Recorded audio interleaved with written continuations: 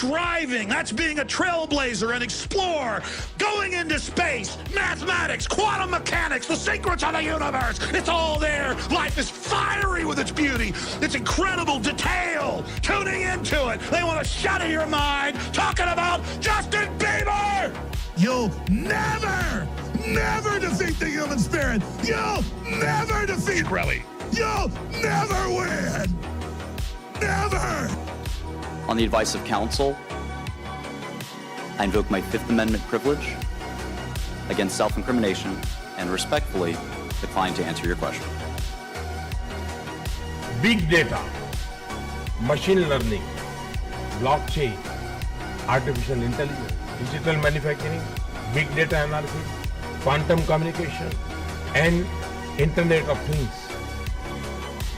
The spirit of humanity is rising, and it is going to defeat you. You think you're strong, you think you're scary, you try to mimic what you can only imagine in your mind. Look, I'm gonna be 100 with you. I love this shit. I love the hustle, I love the chase, I love the money. Don't be scared to get to the money at all times. NVIDIA's not a hardware company. Do you think it's a hardware company? NVIDIA is a hardware company. You guys are saying the same thing. This is hardware. Me for no You guys are saying the same thing. Hardware is different from software. Martin, This is something like hardware because you can hold it, touch it. Cassava Sciences is a true, once-in-a-lifetime, generational opportunity, a small biotech. How many children do you have? 23, 22 baby mother. Real bad man. Who I think embodies this type of NPC thinking when they're proven wrong is Jason Calacanis. Let me read about some of the things he said about me over the years. Palmer Luckey, hideous, a moron. Palmer Luckey is just an idiot and a troll. He is dumb, so dumb. A nigga like me, man, I love the game. I love the hustle, man. Be feeling like one of them ball-playing niggas, you know, like Bird, Magic or something. Yeah, you know, a nigga got dough. A nigga could leave the league. But if I leave, the fans still gonna love me, man?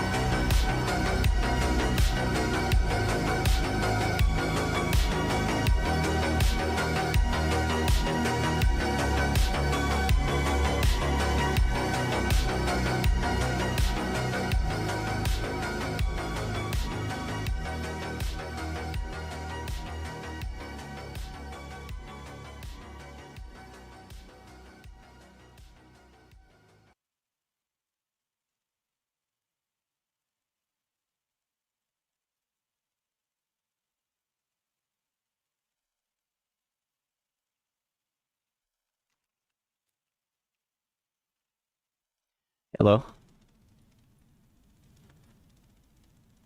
Fauci's testifying. Let's see.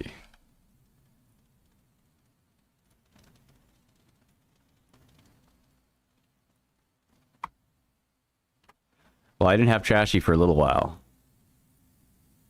Now, let's see. On the advice of counsel, I respectfully decline to answer based upon my rights under the Fifth Amendment of the Constitution. They did this to me, too. Dr. Fauci, did the NIH ever conduct research for or in coordination with any element of the intelligence community, CIA, ODNI? On the advice of counsel, I respectfully decline to answer based upon my rights under the Fifth Amendment to the Constitution. The reason why these questions are important is, you know, President Trump has done a ban, and we're glad that he did a ban on gain-of-function research. So we're better off than we were when we had an advocate serving as head of NIAID, an advocate for gain-of-function research. There is still, though, a question, though, whether or not the intelligence community is adhering to that order. There's a question of whether or not gain-of-function research is still ongoing. And these are important questions the American people deserve to know. Dr. Fauci, have you been read into any classified Department of Homeland Security program, any prospective special access program concerning gain-of-function research? On the advice of counsel, I respectfully decline to answer based upon my rights under the Fifth Amendment of the Constitution. When we look at the research in China, the gain-of-function research that you've denied was gain-of-function, one of the things that startled the scientists when they saw COVID in the first couple of weeks was when they looked at the sequence of it, they said, oh my God, there's a furin cleavage site in it. And in this particular family of coronaviruses, the sarbecoviruses, they'd never seen this before. They were also startled to look at it and see how it was coded for, what the codons were, and to discover that the codons used out of 36 different possibilities turned out to be the one that was commonly used in gene manipulation by scientists. Dr. Fauci, were the scientists at the Wuhan Institute of Virology capable of inserting a furin cleavage site into a coronavirus? On the advice of counsel, I respectfully decline to answer based upon my rights under the Fifth Amendment of the Constitution. So one of the experiments that was pretty common was they would take the backbone of a SARS virus, and this would be a SARS virus that the backbone itself wasn't that dangerous, but then they would dig through guano, 300 feet underground, bat guano. They'd find other viruses, unknown viruses. They'd take the S protein off of an unknown virus and stick it on a backbone. And then they would infect mice that have humanized cells. And they were trying to discover if they could create a virus that infects humans. Now, many people would say, well, gosh, that doesn't sound like a really good idea to create viruses that don't exist in nature to see if they'll infect human cells. What if one escaped? What if you keep infecting this and do serial passage, you actually adapt the virus to be infectious to humans? So the question is whether or not Dr. Fauci, the Wuhan Institute of Virology, was combining an S protein with one virus with the backbone of others, and could this lead to a virus, maybe it wasn't even predicted, but could it lead to viruses that gained in function and then could lead to a pandemic? On the advice of counsel, I respectfully decline to answer based upon my rights under the Fifth Amendment of the Constitution. One of the arguments that you and others have made against this virus coming from the lab is it couldn't have come from the viruses that have been published. And nobody's really arguing that. I think from the very beginning, people acknowledged that the viruses that have been published are too far evolutionarily distant from a virus that could have become COVID-19. But what has never been acknowledged by the side who tries to call the other side of conspiracy theory, which is really something you don't usually see in a scientific debate. This is the first time I've ever seen an article printed in Lancet by your friends who called this a conspiracy theory. You know, these are the kind of things you see as a screed on a political, website. You don't really see this in science. But when they release this as being a conspiracy theory, we're wondering that when you do this, when you combine these viruses and are able to grow them in humanized cells, whether or not this kind of risky research, whether you call it gain of function or not, whether you use the definition of gain of function, whether this kind of research should have had more scrutiny. I think in your House testimony, you testified that you never traveled to China and that you were unaware that anybody at NIH ever examined the labs, that you trusted the Chinese scientists. I think you said that even recently, that with your discretion, you trusted the Chinese scientists. The problem is that even in our country, we trust our scientists. They're good American scientists, probably doing the right thing for America. But at the same time, we oversight to make sure it's not dangerous research, but we also investigate the lab. I believe Fort Detrick was one of our main labs, was closed down in the last year or two because of, research institute, a research incident that was dangerous with dangerous pathogens. And so the American people would want to know, how could you approve this dangerous research in China, say that you trusted the Chinese scientists, and then in the end, you had to admit that you'd never been there, and none of your inspectors had ever been there. Dr. Fauci, had any of the labs where this dangerous research was occurring, were any American lab oversight or lab investigators, did they ever appear in these labs to make sure that they were safe labs?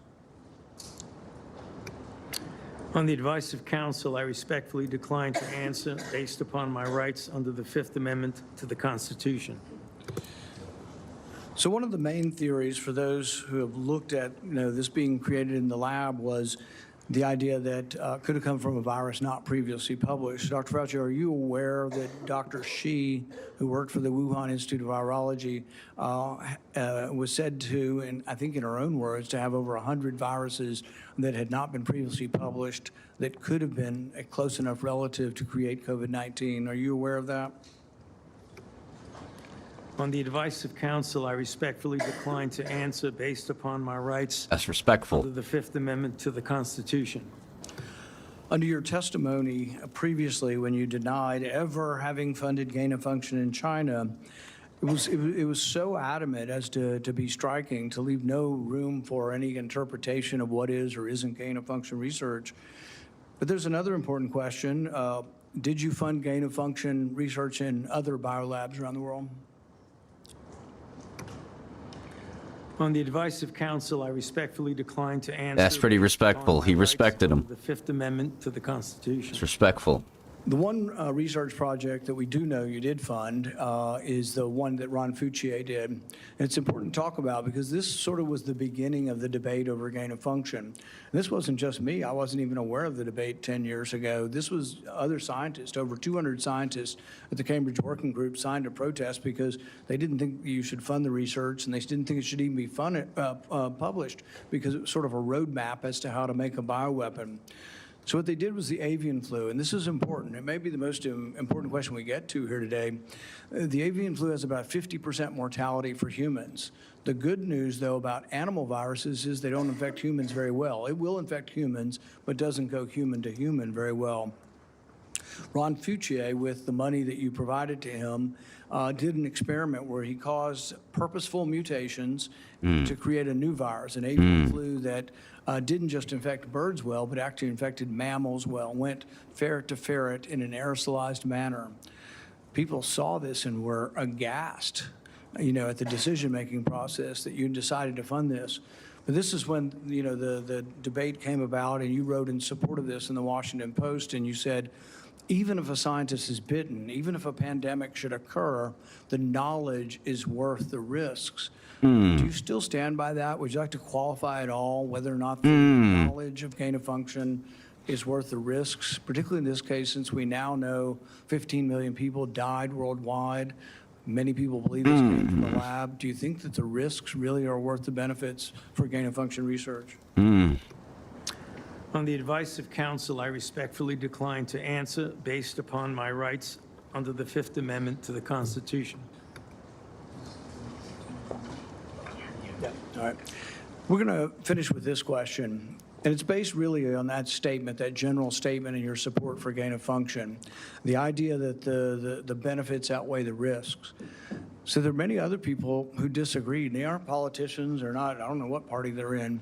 David Relman is probably one of the most esteemed, and he is a scientist at Stanford. He, I think, has classified clearance. He's been a consultant to our government probably for a decade or more. And he's written about this publicly. He says the opposite. He said that the risks of this research do not outweigh the benefits. He said the risks, we shouldn't do it. Richard E. Bright, who's been involved in this debate for 2 decades, says the same thing. I know that guy. We really shouldn't be doing this at all. There's a quote also by, I have the Kevin Esvelt quote, is that at the very end?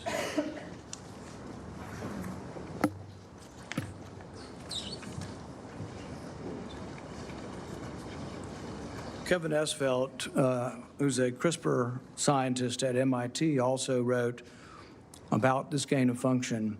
I implore every scientist, funder, and nation working in the field, please stop. No more trying to discover or make pandemic-capable viruses. No more experiments likely to disseminate blueprints for plagues.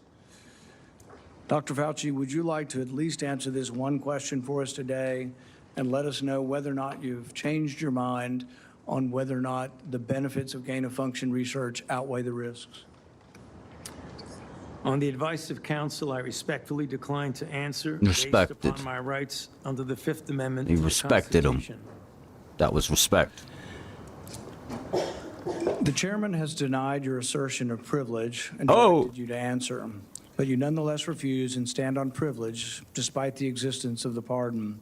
The committee will have to consider after this hearing what appropriate action should be Contempt. taken against you for the failure to testify after being directed to do so. It's against the law to obstruct an investigation of Congress. There will be repercussions to your refusal to testify today.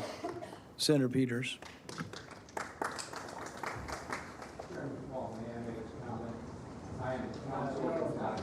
You're not recognized. You're not recognized. If you are unruly, you will be removed from the proceeding. You are not recognized, and you are not recognized, sir. Sir, you are not recognized. You are not recognized. Security, Going ham. we'll hold off. But you will respect these proceedings. You were told not This to lawyer. sit at the table. You insist on sitting at the table. his attorney. And we told you you would not be recognized. You are not invited here for testimony, sir. You are being disruptive. Would you behave this way in a courtroom? No, because the judge would put you in jail. I can't do that today, but I can have you escorted from the premises. So I would say, sir, sit quietly and don't say another word. I said, sit quietly. You are not recognized. Another word and you're gone.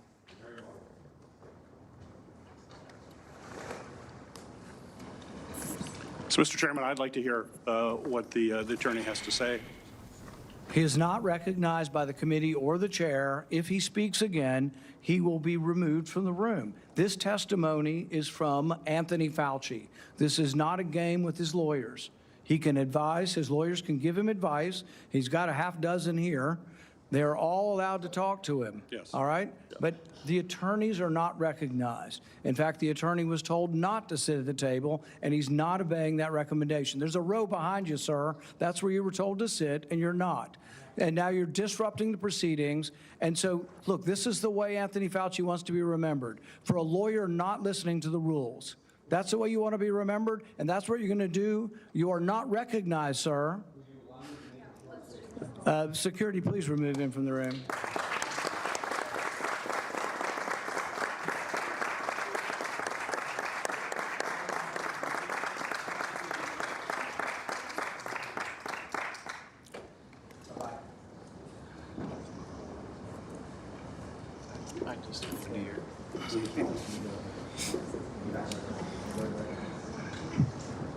Crazy.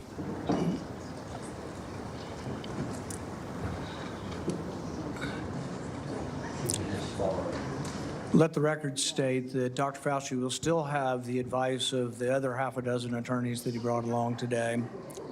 Senator Peters. Thank you, Mr. Chairman. The COVID-19 pandemic is not the first or the last public health crisis to impact our nation. In December 2022, I released a report that identified significant failures in our federal government's preparedness and initial response to COVID-19. This report contained 17 key findings. All right. So anyway, I don't think Fauci did anything wrong. I think you guys go get your boosters. I think gain of function research is awesome. I do it in my basement. You got a problem?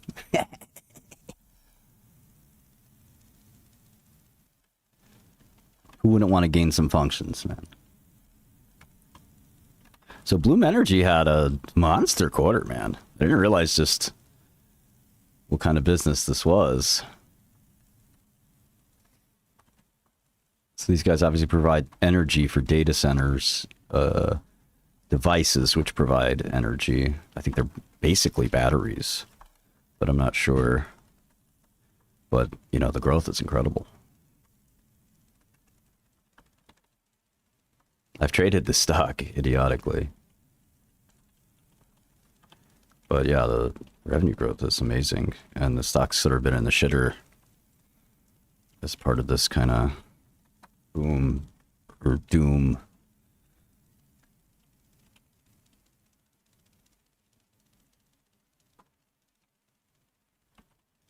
So yeah, let's see, 54. It's pretty low margin is the issue, but cash flow is actually not so horrible. So if you say call it 300 cash flow from operations, and it's growing very rapidly, it's actually quite reasonable valuation. It's just a question of, one of the big questions for this entire field is, are we seeing businesses that just exist for the AI boom and will never happen again? So imagine you're a data labeling business or a model router or something like that. You exist for this new opportunity, but will you exist in 10 years? Now, obviously, smart business people try to, okay, that's free cash flow from 2 quarters. Let's make that clear. And that's not free cash flow. That's just cash flow. So maybe a little bit of number fudging there. Get a little overzealous. So yeah, it's 300 for the full year. Free cash flow more like, let's see. Yeah, more like 150. Let's see, maybe 200. Yeah, 200. So that's 400 for the full year. Call it 100 times free cash flow. Still not, god awful. That cash flow is going to double every year for a couple more years, which it probably will. It's pretty good. So, I don't know. We'll have to see.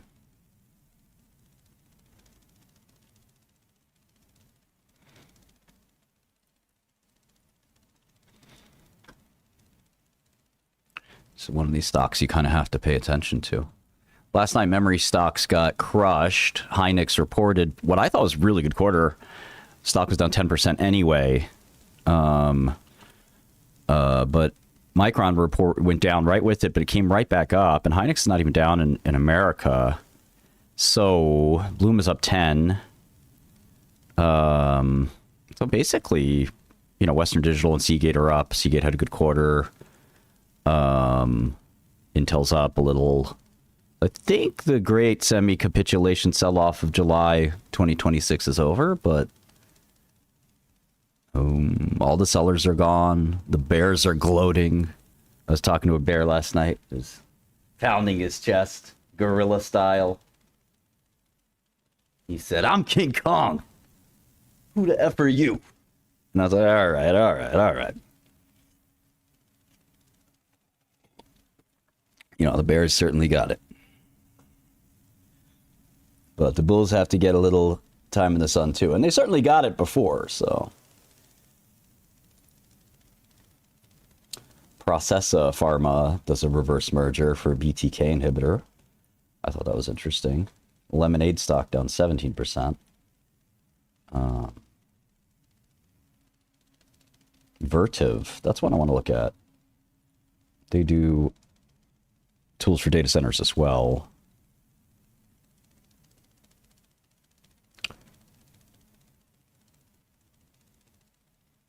Teradyne up 13%, but I think Clack had down 8%. Kind of rough quarter there.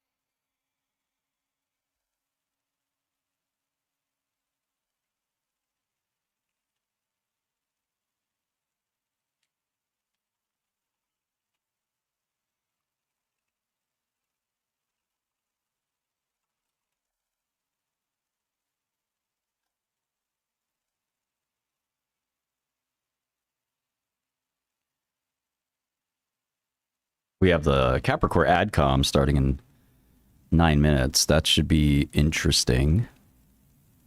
I have an 11 o'clock meeting, so I'm going to take a half an hour for that.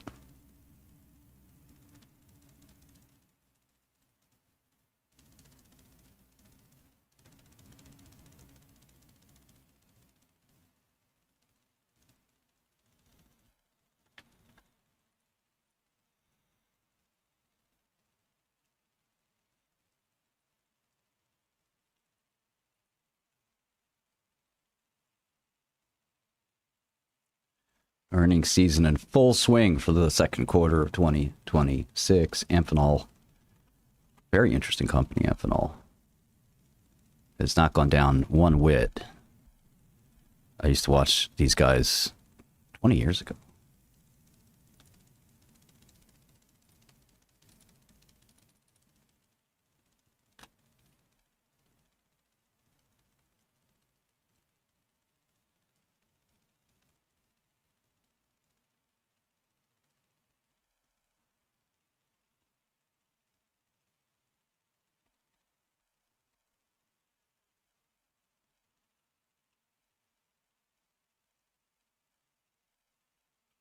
Fat Stacks, what's up? I didn't really understand the ad said what the situation was. It didn't look interesting to me. But let me take a second glance, just because I promised you I'd look at it. I keep my promises.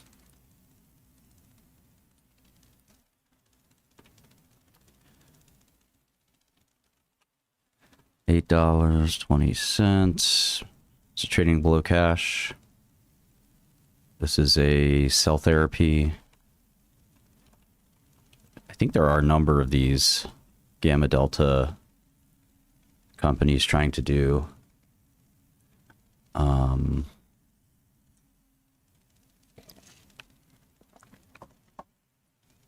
guess they're doing lupus. So it's open label lupus data we're excited about here. Lupus kind of comes and goes, so it's a rough one to get excited about because disease flares. You know, the SLEDI, BLAG scores, at least when I was a kid, those were the lupus measurement scores. So if those are still the measurement scores, they are really kind of meaningless. 20 patients, you know, interim data is kind of meaningless. Then they have a cancer thing. Yeah, it's just a cart thing that they're spending a lot of money on. That, yeah.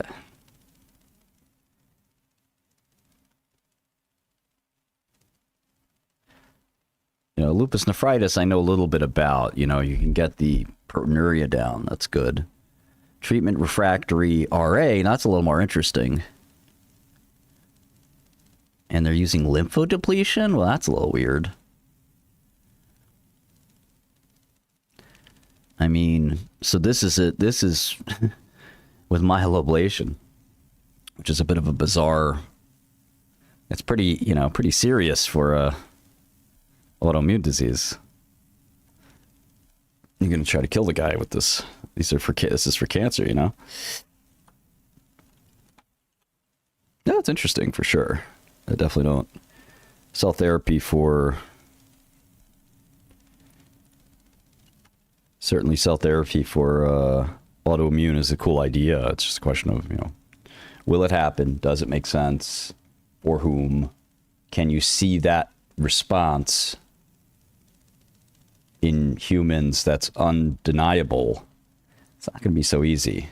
But we look forward to this data. I mean, it's going to be interesting.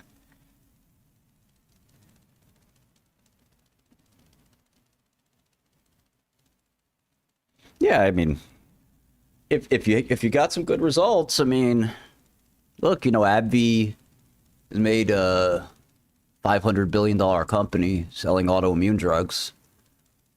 It's plenty of patients, a lot of unmet need. You know, will they myoablate for a cell transplant? That's a little excessive. That's worse than the. That's kind of worse than the disease itself. You gotta be a little careful of that, but you don't need myoablation, then you're good to go. But the problem is you know, if they're your own cells and they don't expand, then it's a drop in the bucket. It's not gonna really help you.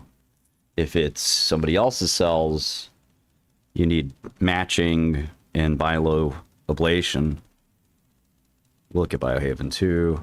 I'm not sure Spruce has there is more. I can do a refresh. Yeah, it's not so much about the huge market. Of course it's huge. It's much more about, you know,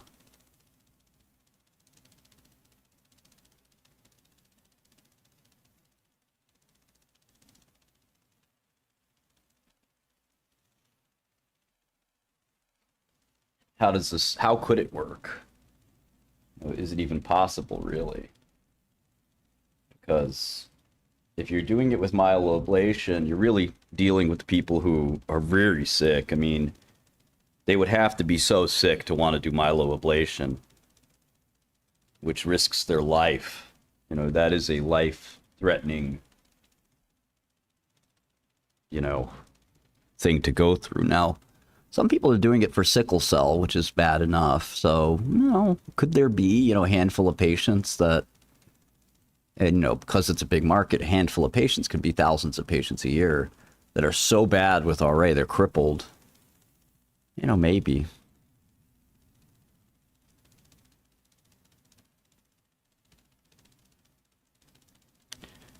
I don't think they should prosecute Fauci, to be honest. And I don't like the guy. When you bring the full weight of the federal government on a single individual, you know, that makes me want to root for the individual. I like the underdog. You know, even if he was, you know, not the best guy. I'm also a softie. I'm Christian. I'm a softie. I forgive my enemies. It's one of my biggest weaknesses. I'm really nice. I forgive and forget quickly. You know, and that's something that, like I said, it's a bit of a weakness of mine.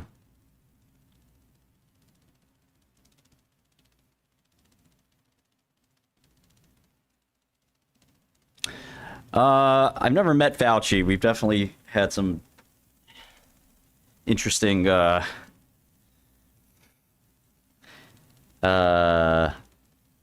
connections and communications, though. I've never met him face to face. Basically, the big problem I have with Fauci is there was a period of time where I was really interested in an HIV cure. I still am a little bit interested because market's opening any second here. You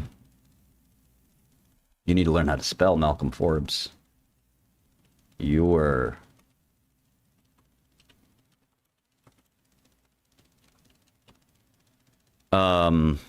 basically, you know, the question is, can you get a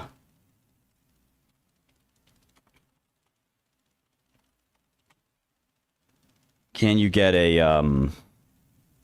get the body to clear HIV? And if you could do that, one, you'd make the world a better place. Not that I necessarily care about that. Maybe you guys do. I don't give a shit. Kidding, of course I care. But two, you know, this would be a gigantic, you know, pharmaceutical product. You know, if you could cure HIV, you know, the revenue would be incredible. And a lot of HIV now is going to be treatable by generic drugs, so there's really no money. There's no money in the old HIV drugs anymore. You know, Gilead's sort of on their last, my opinion, kind of their last ability to really convince anyone to buy, you know, really expensive Gilead drug when, you know, they have,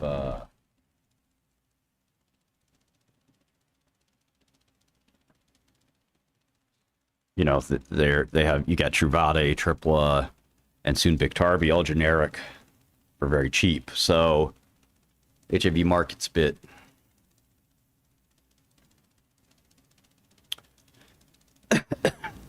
bit in need of something anyway, but clearing the virus should not be impossible. We self-clear hepatitis and many other viruses.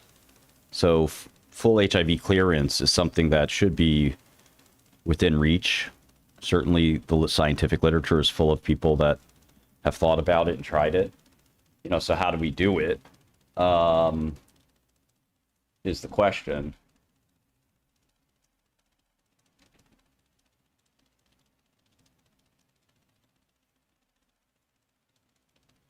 And I've thought a lot about that. There's these sanctuary sites. There's, if you want to read all the literature, it's out there. And basically, Fauci thought it was a mistake to try to cure HIV, which is kind of insane. One, I understand where he's coming from scientifically. I still think it's insane. You know, his scientific argument is that it's the problem's sort of too hard. And he's you know, not wrong.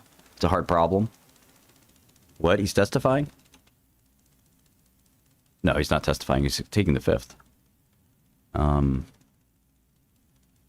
not saying shit. So anyway, so you have these sanctuary sites. People have tried BNABs, broadly neutralizing antibodies. But there's some reason to think that there is a way. There kind of has to be a way, right? There has to be a way to get rid of HIV. And, you know, I used to talk about this with Vivek, actually. And I think, you know, this is still, you know, a big potential market. And clearing HIV, maybe you use CRISPR as a sentinel. You know, I don't know. Yeah, we're streaming that at CapRadCom too. Yeah, absolutely. It's getting started, actually.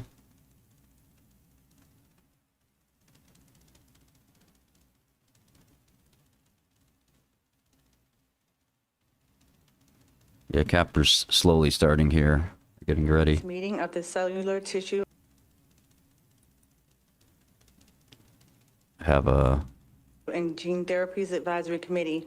Before we begin, I will having a little bit of connection issues, I guess.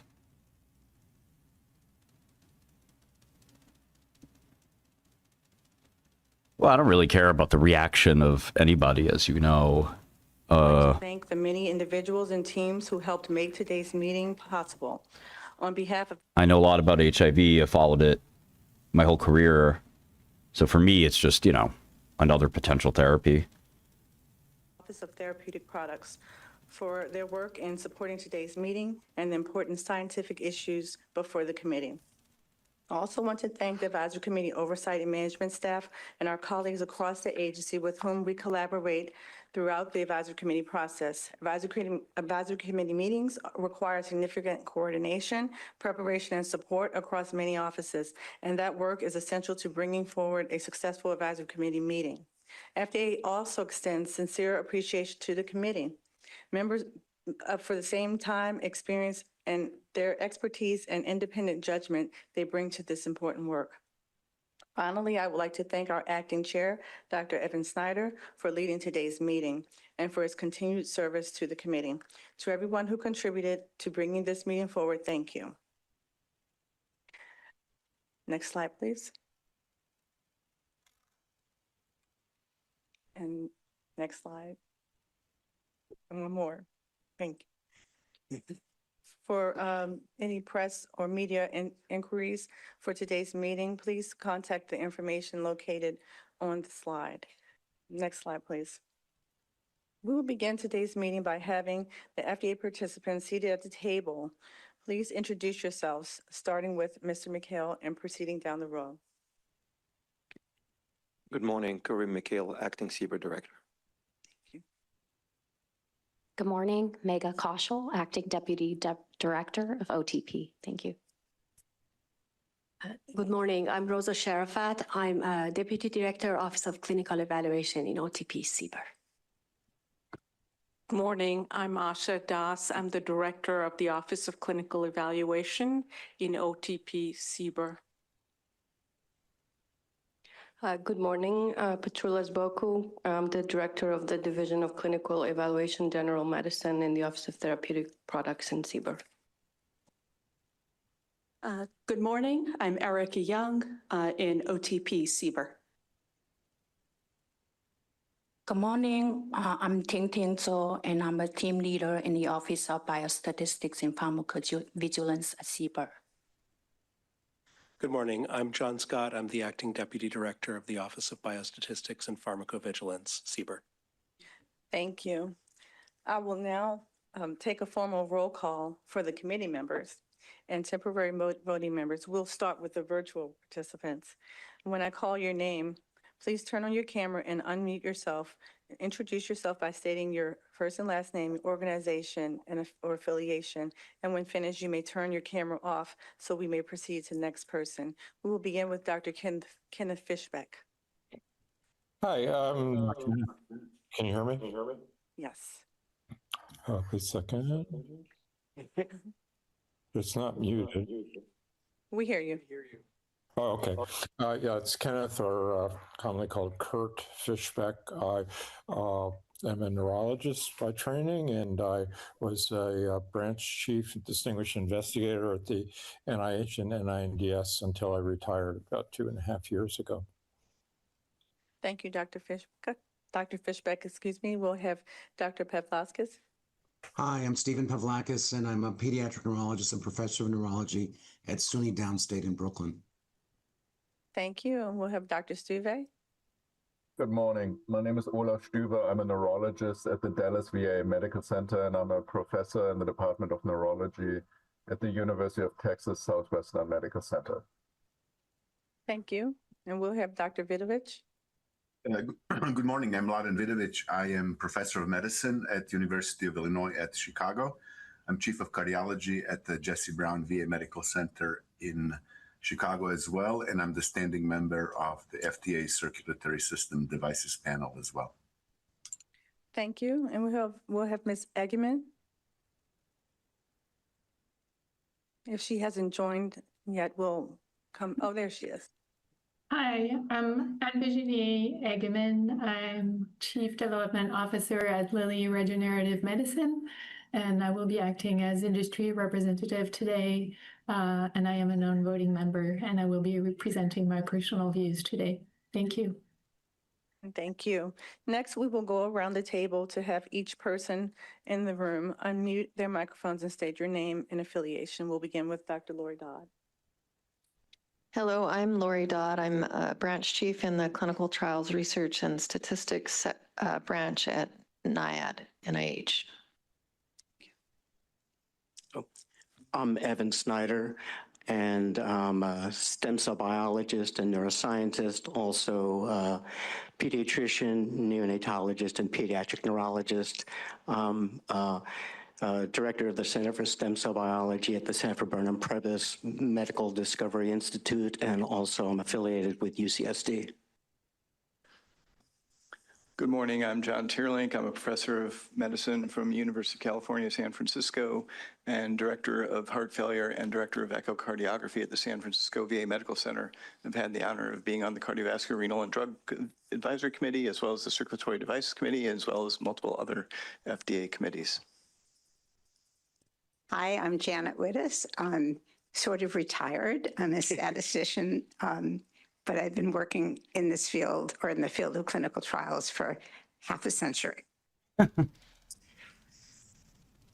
Morning, I'm Chris Coffey. I'm a professor of biostatistics and direct a clinical trials coordinating center at the University of Iowa. Good morning, I'm Cynthia Tift. I'm the Deputy Clinical Director of the National Human Genome Research Institute at the NIH, and trained as a pediatric geneticist. Hello, I'm Deborah Dunn, and I'm a heart failure patient for about 25 years. And I've been doing this work with the FDA for about 15 years. Buddy Cassidy, newly minted English Lit PhD from UC Irvine. I have Duchenne muscular dystrophy and cardiomyopathy induced by Duchenne muscular dystrophy, and I will be a patient rep. Thank you, everyone. Now I will read the conflict of interest statement into the record. The FDA is convening today's meeting of the Cellular Tissue and Gene Therapies Advisory Committee under the Federal Advisory Committee Act of 1972. The CTGT will meet in open session to discuss, we are meeting, to discuss and make recommendations on biologics license application 125842 from Capricor Inc. for deramiocel human allogenic cardiosphere-derived cells. the treatment of cardiomyopathy and Duchenne muscular dystrophy. With the exception of the industry representative, the members of the committee are either special or regular government I used to dream for employees times like and are this. subject to federal conflict of interest laws and regulations. Accordingly, FDA's Office of Ethics and Integrity has reviewed the financial interests of the committee members for compliance with federal ethics and conflict of interest laws. The members were screened for potential financial conflicts of interest related to today's meeting agenda, both their own interests and those that are imputed to them, including those of their spouses, minor children, and employers. Based on the agenda for today's meeting and all financial interests reported by the committee members, the agency has determined that all members of this advisory committee are in compliance with federal ethics and conflict of interest laws, and as a result, no conflict of interest waivers under 18 U.S.C. 208 have been issued in connection with this meeting. Anne Virginie Egeman of Eli Lilly and Company is participating in this meeting as a non-voting industry representative acting on behalf of regulated industry. Consistent with the current agency policy, FDA is only including industry representatives in advisory committee meetings where required by statute. FDA is required to include an industry representative in today's meeting under 21 U.S.C. 355 N3C. Industry representatives are not appointed as special government employees, nor are they regular government employees. Industry representatives serve as non-voting members of the committee. Non-voting industry representatives represent all regulated industry and not any association, company, product, or ingredient, and bring general industry perspective to the committee.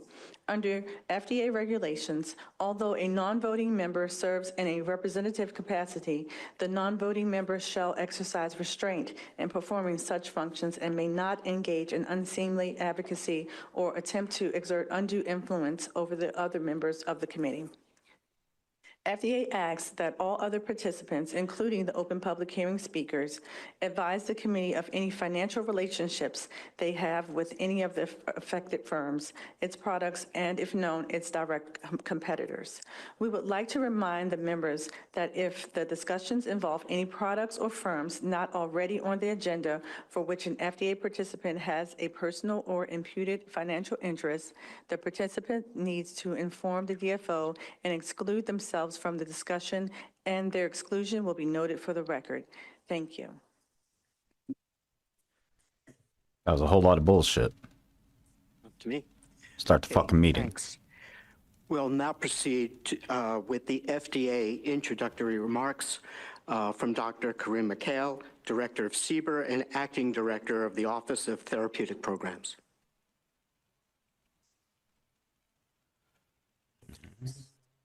Good morning, everyone. I am Karim Mikhail, the Acting Director of the Center for Biologics and Evaluation and Research. On behalf of the FDA, I thank and warmly welcome our advisory committee members, the applicant Capricor, patients and their families, caregivers and providers, patient advocates, the investigators, and members of the public to the Cellular, Tissue, and Gene Therapy Advisory Committee meeting.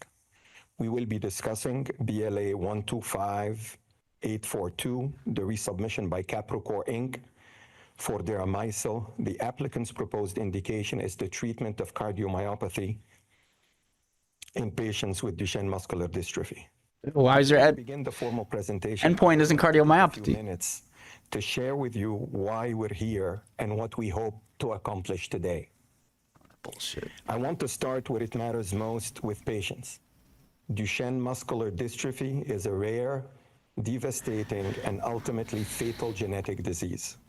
It begins in early childhood, progressively robs young boys of their ability to walk, then to breathe independently, and ultimately leads to heart failure. Despite incremental advances in standard of care, Duchenne muscular dystrophy sadly still leads to loss of life by early adulthood. These are young lives cut short by a disease that spares almost nothing. Skeletal muscle, respiratory function, and the heart itself are all affected. The patients and families living with Duchenne muscular dystrophy face extraordinary hardship every day, and that reality is at the center of every decision we make here. Over time, deterioration of the heart muscle leads to cardiomyopathy and heart failure, which is the leading cause of death in Duchenne muscular dystrophy. There are currently no FDA-approved therapies specifically labeled for Duchenne muscular dystrophy cardiomyopathy. Standard cardiac medication, ACE inhibitors, beta blockers, corticosteroids can delay progression, but they do not stop it. These patients need new, effective treatment options, and the FDA recognizes that urgency deeply. Our questions and discussions today are not about whether new treatments are needed for these young men. The answer is emphatically yes. They are about whether the evidence before us meets the rigorous scientific and legal standard intended to protect the same patients who need the treatment. Before the team outlines the issues that will be discussed today, I would like to stress that the review team has not made a final decision on this application, or else we would not have convened an advisory committee. Our review team comments in the briefing document and the presentations today constitute a complete, comprehensive, and very thorough assessment of the application from the FDA side, but they do not take into account today's proceedings. The reason we are here today is to discuss the key challenges and significant uncertainties we have encountered during our review process, so the review team can consider your perspective and advice into our decision-making. Our review team will present their evaluation of the submitted HOPE-3 data, including both the study results and the analytical methods used during study conduct. You will also hear the applicant's own data presentation and perspective. Holding this open advisory committee meeting allows us to obtain independent expert advice on the scientific and statistical questions at hand and provide the opportunity for public observation and comment, which enhances the transparency of FDA's decision-making and builds public trust in regulatory outcomes. We look forward to a thoughtful and productive discussion today. The voices of patients, families, and their advocates, alongside from those clinicians in both presentations, and open public remarks all matter deeply to us. At the end, we will ask the members of the advisory committee to consider all perspectives carefully and provide an independent expert assessment of the study results and the statistical method used in the applicant submission. It's an open, evidence-based, and candid dialogue that will inform our final scientific assessment and regulatory decision. Thank you. Thanks a lot, Mr. McHale. We're now turned for a regulatory overview. I'd like to introduce Petroulas Aboku from the FDA.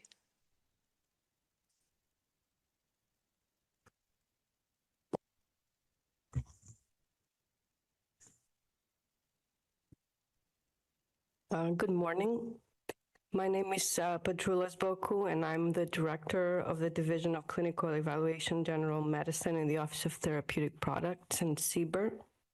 I would like to also welcome you all to today's advisory committee meeting and thank the committee members, the patients, caregivers, patient advocates, and the public for attending and providing their perspectives, as well as the applicant. These perspectives are very valuable as we continue our review of this application and form our regulatory decision. I'm a pediatric geneticist, and I have personally treated and taken care of children and adults with serious genetic diseases, including Duchenne muscular dystrophy, in clinical practice. Through my training and clinical experience, I have witnessed firsthand the extraordinary challenges that patients with DMD and their families face on a daily basis, and have come to truly appreciate the significant needs for safe and effective therapies to ameliorate the symptoms of the disease and improve their daily life, add to the ones already available, and fill in the remaining gaps. One of those gaps includes new safe and effective therapies that target the heart disease associated with DMD and modified its course. Next slide. As mentioned, Duchenne muscular dystrophy is a progressive, serious genetic disease, and cellular and gene therapies represent a rapidly evolving and extremely promising therapeutic frontier. However, with the incredible promise of these therapies come uncertainties. Moments like today, where we can have open, public, expert-informed dialogue, are essential as we perform CBER's core mission of evaluating the safety and effectiveness of novel biological products. We are here today to obtain expert input into the evaluation of the available evidence submitted by the applicant to support the effectiveness of their Deramiocel for the applicant's proposed indication of the treatment of cardiomyopathy in DMD. We anticipate a rich and honest conversation about an area and an application where there remains real scientific uncertainty. The full substance of today's advisory committee discussion and all perspectives will be considered in the continuing assessment of this application. Next slide. This is today's agenda. After the introductory remarks, the applicant will give their presentation, which will be followed by open public hearing, and the FDA review team will present their assessment. Lastly, the advisory committee members will have a discussion on the presented evidence. Next slide. Deramiocel is an investigational allogeneic cellular product of cadaveric cardiac tissue origin. It is purported to exert its therapeutic action through a multifactorial mechanism which includes a combination of potential anti-inflammatory, antifibrotic, and immunomodulatory effects mediated through exosome and growth factor secretion. It is intended for chronic intravenous administration every 3 months for the applicant's proposed indication of treatment of cardiomyopathy in patients with Duchenne muscular dystrophy. Next slide. Duchenne muscular dystrophy is a rare neuromuscular disease with serious and life-threatening clinical symptoms. It is caused by mutations in the DMD gene on the X chromosome, which cause functional deficiency of the protein dystrophin, which plays an essential structural and signaling role in skeletal, respiratory, and cardiac muscles. The absence of dystrophin in muscle leads to chronic contraction-induced muscle damage and inflammation that causes progressive muscle weakness that involves the skeletal, respiratory, and heart muscles. Respiratory muscle weakness and respiratory insufficiency are followed by loss of ambulation, typically in the teenage years. Cardiomyopathy is a defining clinical manifestation that affects virtually all boys with DMD at some point in their life. The rate of progression of the different symptoms and manifestations of DMD is highly heterogeneous, both within a patient over time and among patients. The factors that contribute to this heterogeneity are multiple. A few are known, while many others are still unknown. Among those, 4 core prognostic factors are known to affect the disease progression, and those include the type of DMD gene mutation, including its position along the gene, mutations in gene outside the DMD gene that can modify the DMD gene expression and dystrophin production, the use of systemic corticosteroid therapy, including the age at initiation and the duration of treatment, and the use of standard cardiac medications directed at delaying the onset and slowing the progression of the associated cardiac disease. Next slide. The cardiomyopathy associated with DMD is caused by repeated contraction-induced myocardial damage that causes chronic inflammation with downstream effects leading to scarring and fibrosis of the heart muscle. This scarring causes the left ventricle wall to become thinner over time, resulting in dilation, weakening, and progressive inability to pump effectively. There is high interpatient variability in the rate of progression with respect to the decline in left ventricular function. Some patients experience a slow decline over many years, while in others the decline may be faster. Yet in some cases, cardiac function may actually remain stable over time. Cardiac imaging, including echocardiogram and MRI, is an essential tool for long-term monitoring of the cardiac disease and DMD, as cardiac symptoms are difficult to diagnose, given the limitations in physical activity, the non-ambulatory status of older patients with DMD, and the respiratory involvement due to the disease itself. Cardiac imaging is used to identify early myocardial changes and initiate or adjust cardiac medications. Cardiac complications, including arrhythmias and heart failure, represent the leading causes of mortality in DMD. The management of cardiac disease in DMD includes systemic corticosteroid therapy and traditional heart failure treatment strategies, aiming to delay the onset and slow the progression of the heart function decline. Clinical care guidelines recommend the use of standard heart failure medications, including angiotensin converting enzyme inhibitors, angiotensin receptor blockers, mineralocorticoid receptor antagonists, starting by about age 10 years for prevention, and others, including beta blockers, later for treatment purposes. Next slide. Deramiocel has been studied in several clinical studies for cardiac indications and separately for Duchenne muscular dystrophy. For DMD, 2 randomized studies were conducted, studies HOPE-2 and HOPE-3. Study HOPE-2 was randomized, double-blind, and placebo-controlled. It included 20 males with DMD with skeletal muscle impairment who were randomized to deramiocel or placebo and followed for 12 months.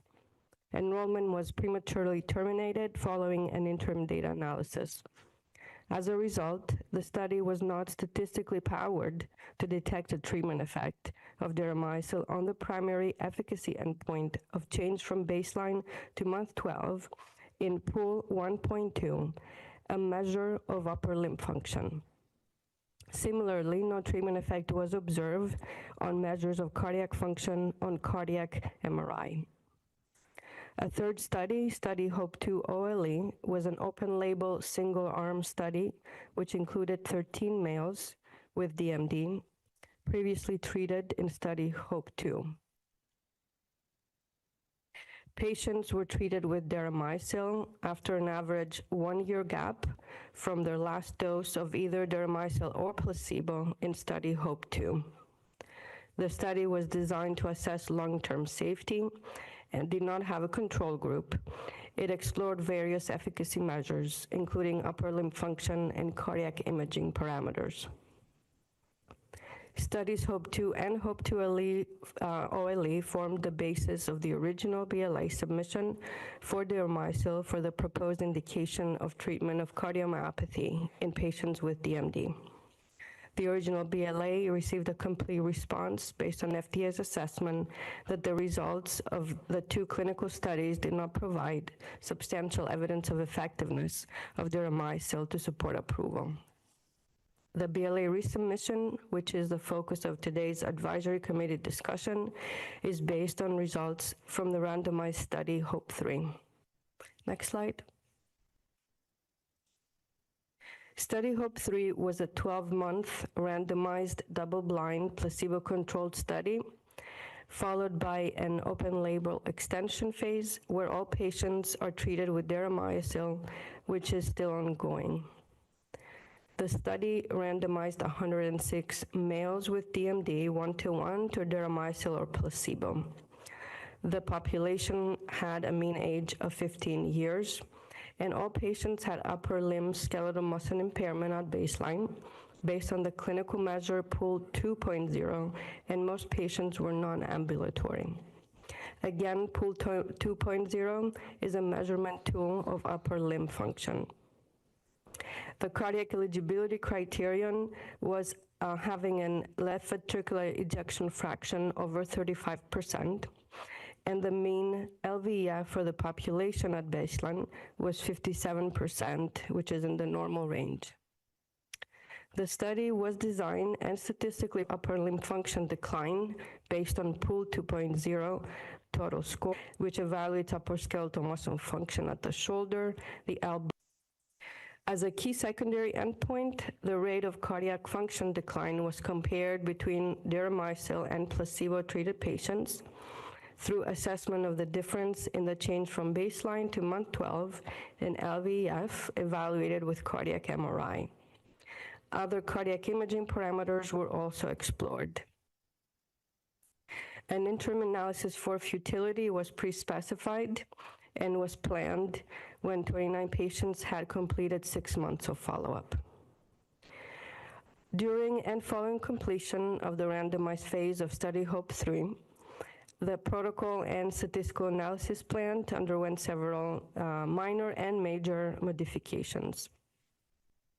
During the course of the study, the futility boundary was changed and the number of patients as part of the futility analysis was modified prior to DSMB review, which was included in SAP 1.7.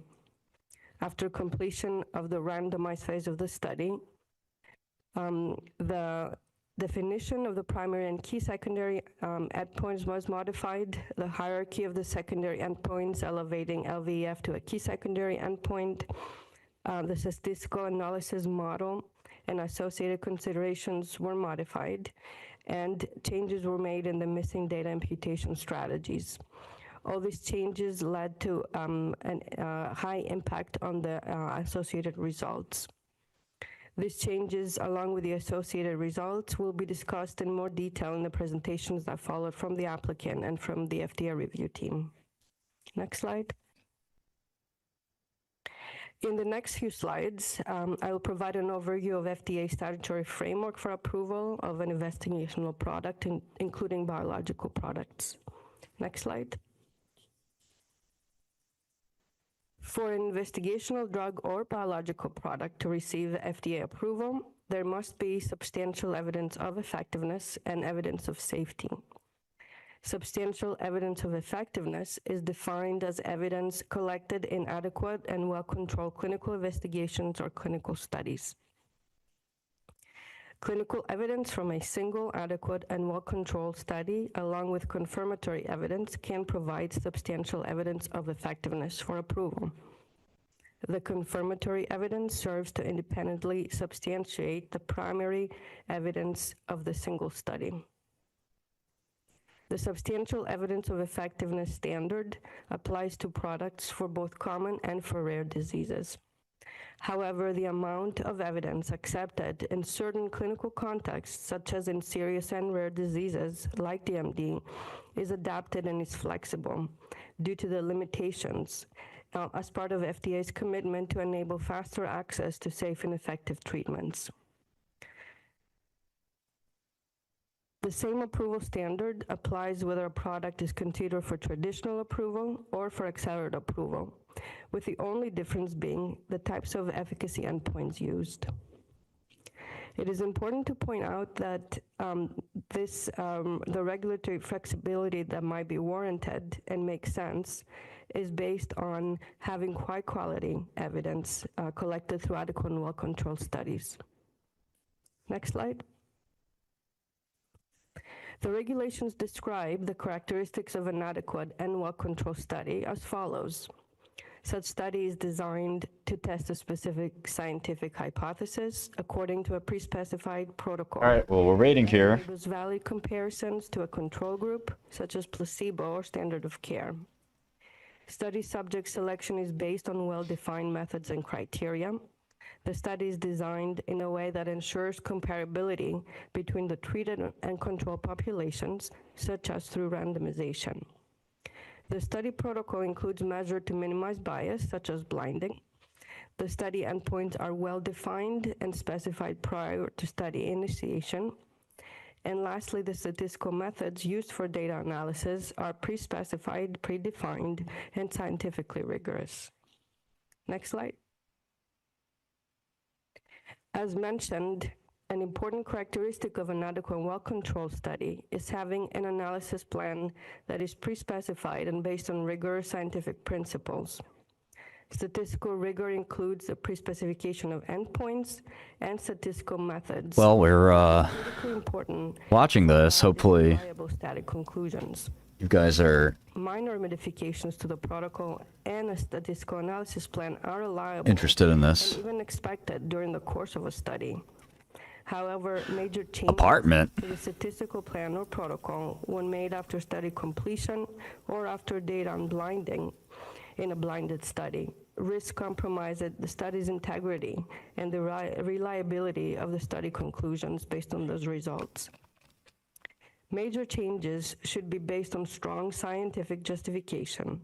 In the absence of such justification, any analysis and are generally considered only exploratory and not suitable to provide substantial evidence of effectiveness. Next slide. Within the framework of FDA's assessment of effectiveness, a single adequate and well-controlled study can provide substantial evidence of effectiveness when accompanied by confirmatory evidence. The single study is essential to provide the primary clinical evidence of effectiveness, with the confirmatory evidence substantiating this primary evidence of effectiveness independently. This framework is discussed in detail in the relevant FDA draft guidance, which was published just earlier this year. In this application, the applicant proposes Study Hope 3 as providing the primary evidence of effectiveness, with Study Hope 2 providing supportive or confirmatory evidence for the approval of deramiocel for the proposed indication of treatment of cardiomyopathy in DMD. Next slide. The evaluation of the primary evidence of effectiveness from the single adequate and well-controlled study considers the following factors: how likely it is that the results are real and not due to chance or some other influence, such as the natural disease course, other concomitant medications, patient factors, or study design factors. This is reflected in the p-value or the statistical significance. What the magnitude of the effect is, meaning how large the effect is, and whether it is larger than any potential variability in its assessment.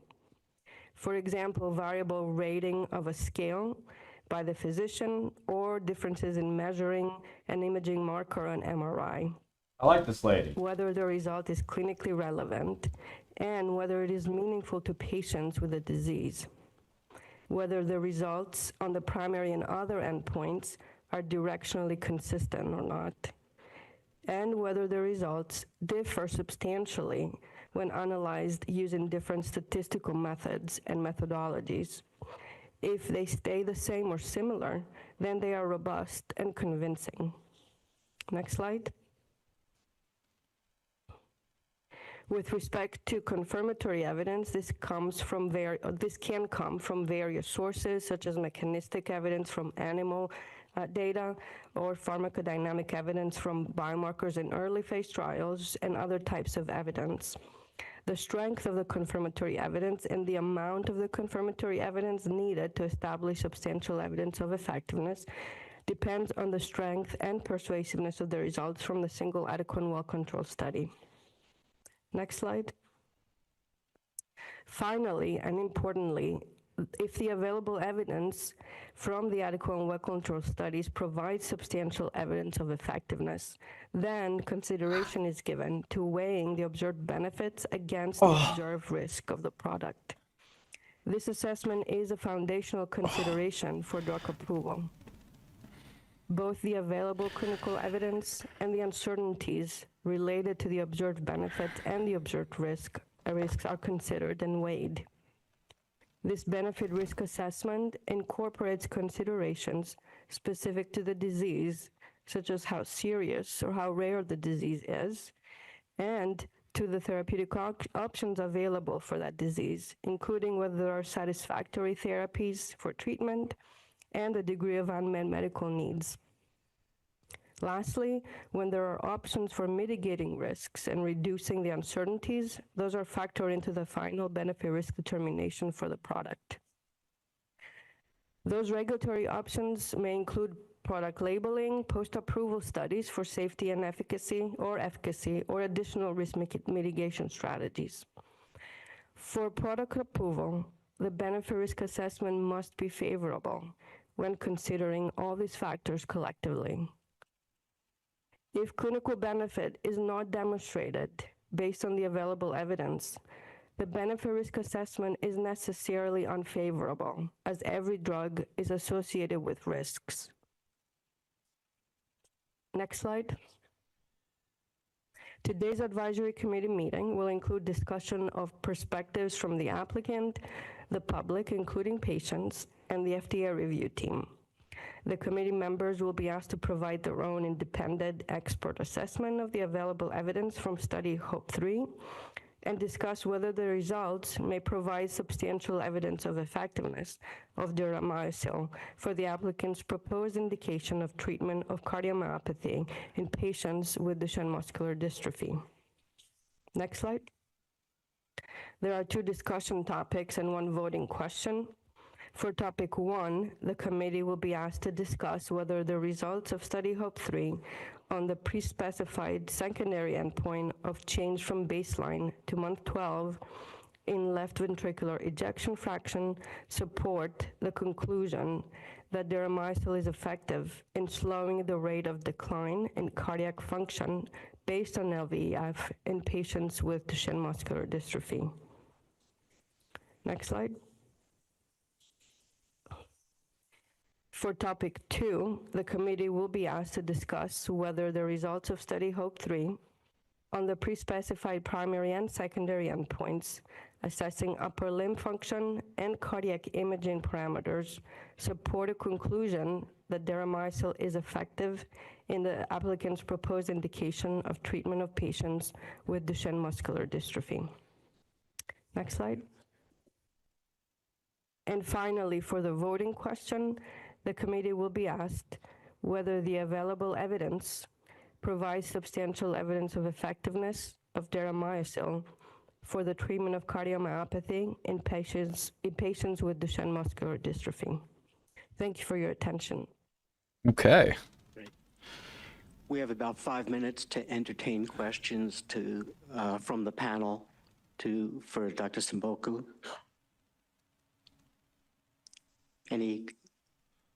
Yes, go ahead. Yes, I have some concerns about the discussion question. This guy? And the voting questions.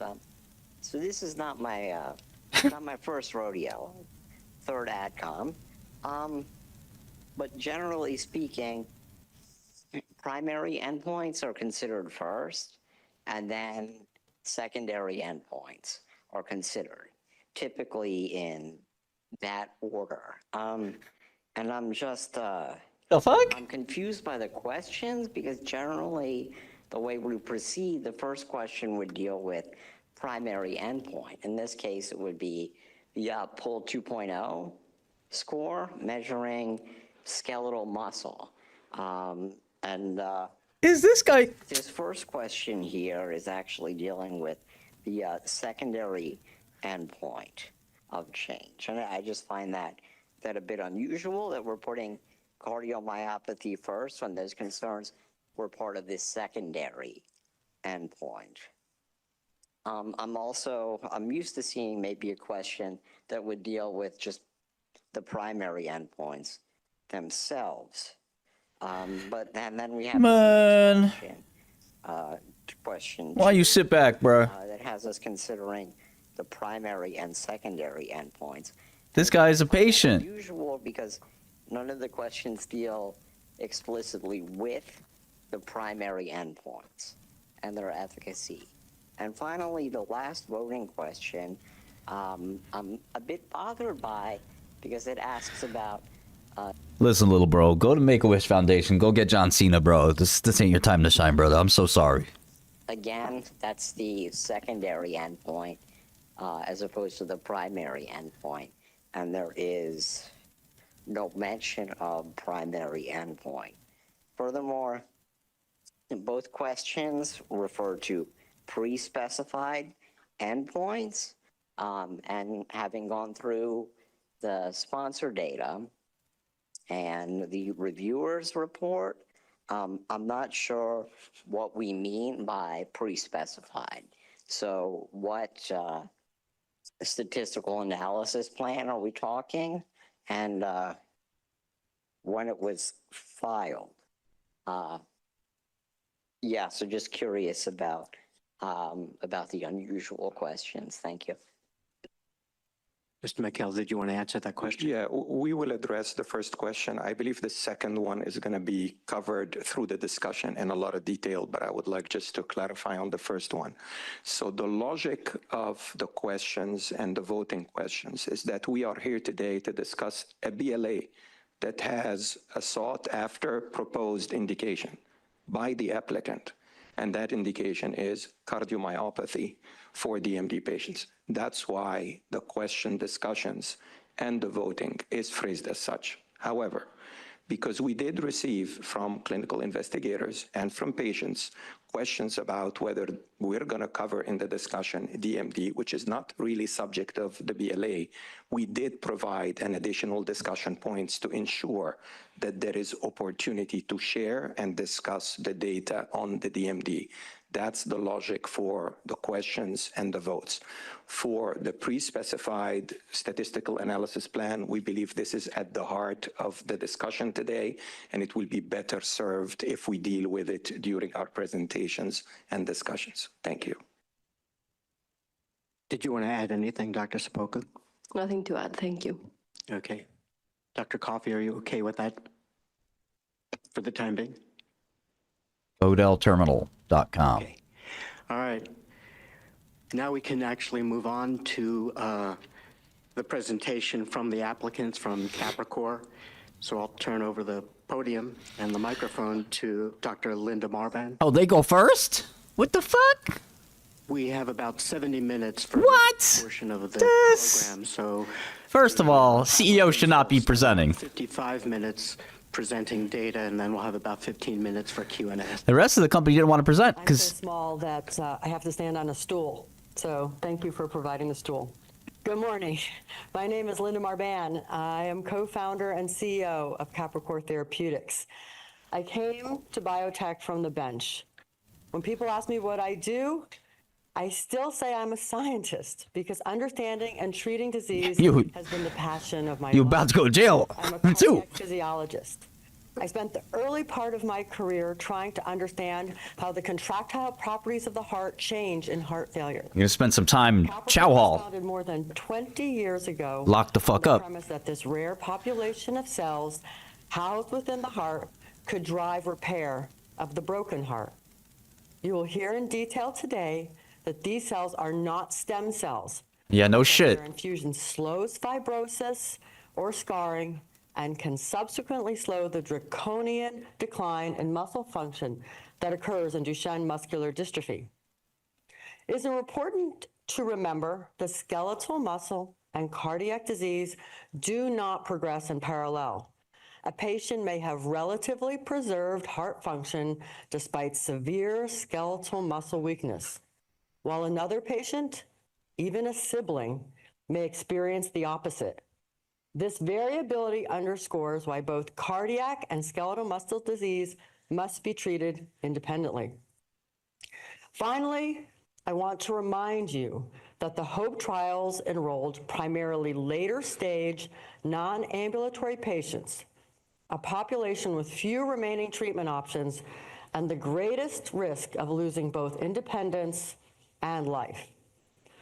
Deramiocel has been evaluated in 3 independent trials, more than 200 patients over nearly a decade. HOPE Duchenne gave us our earliest signal, a statistically significant benefit on the amount of scar in the heart. HOPE 2, a randomized placebo-controlled clinical trial that demonstrated statistically and clinically significant improvements in both upper limb and cardiac function. The patients from HOPE 2 entered a long-term open label extension, and we have seen continued benefit through 5 years. That takes us to HOPE 3, our pivotal phase 3 clinical trial in 106 patients across 20 sites in the United States. Again, showing the same consistent benefit in upper limb and cardiac function. This trial will be the topic of today's discussion. Let me point out that all of these studies have been highlighted in 3 highly regarded academic journals reflecting the rigorous nature of their findings. Hope Duchenne was published in the Journal of Neurology in 2019, Hope 2 in the Lancet in 2022, and I am very proud to say that Hope 3 has just been published in the Lancet this morning. The most Fraud Lancet. takeaway from our decade of clinical work in Duchenne muscular dystrophy is that every study points in the same positive direction across both skeletal and cardiac function. Lightning does not typically strike 3 times in the same place. Oh yeah, that's good statistics right there. When I first Fucking read retard. the FDA's briefing document, parts of it were so hard to reconcile with what actually occurred. We have collaborated with the FDA over many years to Oh, reach yeah. the point of this BLA submission. For sure. We recognize that the agency has undergone significant change over the past year, and that some of the institutional knowledge of those interactions may have been lost along the way. But we are now fighting for the life of this therapeutic on the basis of a timeline that has been misconstrued. Oh. So let me clarify for the record, please. The protocols in this program have incorporated FDA's feedback. In August of 2024, at a pre-BLA meeting to discuss the HOPE-3 clinical study, we presented the HOPE-2 open-label extension cardiac data. And during that meeting and a follow-up with their cardiology reviewers, FDA suggested we file a cardiac-focused BLA based on our phase 2 results combined with Dr. Soslow's published work on the natural trajectory of DMD cardiomyopathy. At this time, our ongoing HOPE-3 trial was repositioned to enroll additional patients outside the United States for global expansion, which is shown on this particular graphic as V7 of the protocol, and was ultimately never implemented. Then a year ago, we received a complete response letter. We quickly moved to a Type A meeting and authored protocol version 8 ahead of this meeting in order to change the primary efficacy endpoint to ejection fraction. The rationale was to reposition HOPE-3 to support a BLA in cardiomyopathy. FDA said no to changing the primary endpoint, and so V8 was also never implemented. Now you can see that there was a reason for every change in the protocol and the subsequent statistical analysis plans. The CRL completely changed our path, and so the timeline from CRL to unblinding warrants a deeper dive. Please pay attention to the dates because timing matters. A few days after we received our Type A meeting minutes in the middle of September 2025, the FDA requested that Capricor submit a statistical analysis plan for their review. Therefore, Capricor submitted protocol version 9 and SAP 2.0 to our IND, cross-referencing both the recent Type A meeting and the BLA on September 26, 2025, more than 60 days prior to unblinding. We fully expected feedback as the dialogue had been very active up to that point. We heard nothing back. In 13 years of working with the FDA, they have never once hesitated to ask questions or provide feedback to any of the filings we have submitted. With receipt and distribution confirmed by the FDA, we were confident that they were supportive of our plan. Hearing no feedback, we assumed the agency had no objections to Statistical Analysis Plan 2.0. Assumed? Finally, upon realizing the sample size was smaller for the cardiac endpoint, the left ventricular ejection fraction The fuck you assume? was changed to a rank-based analysis, which is less sensitive to outliers. This was the final Statistical Analysis Plan version 3.0, signed, completed before unblinding. Now, let me be clear. Database lock and unblinding happened only after the statistical analysis plan was finalized. I also want to point out that there are no requirements to submit an SAP at any point to FDA for approval. We reviewed all guidance documents in order to confirm and comply with all regulations for an adequate and well-controlled trial. FDA's analysis is based on SAP version 1.1. This was a draft SAP that was never finalized or formalized. It was never even submitted to FDA during the trial, unlike some of the other SAPs we submitted and we were provided feedback on. The first SAP submitted to FDA was SAP version 1.5. During a BLA submission, a sponsor submits a wealth of material to the agency. This draft version 1.1 was just one of those many documents submitted during the resubmission process. For reasons we do not understand why, the FDA has seized upon that unfinished, unsigned draft SAP and performed numerous analyses based on this incomplete draft. This would be like your professor grading your term paper on an early draft you have never even submitted. How'd they get it if you didn't submit it? Key arguments. It is not accurate, and it is not valid, and should please not be used to interpret this data. In contrast, the Lancet peer reviewers, the world's highest impact medical journal, conducted a thorough review of the HOPE-3 data with all the SAPs in hand and focused their review, feedback, and decision to accept the publication using all pre-specified analyses from SAP 3.0. We are proposing that deramiocel be indicated for the treatment of DMD in individuals 9 years of age and older for the treatment of upper limb impairment and/or cardiomyopathy. We recognize that this is different than what the FDA is asking you to vote on today, but it is supported by the data, the endpoints, and by FDA's feedback. Of note, if the agency wanted us to only focus on cardiomyopathy, why did they insist that we keep the primary efficacy endpoint in HOPE-3 as upper limb function? We moved forward based on their comments during a Type A meeting where they said they would exercise further regulatory flexibility by reviewing the data from the HOPE-3 study to assess its primary endpoint as performance of the upper limb and see the contribution of left ventricular ejection fraction in the overall disease progression. We are concerned that by restricting the indication to cardiomyopathy only, they are excluding not only relevant results from the program, but more importantly, delaying the approval of deramiocel for those that need it most. I want to speak directly to everyone listening today and to the many patients around the world living with Duchenne muscular dystrophy. Our patients have given us their trust. We owe them an honest, fair read of the clinical data. Thank you. And now, Dr. How did you become Dr. Marban? Who's Eduardo Marban? And you're Linda Marban. How does that work? Eduardo Marban will discuss the mechanism of action of deramiocel.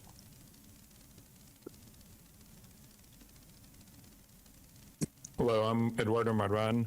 I'm the executive director of the Smith Heart Institute at Cedars-Sinai.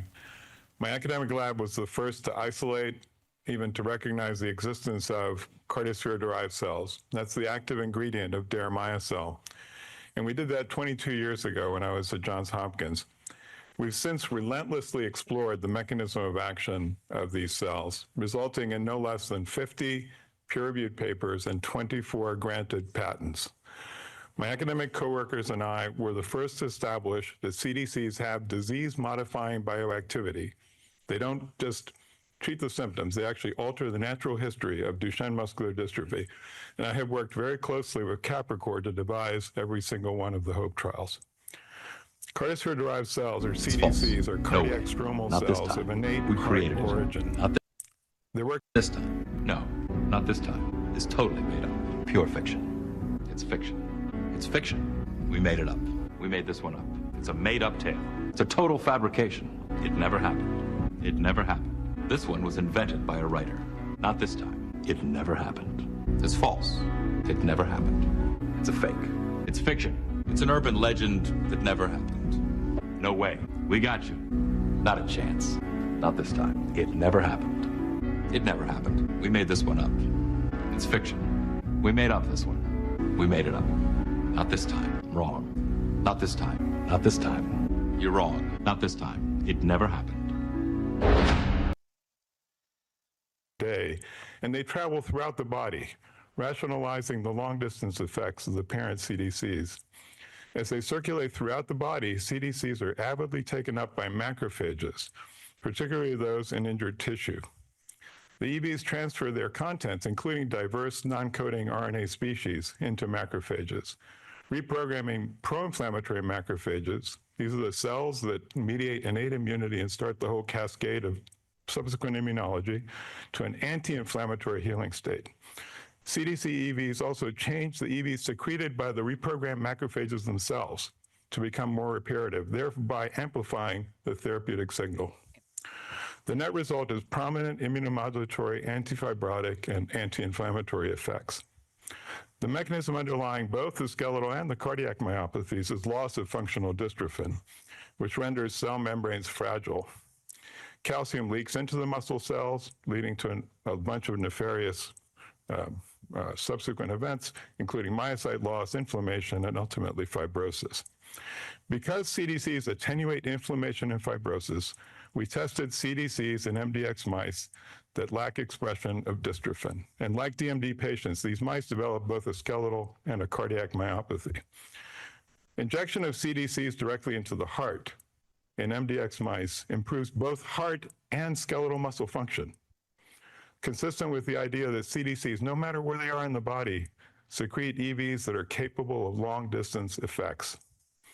In MDX mice, labeled intravenous CDC EVs accumulate avidly in both heart and skeletal muscle.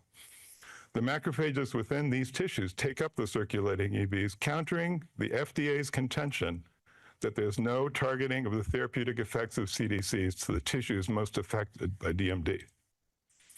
Using the MDX mouse model, intravenous administration of CDCs induced big improvements in heart function, assessed by left ventricular ejection fraction, or LVEF, whereas there was no improvement after the infusion of vehicle only. Meanwhile, in stained sections of heart muscle, and here the blue material is scar, you can see it's very plentiful in a vehicle-infused heart, but is greatly reduced in a CDC-treated heart. Likewise, intravenous CDCs also led to skeletal muscle benefit, manifested here as a sizable increase in treadmill distance seen just 21 days after the infusion. And when we looked at skeletal muscle histologically, we again saw a marked decrease in fibrosis. The quantitative bar graphs show that the reductions in tissue fibrosis were consistent and sizable in both heart and skeletal muscle. In summary, the mechanism of action of deramiocel has been very well established for CDCs. There are now over 290 publications on CDCs from 90 independent laboratories worldwide, many of which corroborate the mechanisms that I have described here. It is remarkable just how faithfully the preclinical studies have predicted the clinical improvements, every single one of them, seen both in heart and skeletal muscle in the HOPE trials. Thus, our comprehensive scientific understanding contradicts completely FDA skepticism regarding the biological plausibility of the drug's mechanism of action. Thank you. I'll now turn the presentation to Dr. Elliott.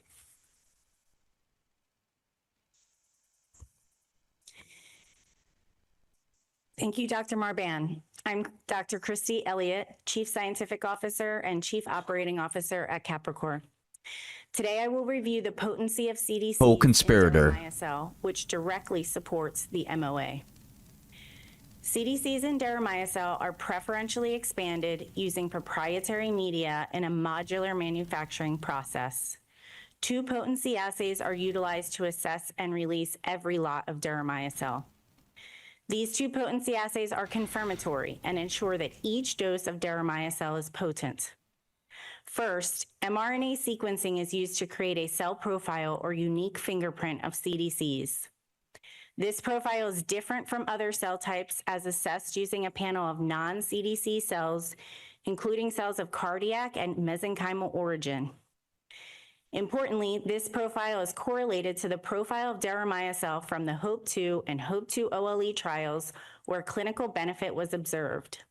Thus, each lot is confirmed to be CDCs and highly correlated to clinical efficacy. Second, a cell-based assay is used to demonstrate the antifibrotic activity of CDCs. Released exosomes and growth factors from each lot of deramiocel reduce collagen in the assay, demonstrating a key mechanism of action of CDCs. Thus, each lot has biological activity and is potent. The decrease in fibrosis demonstrated by our potency assays and numerous publications aligns with the reduction in fibrosis and improvement in skeletal and cardiac muscle function observed in multiple non-clinical pharmacodynamic studies as presented by Dr. Marban. Importantly, this mechanistic activity also aligns with the clinical efficacy demonstrated in the HOPE-3 trial, specifically as shown by a reduction in cardiac scarring as measured by LGE. Thus, the mechanism of action of CDCs in deramiocel has been well demonstrated. Thank you, and I will now turn the presentation over to Dr. Sullivan. Thank you, Dr. Elliott. I'm Adam Sullivan, Senior Director of Biostatistics at Capricor. Oh, you're the guy who did all this shit. From Harvard University. Dr. Marban has laid out why we expect deramiocel to work. I want to walk through how the endpoints and analyses were specified and the justification and interpretability of those analyses. This is the first DMD program to study both PUL 2.0 and LVF as main outcomes. And HOPE-3 is the largest study ever in DMD to include both of these outcomes. HOPE-3 was randomized, double-blind, and placebo-controlled over 12 months. 139 patients were screened with 106 randomized, 1-to-1, 54 to deramiocel, and 52 to placebo, analyzed as intent to treat. Randomization was stratified by PUL 2.0 at baseline, and the study included 2 cohorts of deramiocel lots that were pooled in the pre-specified analyses. It was powered at 90% to detect a 1.1 difference in PUL 2.0 as the primary outcome at month 12. Okay. Important pre-specified subpopulations include those with sufficient baseline cardiac MRI and those with cardiomyopathy baseline. The type 1 error-controlled endpoints are the primary, PUL 2.0 total score at month 12, the key secondary, LVF by cardiac MRI, and the other type 1 error-controlled secondaries are PUL 2.0 mid-level, total GST, and LGE segments. The primary endpoint is change in PUL 2.0 from baseline to month change. We are analyzing this as percent change.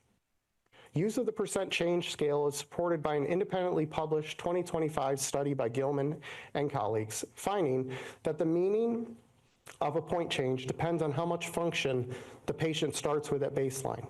For example, consider a patient starting at 16. A 4-point loss is a 25% decline from baseline function. For a patient starting at 40, the same 4-point loss is only a 10% decline.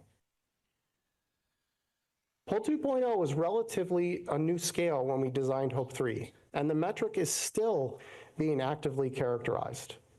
The more recent insights described above led us to update the earlier version of the SAP to pre-specify percent change as the primary. In addition, when making this change, we inspected the impact on variability of the blind data, and we found that using percent change stabilizes the variance. The key secondary endpoint is change from baseline to month 12 in LVF. We analyze this with a ranked-based ANCOVA. Ranked-based ANCOVA is a well-understood model that is robust to outliers, especially in small sample sizes, and has been used in previous drug approvals. All previous versions of the SAP planned for a ranked-based analyses in case of normality assumption failure. LVEF was elevated from a secondary endpoint to key secondary endpoint in SAP version 2. To be cautious about potential outliers, we elevated rank ANCOVA as the main analysis in SAP version 3. Rank-based analysis is the method we use for testing the existence of a difference between treatment arms. However, the effect is reported on the original ejection fraction scale. The endpoint did not change, only the analyses. The results of HOPE-3 study will be presented with observed and model data side by side to display the consistency of these results, with and without model-based estimates. Where the two agree, the effect is not an artifact of modeling choices. Figure 6 is central to the agency's position that study integrity was compromised and the treatment effect is explained by SAP changes made immediately before unblinding. The figure omits data points necessary to assess that claim. 7 SAP versions fall inside this Oh, gap shit. period. One thing. He changed the game. Through this, none of What? these values existed at the time points on this slide. Every point on this slide is computed retrospectively on the locked database for this presentation only. POL was the only endpoint with a fully pre-specified model. How do you do that? Version 3. Our values differ from the agencies because we fit these models exactly as the SAP specifies. Whereas the agency's reconstruction adds covariates, the SAPs do not contain, and handles two subjects differently in the analysis set. Where these specifications agree, so do our results. Our version 3 and CSR values match theirs. From version 1.1 in July 22 through 1.5, the model did not change, neither does the p-value. 1 value, 5 version. The first substantive change came at version 1.6 in response to agency feedback. You can see the effect on the slide. After that, you can see that the p-values in POL on the bottom line move up and down. This is what happens when you refine covariates and covariance structures. For LVF, we never specified a separate model until version 3.0, which I discussed earlier. Until unblinding on the 25th November 2025, LVF treatment level data was completely firewalled. The plan was final before any LVEF data was available, and the submitted audit trail logs document that. Thank you, and I will now turn the presentation over to Dr. Craig McDonald to review the POL efficacy results. You did this, Craig? Come on, Craig. You're supposed to have some integrity, Craig. I am Craig McDonald. I am a professor in pediatrics, rehabilitation, Big and shot. neuromuscular medicine at the University of California, Davis School of Medicine He's basically the biggest DMD guy. and the Neuromuscular Research Laboratory. I chair the Synergy Duchenne Natural History Study, funded by the federal government and by patient organizations. Over the past 35 years, I have cared for more than 1,000 patients with Duchenne, and the majority are no longer with us. I've been an investigator on many DMD trials, including national principal investigator for both HOPE-2 and HOPE-3. In the next few minutes, I will present the HOPE-3 and HOPE-2 upper limb results. Let me begin with an overview of the significant unmet need in non-ambulatory patients, those most severely affected with Duchenne. This video is an illustrative example of a patient at this advanced stage of disease with standard of care treatment at age 17. He requires maximal assistance for every transfer performed by his family. He has lost all upper limb function except some hand use, and he cannot support his head and trunk despite years of steroid treatment. He is on 3 cardiac medications and on nightly non-invasive ventilation. This is what advanced Duchenne looks like. Arm function is critical for independence, but there are no approved therapies with evidence of benefit for progressive upper limb dysfunction. He has severe cardiomyopathy, which is the leading cause of death in DMD, yet there are no medications approved to treat Duchenne-related cardiomyopathy. What's important to note is that the patient I just described are exactly the patients studied in HOPE-3, largely non-ambulatory males, at least 10 years of age with genetically confirmed Duchenne. Every participant had documented upper limb impairment with a POL entry item score of 2 to 6 and a decrement in their baseline total POL score of 2 or more points. The late ambulatory patients were those expected to begin experiencing upper limb weakness based on markedly reduced walking velocity. Enrollment required a left ventricular ejection fraction of at least 35%, care at an experienced DMD center, and stable steroid therapy. POL 2.0 is the recognized Duchenne-specific measure of upper limb function across 3 domains: The POL 2.0 was used first by Capricorn in the HOPE-2 study, along with the earlier POL version 1.2. The proximal or shoulder domain captures reaching and lifting the arms overhead. The middle or elbow domain captures bringing the hand to the mouth and moving objects across a table. The distal domain captures fine motor tasks such as pinch and grip. Each item is scored simply. 2 is normal. 1 is performed with compensation or difficulty, and 0 is lost function. Between 9 and 16 years of age, these scores fall steadily, which is the progressive weakness we see in clinic. Patients were randomized 1-to-1 to Deramiocel, 150 million cells intravenously or placebo, dosed at day 1 and every 3 months for 4 infusions, with assessments at baseline and every 3 months. The pre-specified primary endpoint was the % change from baseline to month 12 in POL 2.0 total score, and the pre-specified key secondary was the change in LVF by cardiac MRI. The 106 patients enrolled in this double-blind placebo-controlled trial is actually large for a DMD and rare disease trial, and historically large for a non-ambulatory DMD trial. The 2 treatment arms were well balanced on age, steroid use, approved exon skipping drugs, and baseline POL 2.0 values. 2 differences are worth noting for transparency. The Deramiocel arm entered with a somewhat lower mean baseline cardiac ejection fraction and with a smaller proportion of pre-specified slow progressors in the Deramiocel arm, which actually would potentially favor placebo. HOPE-3 met the primary endpoint. The pre-specified primary analysis gives a mean difference of 4.55% in favor of Deramiocel, with a p-value of 0.029, which corresponds to a 1.2-point absolute change in total POL 2.0.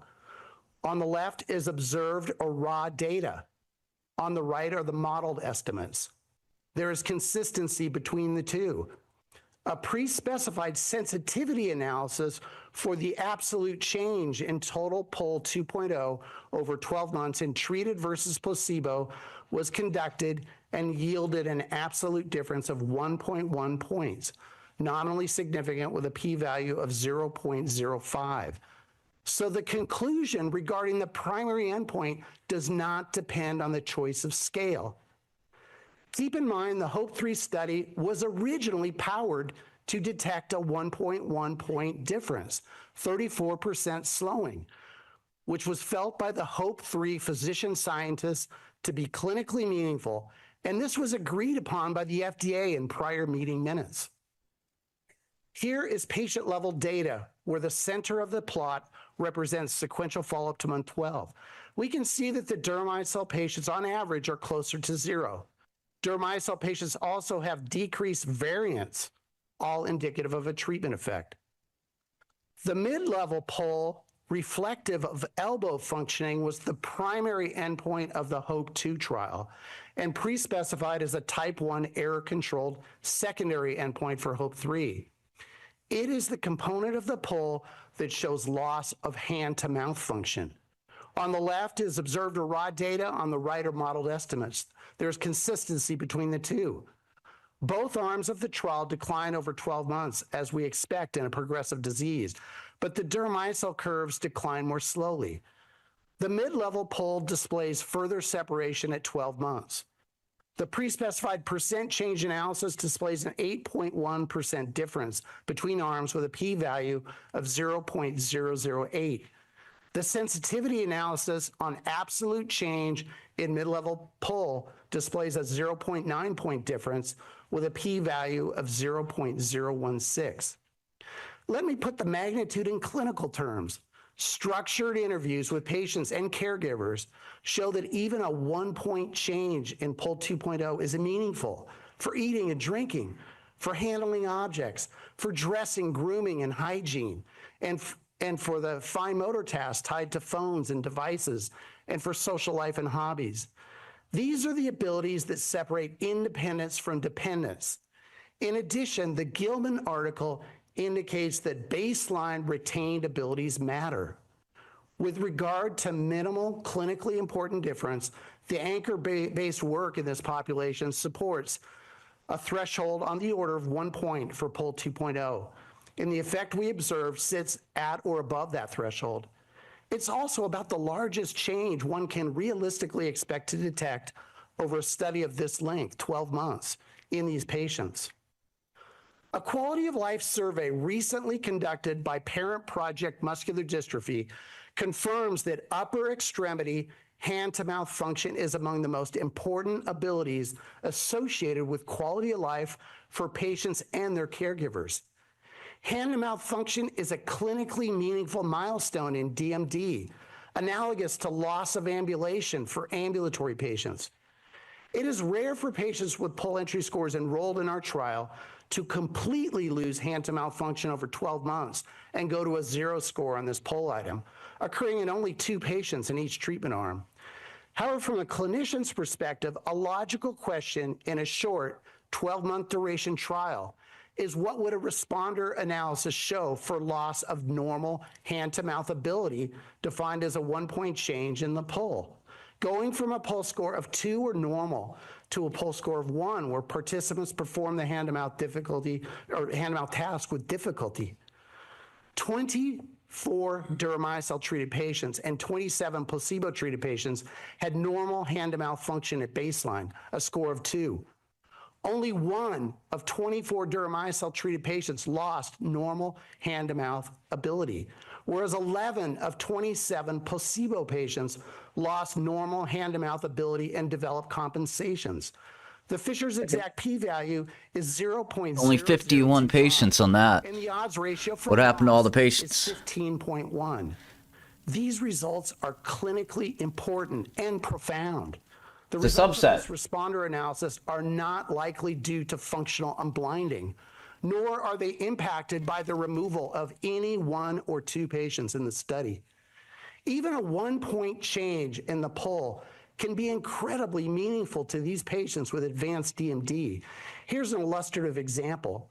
On the left is a patient with a 2-point score on the bringing the hands to the mouth activity with a 200-gram weight in the cup as assessed by the PUL 2.0. On the right is a patient who uses compensations and performs the hand-to-mouth PUL task with difficulty, scoring 1 point on this activity. Independent feeding is fundamentally a hand-to-mouth task, and we assessed it directly through the objective and validated Duchenne video assessment using the Eat 10 Bites item. Here are 3 illustrative examples with DMD, not in the HOPE-3 trial, with disease progression showing increased severity from left to right. 3 physical therapists blinded to treatment score each video against standardized criteria of disease progression-related compensations due to weakness. The instrument was developed by the Duchenne community. In the HOPE-3 trial, the mid-level PUL on the left and the Duchenne video assessment on the right both favored Deramiocel with nominal statistical significance. And because these videos are scored by blinded raters against objective criteria in the home setting, the videos are obtained in the home setting. These results are not readily obtained by functional unblinding. The assessments by the physical therapists are done 14 days prior to the next infusion. Both these endpoints were pre-specified secondary endpoints from the inception of the trial. Turning briefly to the HOPE-2 results. The HOPE-2 trial also met the primary endpoint. There was a mean 2.6-point relative stabilization in the mid-level PUL using the earlier PUL 1.2 instrument, which has a different scale. This represents a clinically meaningful 71% slowing of decline. This corresponds to only 3 months of disease progression over 1 year in Deramiocel-treated patients. The primary analysis in HOPE-2 was supported by multiple sensitivity analyses for upper limb treatment effects using both versions of the PUL instrument, as shown in this published forest plot. A placebo-controlled trial cannot be ethically conducted in DMD over 3 years. Over 36 months of treatment in the open-label extension, patients treated with Deramiocel had a statistically significant relative stabilization in PUL 2.0 total score compared to an appropriate external control patient cohort. The difference between treated and external controls was 3.73 points over 3 years, showing persistence of treatment effect. Importantly, the PUL 2.0 effects are consistent between the HOPE-2 and HOPE-3 trials for both total and mid-level scores, and whether measured by percent change or absolute change. Dr. Soslow will now present the cardiac data. Thank you, Dr. McDonald. My name is Jonathan Soslow, and I'm a pediatric cardiologist at Vanderbilt.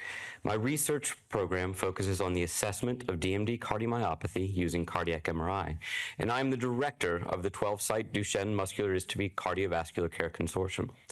I'm also the founder and co-director of our DMD multi-specialty clinic, so I care for these boys every week in our clinic. I watch our patients experience the progressive, unremitting decline in LV function that characterizes this disease. During the next few minutes, I will present critical background on DMD cardiomyopathy and then the HOPE-3 LV function results. The goals of my presentation are to demonstrate the following. DMD cardiomyopathy is different from idiopathic dilated cardiomyopathy. Once the cardiomyopathy begins, there is a progressive, inexorable decline in function. This decline is due to loss of cardiomyocytes and resultant fibrofatty replacement. Standard metrics of feels, functions, and survives cannot be used for DMD cardiomyopathy. And LVEF associates strongly with mortality. The cardiac decline in DMD is quite similar to the skeletal muscle decline. The y-axis here demonstrates left ventricular ejection fraction. The x-axis represents time, with the dotted line the point that each patient in the cohort developed late gadolinium enhancement, or LGE. LGE is a cardiac MRI imaging method that allows us to see fibrofatty replacement of the myocardium. Before development of LGE, these patients have stable function, as demonstrated in green. After development of LGE, DMD patients have a progressive decline in left ventricular function at a rate of 2.2% per year. This 2 to 3% decline per year has been replicated in multiple independent data sets.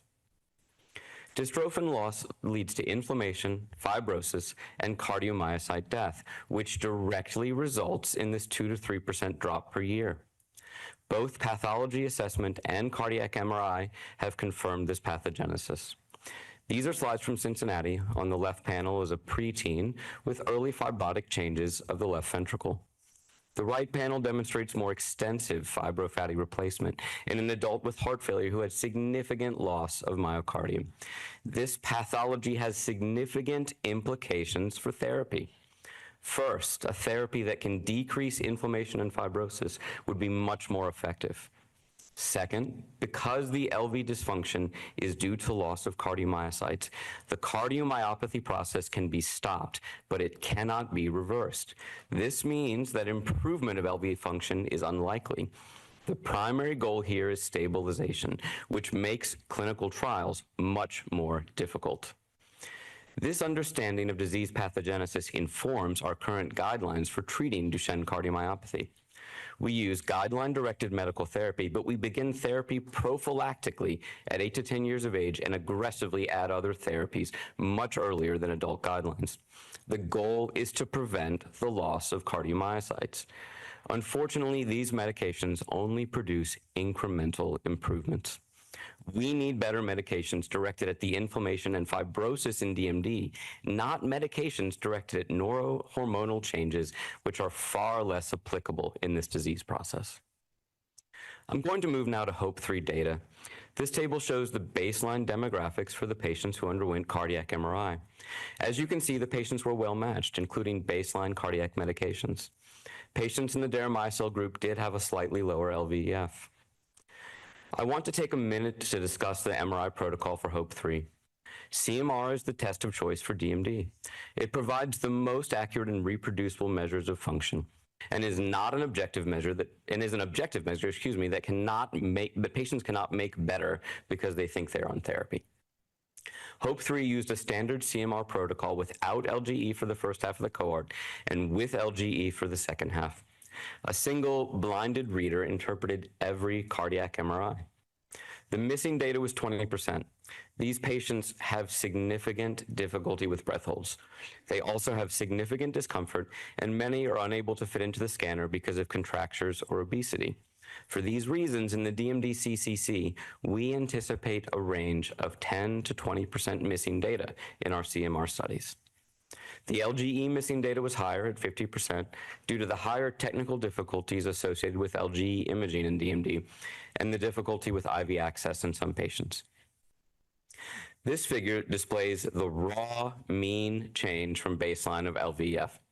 You can see stabilization in the deramiocel group and progression in the placebo group. The key secondary analysis did not meet statistical significance, but had a p-value of 0.09 and demonstrated a 1.8 percentage point difference. The estimated median difference is 2.4 percentage points with a marginally significant Wilcoxon-Rank sum result of 0.05. As you recall from earlier in the presentation, those without LGE or other signs of cardiomyopathy are less likely to progress. This makes it hard to see an impact of treatment in the overall population because the separation will not be as pronounced. For this reason, an assessment of patients with cardiomyopathy at baseline was a pre-specified secondary outcome. Here we can see that the raw LVEF mean change from baseline in the cardiomyopathy subgroup shows a larger separation in LVEF. The pre-specified rank ANCOVA was significant with an estimated 2.9 percentage point difference at month 12. The difference in raw means was 2.8 percentage points with a significant Wilcoxon-Rank sum. Incidentally, the upper limb function benefit in this population is also very clear. On the distributional level, deramiocel and placebo have complete separation, with deramiocel displaying a protective effect against LVEF decline in patients with cardiomyopathy. As you can see, the number of segments with LG also stabilized in the patients on deramiocel. Though this was a small number of patients, it speaks directly to the mechanism of action of deramiocel. I think it's important to put these findings in context for patients with DMD. Cardiovascular disease in DMD progresses silently because of their profound skeletal muscle weakness and inability to walk, minimizing typical heart failure symptoms. Essentially, they don't notice that their heart is limiting them because their skeletal muscles are so weak. Functional testing, including things like 6-minute walk and cardiopulmonary exercise testing, are not feasible. Heart failure patient and clinician reported outcomes are not validated or feasible due to profound weakness and inability to ambulate. Using survival as an outcome is even more difficult because therapies must be started early to have an effect. This figure shows progressively worsening severity of late gadolinium enhancement. GSS4 on the far right is the worst. The black is myocardium. The red arrows mark the white areas of fibrofatty replacement. Patients with the most severe disease have too little remaining myocardium to respond to therapy. Patients with no cardiomyopathy are not expected to progress, so are not ideal for a clinical trial. Therefore, the ideal patients to include in a clinical trial are patients with cardiomyopathy who still have enough cardiomyocytes to respond to therapy. If you choose DMD patients in this ideal range, a trial looking at survival would require patients to be followed for 10 to 15 years. A drug trial of that duration is infeasible and unethical. This leaves us with LVEF. In adults, heart failure, LVEF associations with mortality are not particularly robust, and guidelines have begun to focus on LVEF trajectory. However, in DMD cardiomyopathy, both absolute LVEF and LVEF trajectory have a compelling association with mortality. These are data from our lab demonstrating a strong association between LVEF and all-cause mortality. As you can see here, for every 3% decline in LVEF, there was a 32% increase in the hazards of DMD mortality. In total, there are 14 studies that include over 1,400 patients, all of which demonstrate a strong association between cardiac imaging in DMD and mortality. Given the strong association, our group and others have begun using a 2 to 3% difference in LVEF at 1 year as the preferred outcome measure. I'm going to briefly review data from HOPE-2. This figure displays raw mean change from baseline of LVEF. You can see the same stabilization in the deramiocel group that was seen in HOPE-3. Remarkably, the HOPE-2 open label extension data demonstrates this same stabilization over a 3-year period. This is compared with the 2 to 3% progression of LVEF per year in the matched controls from the FDA-funded prospective natural history study. This progression reaches 6 to 9% over 3 years, signifying a highly impactful cumulative effect of deramiocel. To a patient with DMD, either preserved upper limb function or stabilization of cardiac function is a huge win. A responder analysis for the preservation of both upper limb function and cardiac MRI LVEF above the median treatment response over 12 months was performed. Shit, I gotta get on a call. 61.5% of patients with deramiocel had a positive treatment response above the median on both upper limb pull and cardiac LVEF, while only 4.5% of placebo patients had a positive treatment response. To me as a clinician, these results are astounding evidence of effectiveness. Furthermore, in the cardiomyopathy subgroup, a post-hoc analysis shows a significant and clinically meaningful treatment effect on upper limb pull 2.0, favoring deramiocel over placebo. Finally, I want to say that I'm tired of my patients dying. I need a therapy that can slow or stop this disease and has the potential to transform the lives of these patients. Thank you, and I'll now turn the presentation to Dr. Binks. Thank you, Dr. Soslow, and good morning. My name is Michael Binks, and I'm the Chief Medical Officer at Capricor. The HOPE-2 open label extension and HOPE-3 trials represent the largest program in advanced DMD to date, with an average of 22 months dosing and representing 230 patient years of exposure. Here's the overall safety summary from the HOPE-3 study. The frequency of adverse events was evenly balanced. Those attributed to IP were increased in the deramiocel group, but were entirely of mild or moderate severity. No new safety concerns were identified in this study. There were 2 serious adverse events related to investigational product. One, which occurred on deramiocel, involved a grade 2 pruritic rash with no impact on vital signs and had a rapid response to treatment. Symptoms resolved within 4 hours. The patient was discharged home and he continued on his treatment. The second SAE occurred on placebo and was a severe life-threatening anaphylactic event, which was most likely to be due to an excipient included in the placebo infusion. The excess of related adverse events were mostly due to mild to moderate hypersensitivity responses in 42% of patients on deramiocel and 15% on placebo. The most frequently reported symptoms were pyrexia and tachycardia occurring during or shortly after the deramiocel infusion. But headache and cough, not included in the hypersensitivity definition, also occurred at similar frequency. These were all managed with simple supportive measures and resolved within 24 to 48 hours. This profile was consistent with those of the HOPE-2 and HOPE-2 OLE studies. As you can see from the frequency and diversity of these symptoms and their occurrence in the placebo group, meaningful functional unblinding did not occur. Deramiocel is infused intravenously over approximately 60 minutes, and patients should be observed for at least 2 hours after the infusion. Pre-medication with oral prednisone and antihistamines is recommended. Deramiocel was generally well tolerated and demonstrated a favorable long-term safety profile out to 4 years of treatment.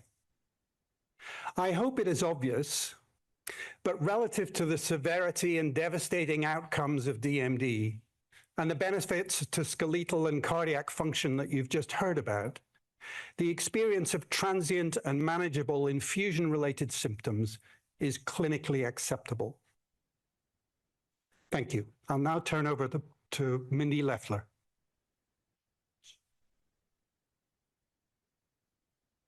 My name is Mindy Leffler. I designed the Duchenne Video Assessment, currently in FDA's qualification pathway, and I'm going to discuss the differentiation of the DVA from anecdotal video capture. I'm also the mom of a 23-year-old with Duchenne. As caregivers, we monitor disease progression through degradation in our boys' ease of movement. I brought video to FDA to explain that concept of interest, how it could be quantified, and was given a grant from FDA to work with CPATH to validate it. The DVA standardizes home-based data collection. It uses 3 raters, blinded to time point in addition to treatment, and they have no connection to poll evaluators. Extensive validation work has been published, most notably on the clinical meaningfulness of each compensatory acquisition. The DVA has been used in 12 interventional studies, and new data will be presented at World Muscle this year. In HOPE-3, we focused on the Eat 10 Bites task. That scorecard has strong psychometrics on reliability, construct validity, and the distinctness of each compensatory criteria. Eating independently isn't just about the infantilization of being fed as an adult. Going out to eat is one of the only activities that allows non-ambulatory people with Duchenne equal participation. The research question answered by the DVA data in HOPE-3 is whether boys treated with Deramiocel have their ability to eat degraded more slowly than boys on placebo. It is difficult to imagine a more meaningful question for this population. One fundamental thing to understand about Duchenne: my son's independence right now depends on his ability to lock out his arms and scoot. Losing that minute amount of muscular function will drastically change his life. When you can do less, everything you can do means more. Another thing to understand in Duchenne: clinical trials are messy. Sometimes a patient gets a compression fracture and the pain tanks his PUL score. Sometimes mom brings a kid to clinic instead of dad, forgetting that she can't lift him into the MRI magnet. In rare disease clinical trials, there will always be something about the data that you wish was different, but there is still a decision on behalf of patients to be made today. These participating families are fighting with insurance to cover a wheelchair, trying to afford home modifications and a wheelchair van, and dealing with the grief that they're never going to see their boy on his feet again. 125 families set aside that grief, risked the airlines breaking that wheelchair, and used up vacation days on trial visits to determine whether this therapy works. We owe it to them to recognize how difficult it would be to just run another study. In Duchenne, you are constantly grieving loss. Thinking about the potential loss of Deramiocel, my job... Recording in progress. Thinking about the potential loss of Deramiocel, my job, both in research and as Aiden's mom, is to objectively evaluate data without agenda. In FDA's position, I don't see an effort to understand what's really happening to these boys. And in the place of a thoughtful evaluation of the totality of evidence, I see a post hoc use of a draft internal analysis plan to vehemently defend that position. And these boys deserve better. Thank you, and I will turn the presentation back to Dr. Linda Marban.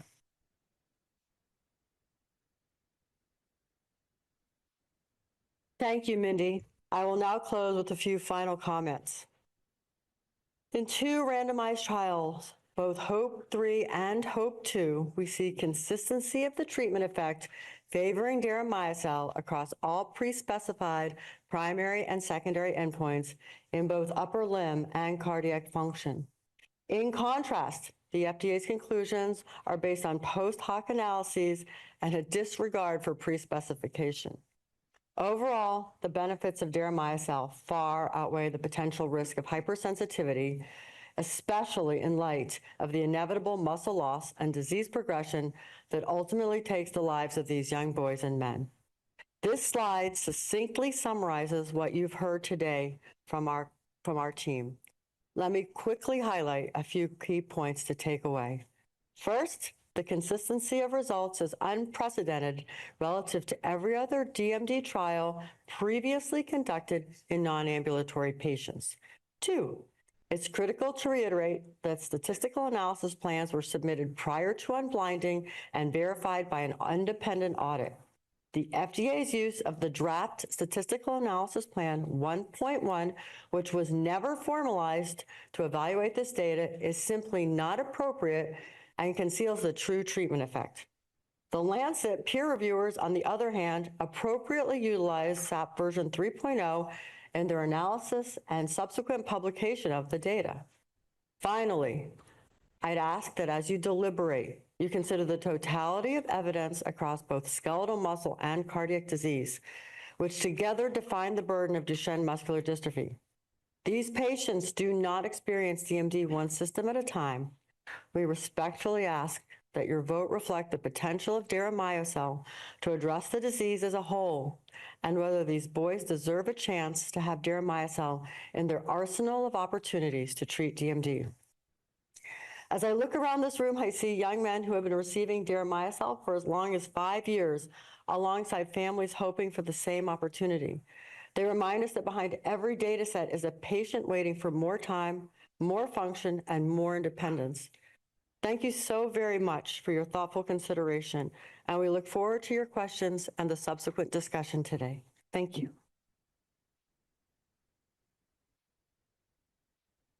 Great, thank you very much. We are a little bit behind. We'll still devote the same 15 minutes for Q&A, but we please request that the questions be very succinct and specific. And of course, that same advice will be when the FDA, for the Q&A, when the FDA gives their presentation as well. So we are open to questions from the panel. Great. Yes. Yeah, why don't you start? Yeah. And then we'll follow with you, John. So one of the questions that I would like from the statistical aspects to address is a lot of the discussion in this presentation, and I think in general here will be focused on the what was the primary, right, pre-specified primary endpoint. But another point that wasn't addressed in the presentation that is maybe equally important is there were some changes to what went into the model and model assumptions and handling of missing data in SAP version 3.0 as well, which is in some ways equally of interest in terms of this. So I would be curious if the company could provide some of the justification for why, not just the endpoint stuff, which you kind of addressed to an extent, but why other aspects of the SAP that perhaps should have been known before the day before blinding were changed at the last minute. Yeah, I'm going to call Dr. Adam Sullivan to answer that question, Dr. Coffey. Yes, thank you for that question. So the intercurrent event strategy was actually implemented in SAP version 1.6. So the one patient that was put to worst value that you've seen in the FDA's as well as our briefing book, that was pre-specified almost a year in advance of that patient ever being entered into the trial. So that was not in SAP version 2 or SAP version 3 as the first time. It was just continued through from that time point. There was one change in SAP version 3. We had a patient that had been, unbeknownst to us, taking a DMD-approved therapy. And so what we chose to do was censor their data from the time point at which they started that medication. And so they had data up to month 3 that was incorporated into the MMRM model and PUL. In order to provide some clinical context on that censored patient, I'm going to ask Dr. McDonald to come to. Can I ask one follow-up question, Of though? course, Just yeah. Curiosity. Did you do a sensitivity analysis if you'd left them in, what the result would be? We did do a sensitivity analysis. When you leave that patient in, they had profound significant increase due to that drug's mechanism working exactly in the skeletal muscle. No, that answers that part of it. If I could just comment on this prohibited medication, it was Givinostat, which was actually an investigational product. It's a known antifibrotic approved for the treatment of DMD. It was an investigational product, so naturally it was excluded in our protocol from the inception, but the FDA approved the medication and the patient actually began the medication as part of an approved treatment, but that wasn't, we didn't become aware of that until the end of the study. Thank you, Dr. Coffey. Yes, I also want to remind everybody, before you start speaking, please state your name for the record, please. both the applicants and also the questioners. Dr. Wittes? Hi, I'm Janet Wittes, and my question relates to Dr. Coffey's question. I think what he was asking, or what I would have asked and it wasn't answered, is that in the MMRM models, there seem to be different variables put in. For example, it looked to me as if the final analysis included fast versus slow progressors, but that wasn't in any of the analysis plans. So can you explain how whether or not these were pre-specified? And I have one more question. Let me add the second one. The placebo patient who wasn't, for whom you didn't have data, you assumed it would be the worst, that person had the worst outcome possible of all the analysis. But that's not that doesn't seem logical. It seems to me the imputation would just be a multiple imputation on placebo patients, not assuming the worst. And so what I'd like to know is, if you did a less punitive analysis for that patient, what would your results have been? Yeah, Dr. Sullivan, come answer that question, please. Okay, so slow progressor actually was predefined in multiple versions of this app. So that definition was in there.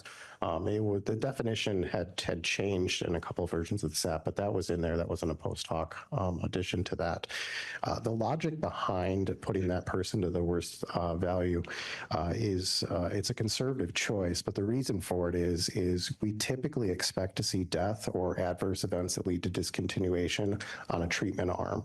And so what we want to do is we want to highly penalize somebody who has one of those events, so that if the drug is actually causing these kind of things, that we are not allowing them to have a trajectory that is similar to patients who don't have any kind of negative outcome like that. So that is why that was used. Great. Dr. Teerlink? John Teerlink, and these are questions for Dr. Soslow, who I want to, first of all, congratulate on really moving this whole field forward and doing some phenomenal work. I have slides of questions for you, but quickly, this is related to slide CO51. Dr. Soslow, can you come on up? Thank you. Sorry if I missed your name. So I would love to see that slide for the left ventricular end diastolic volumes, left ventricular end diastolic volume index, left ventricular end systolic volume index, and left ventricular end systolic volume indexed. Yeah. Yes, Sorry. I know you have those, or I assume you do. So John Soslow, pediatric cardiology, Vanderbilt. I don't know if we have those, but hopefully we'll pull them up as we get them. I do want to say for end diastolic volume index and end systolic volume index, we do have some issues with. Yeah, they're in the protocol. I need to keep going, but in terms of, so what were the heart rates of the groups at the time of these measurements, and were there any differences in the groups' heart rates? I don't have that in the slide deck, but my understanding is that the heart rates were relatively similar. We don't usually correct for the heart rate differences in cardiac MRI and pediatrics, just because the difference is very minimal in stroke volume.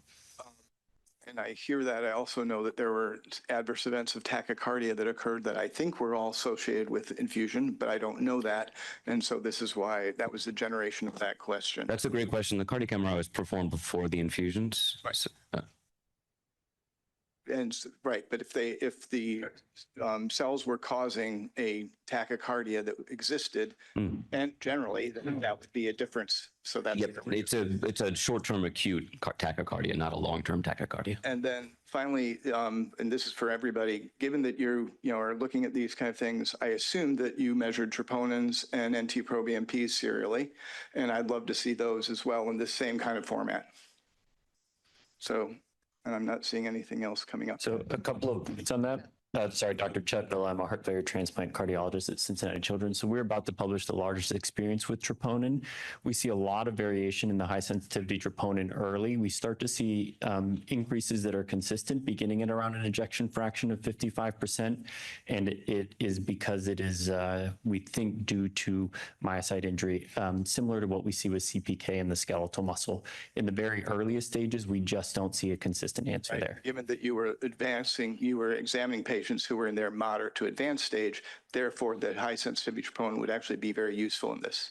It would be if they were under 55. The majority of our patients, if you remember, the medians are at 55 and above, and especially within the placebo group, it's higher. So unfortunately, it becomes less helpful. In that 55 and below, it's more helpful. Great. So do we have the evidence on those? You know, I'd like to see all of them. So NT-proBNP, troponins, and then the actual measures of ventricular volumes that are not thrown into an ejection fraction. We will try to get that information for you. As fast as possible. Great. We have a number of questioners online, so we'll go to those. Dr. Pavlakis. Just a quick question. I probably missed it. The treatment arm looking at 10 bites of being able to take 10 bites of feeding versus placebo, was that statistically different for that specific? Yes, it was. Okay. We can put that up. I must have missed it. Yeah, it's shown here on the panel on the right. You can see a p-value of 0.0176. For the 10 bites. Okay, thanks. Great. Absolutely. Thank you, Dr. Pavlakis. All right. Dr. Stuve? Yes. Online. Can you hear me okay? This is Olaf Stuve. I have a biological question for Dr. Marban. And I was specifically wondering if there's any evidence of alloimmune responses against the deramyocel, just because, you know, it's a product that's potentially HLA incompatible, or there may be immune responses to other surface proteins. And specifically, you know, I'm interested whether recipients of the product have been investigated, whether, you know, any alloimmune response may lead to response versus non-response. I'm asking this also because the data on PUL seem to be strongest in the first 6 months of the trial of the phase of HOPE-3. And then you wonder if initially, before alloimmune response could manifest themselves, everybody is a responder, whereas later on you introduce non-responders. Yeah, Eduardo Marban responding. The product is allogeneic, but there is no development of any kind of adaptive immune response as gauged by both long-term measurement of donor-specific antibodies, but also importantly because pretreatment is given with every dose, what we find is absolute stability in 3 years plus of the LVEF response, and a linear decline. Not a you cite some indication that perhaps there's a robust response at 6 months, which then falls off, but that's not our experience over long-term therapy with regard to the chronic treatment of patients with deramiocel. So in short, we see no evidence of a significant immune response to deramiocel, even with chronic use. Okay. Dr. Fischbach, online. Sure. One thing that's coming up in the FDA review is that there was a post hoc change in the statistical analysis. And I did a couple of sabbaticals of Big Pharma at Merck and Novartis, and the statisticians there are really firm about this, that there should be no post hoc change in the analysis. And I'm just asking, I didn't quite catch it in the Capricor presentation, whether there was a change in statistical analysis or not. Yeah, thank you so much, Dr. Fischbach. Which change are you referring to? Perhaps I can answer more directly. I think it'll come up in the FDA review, but Yeah, I think I know what you're talking about, so I'm gonna jump right in. So basically, our submission of our CSR involved taking two interaction terms, baseline and age, and combining them, and it was done after database unblinding, just to tweak it into an interaction term of baseline by age. When we found out that the FDA did not consider that acceptable as an analysis method and considered it post hoc, we revised not only our filings with the agency, but also our Lancet publication, which came out today, that does change the left ventricular ejection fraction key secondary endpoint analysis from a p-value of 0.04 to 0.09, and then the rest of the type 1 error control become nominally significant. And we are grateful for that feedback so we can make that correction and do that correctly. thanks. Okay. We are at time, but we're going to take one last clarifying question from Dr. Dodd in the room. Hi, this is Lori Dodd, and this is a question to Dr. Sullivan. I wanted to follow up about Janet's comment about the conservative or the actually anti-conservativeness of the missing data imputations. I understood that that it's a conservative imputation for the patient and the placebo because they are actually assumed to be worse than they might actually be. But unfortunately, that ends up meaning that it's an anti-conservative estimate of the treatment effect because it's possibly exaggerating the treatment effect because it happened to occur in the placebo arm. So could you comment on that? Do you agree that that particular method is an anti-conservative estimate of the treatment effect in the sense that it may overestimate the treatment effect? So I don't necessarily agree that it's anti-conservative. I think the only reason we're discussing that it would be anti-conservative is because the only intercurrent event happened in the placebo arm. I think we'd have a very different conversation if it happened in the treatment arm, and we would actually feel very comfortable with this choice that was being made. With that being said, we have done sensitivity analyses of if we had done median imputation with this, and I put the slide up here that actually shows that the results in large don't change a lot. We do change some significance on both the primary and key secondary with the difference of this patient handling. But like I said, I do think that the conversation we're having around this is really just because it happened to be a placebo patient. We would be very comfortable, everyone in the room would be comfortable with this if it was on treatment. Okay, it's now time. It's now time to break for lunch. Oh, okay. He just got an extra 5 minutes because we're pressed for time. But we're going to take a break for lunch. We'll reconvene at 12:10. And panel members are reminded not to discuss anything outside of this open forum. Thank you. All right, so see you all back at 12:10, and we'll start with open public comment.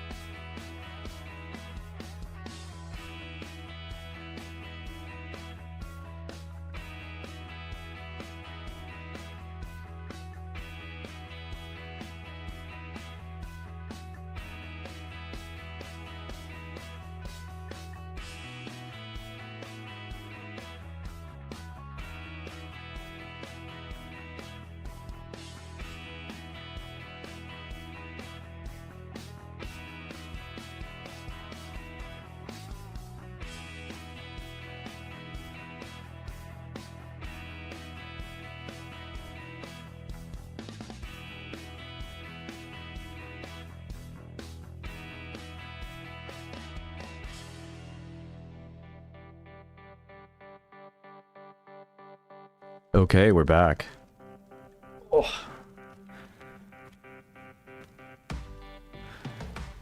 The fuck happened?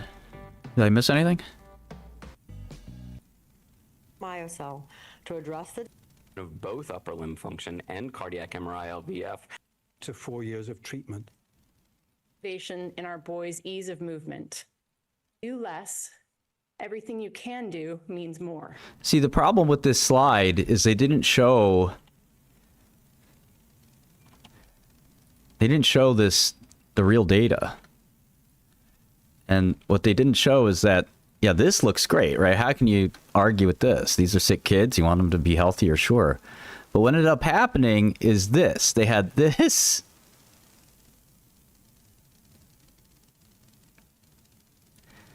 And they're just average, you know, they're forgetting this 3-month endpoint. And then for the blue one, they had this. So they are omitting this data, which shows that it's just random which one's better. It's so crazy. I can't believe this is just fraud.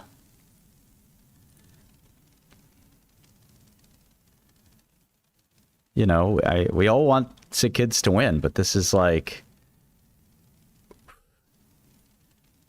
you know, you can't lie.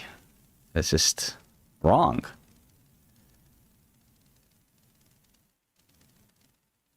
This is probably their best argument, to be honest.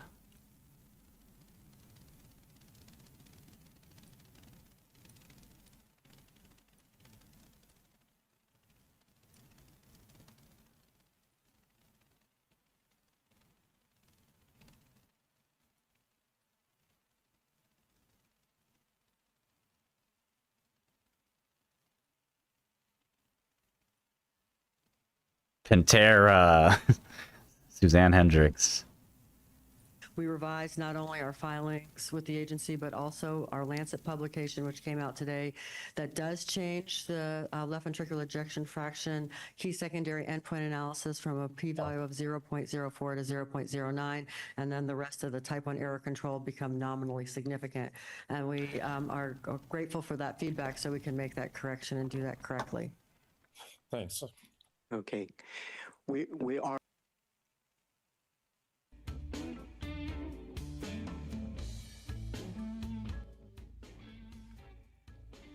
Yeah, the vote will be a little bit dramatic. I think it's jail. It's so bad. Speaking of so bad, what the fuck's going on with this market?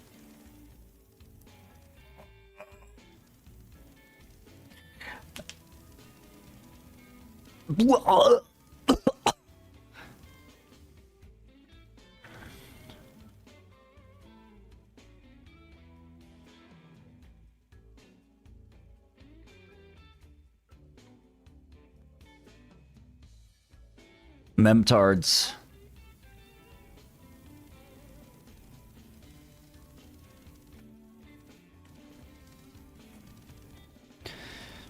I thought we capitulated already. Oof.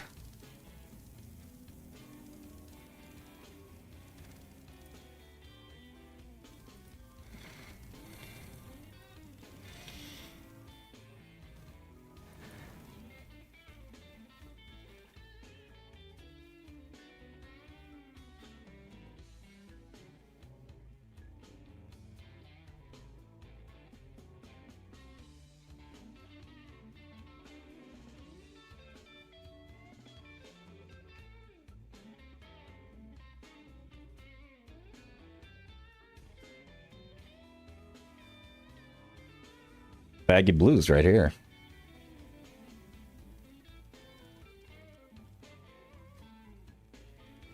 This guy's playing those licks, man.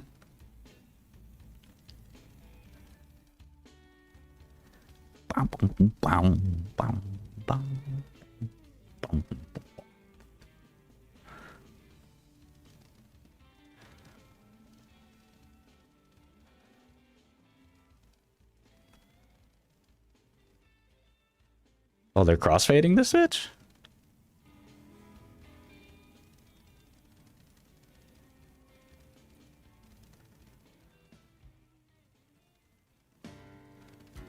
Oh, it's just a new track. Never mind.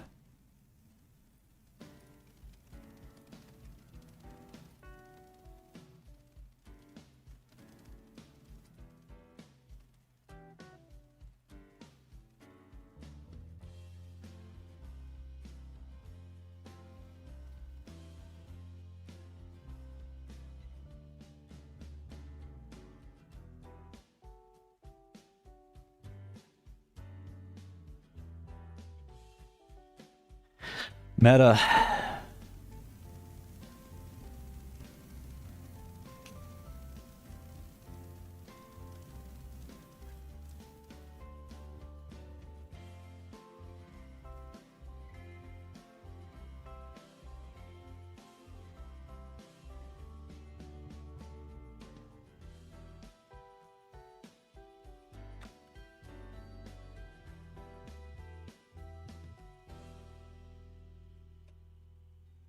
Meta and Microsoft later.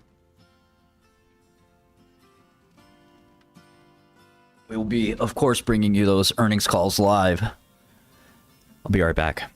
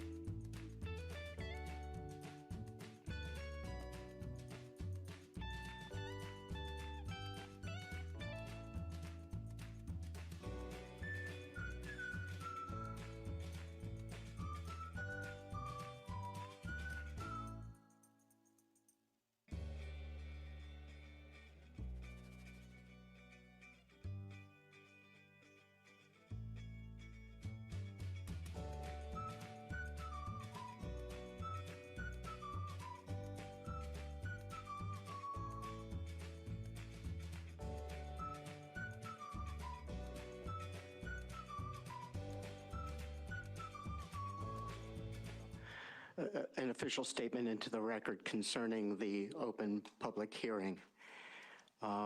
It's as follows. Welcome to the open public hearing session. Please note that both the Food and Drug Administration, the FDA, and the public believe in a transparent process for information gathering and decision making. To ensure such transparency, at the open public hearing session of the advisory committee meeting, the FDA believes that it is important to understand the context of an individual's presentation. For this reason, the FDA encourages you, the open public hearing speaker, at the beginning of your written or oral statement to advise the committee of any financial relationship that you may have with the sponsor, its product, and if known, its direct competitors. For example, this financial information may include the sponsor's payment of expenses in connection with your participation in this meeting.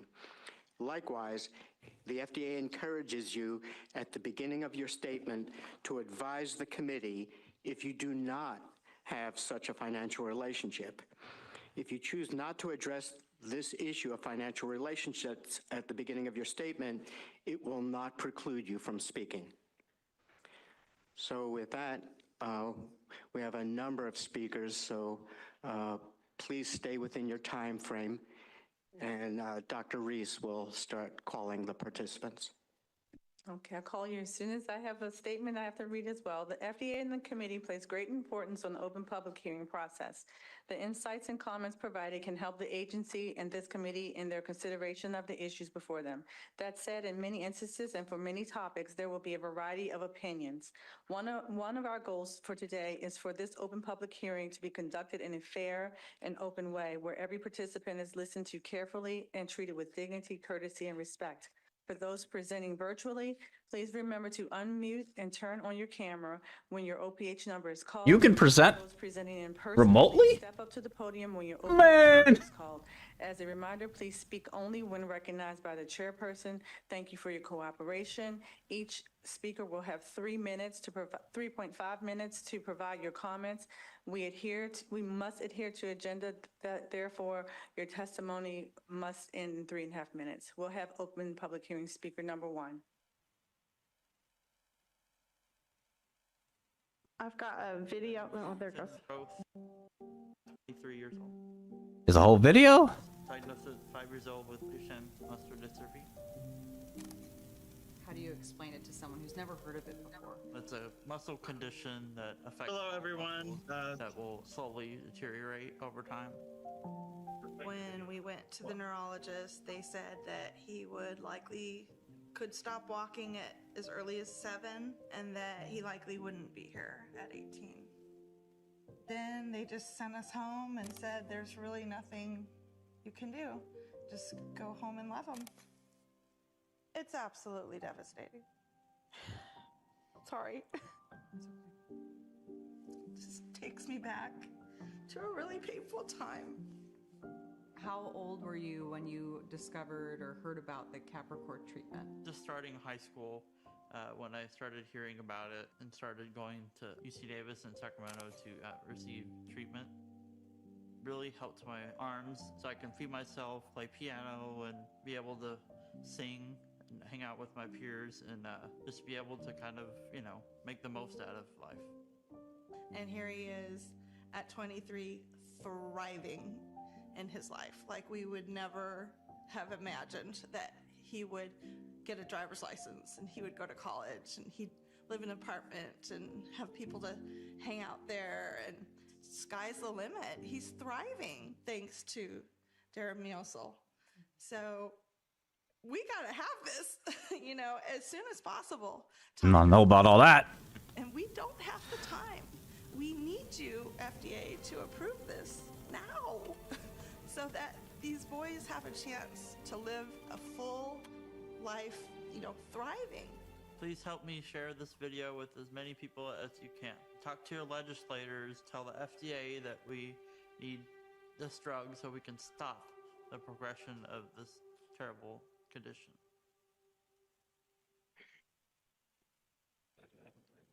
Hello, my name is Jessica Roth, and I am representing myself and my family. My travel was covered by Kindness Over Muscular Dystrophy, and I have no other financial disclosures. My son's gain in arm function and 5 years of stability would not be possible without Deramioso. 24-year-olds typically cannot use their arms at all without treatment.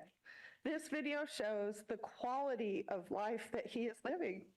And we believe Deramioso is a key part to him thriving. Also, there has been no new fibrosis from a cardiac perspective in 8 years. That is a really big deal to my family. Please approve Deramioso so all young men can benefit. Thank you for your time. Thank you. We'll have open public hearing speaker number 2.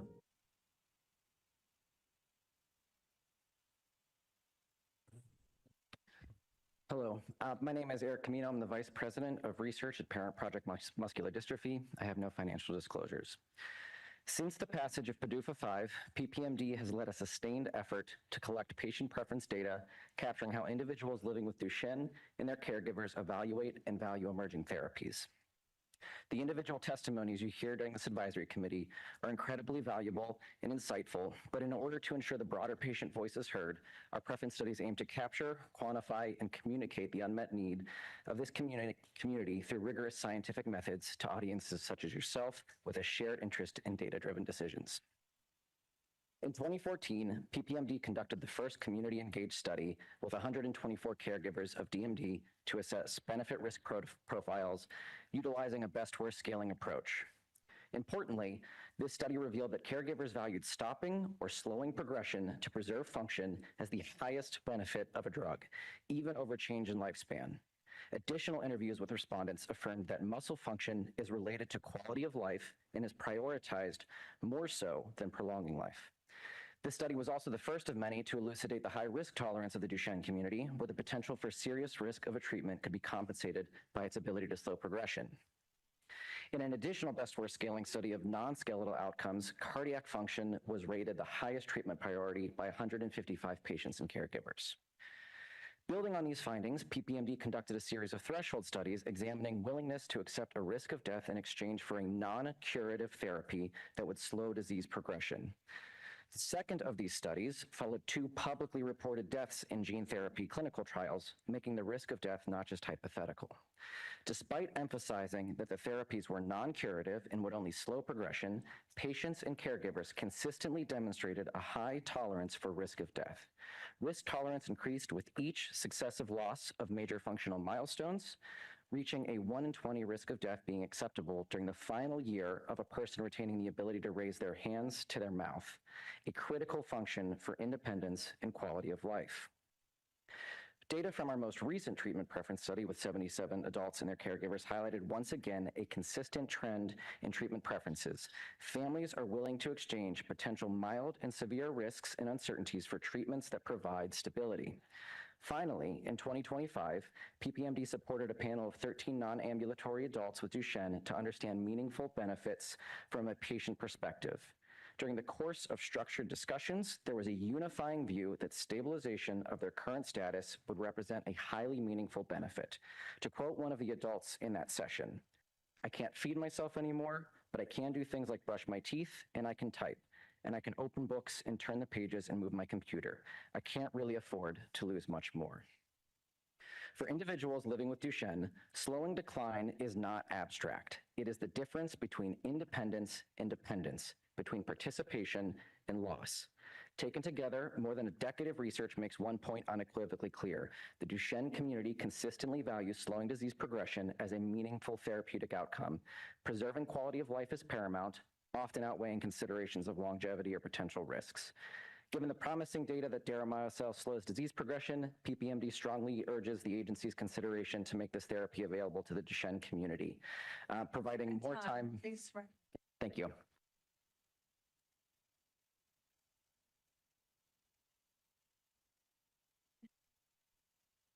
Open public hearing speaker number 3. Thank you. Excuse me.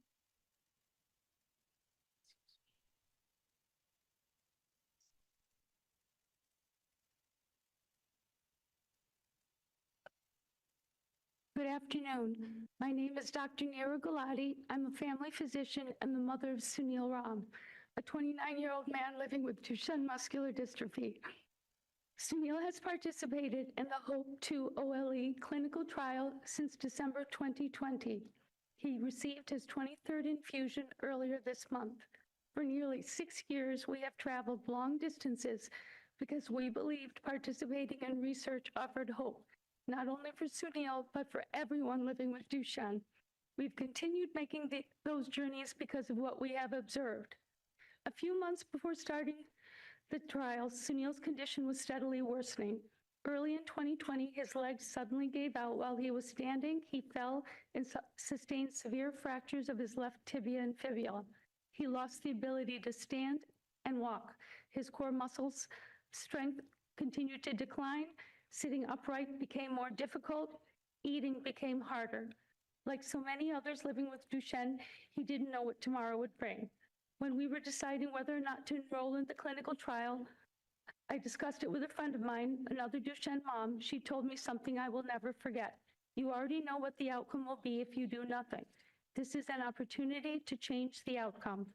My expectations were modest. I hoped treatment would slow progression, but I knew I might not see any obvious change from the usual course of disease. Then one day, a caregiver who began working with Sunil about 2 years after he entered the clinical trial said to me, "I've been working with Sunil for about a year. I expected Duchenne to steadily take away his abilities, but that's not what I've seen. He reaches for things that he couldn't before. He holds his comic books longer. He even pulls up his shorts by himself now after using the toilet." Sunil himself said to me, "Mom, it's like this. Over time, some things became easier for me. I can reach for toilet paper and tear it by myself. I don't have to worry about tipping over anymore when I do it. It's easier to eat. I can hold real silverware. I can reach for my phone and other things I want. I can type longer. I can push my tray table away. I can support myself better while sitting on the toilet. Those things might not seem like a big deal to other people, but they are to me. Being able to do more on my own means a lot.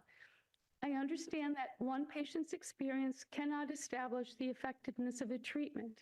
That is not why I'm here today. I'm here to help you understand what preserving function for as long as possible means to the person living with Duchenne and to the family who witnesses every gain, every loss, and every moment in between. For someone living with Duchenne, it gives them more time to do the things that matter most, participate in everyday life with loved ones, make their own choices, and express who they are.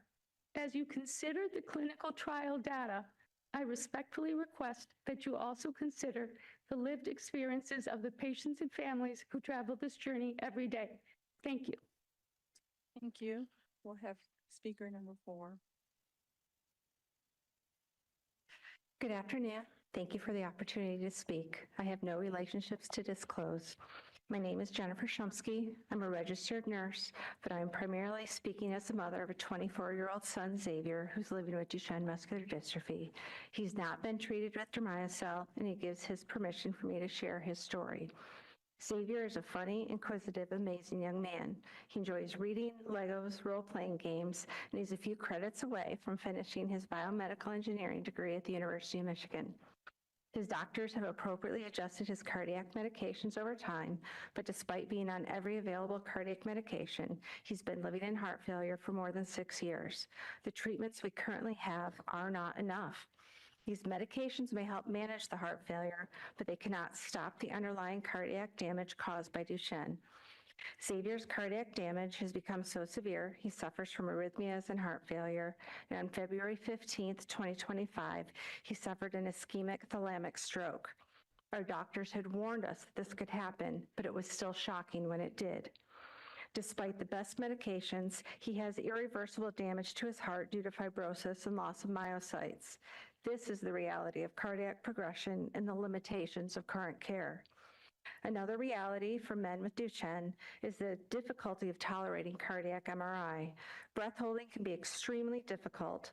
Contractures and spinal compression fractures make positioning painful, and lying still on the flat surface becomes intolerable. When cardiac MRI data is missing, please remember that this may reflect the burden of the contractures and diaphragm strength, not a reflection of the cardiac status that might bias the data. But we know that cardiac MRI is the best test we have to assess the cardiac status. And if we just focus on the limitations, we'll never be able to assess the cardiac status. So we must make the best judgments we can with the data we have. When I look at the cardiac data, my evaluation is that the HOPE-3 did everything it possibly could have. The placebo arm declined in line with natural history, and the treated arm stabilized. When I look at the 5-year stabilization of the HOPE-2 boys, I get a sense of what HOPE-3 might mean for the population over the long term. I'm concerned that the voting question today is limited to cardiomyopathy. The FDA document recognizes that upper limb function determines independence and quality life for non-ambulatory people. For Xavier, that means with proper table support, he can continue to roll his dice when playing Dungeons and Dragons, typing into his keyboard, and feeding himself. After his stroke, he was devastated by the sudden loss of the minimal function he still had in his left arm and hand.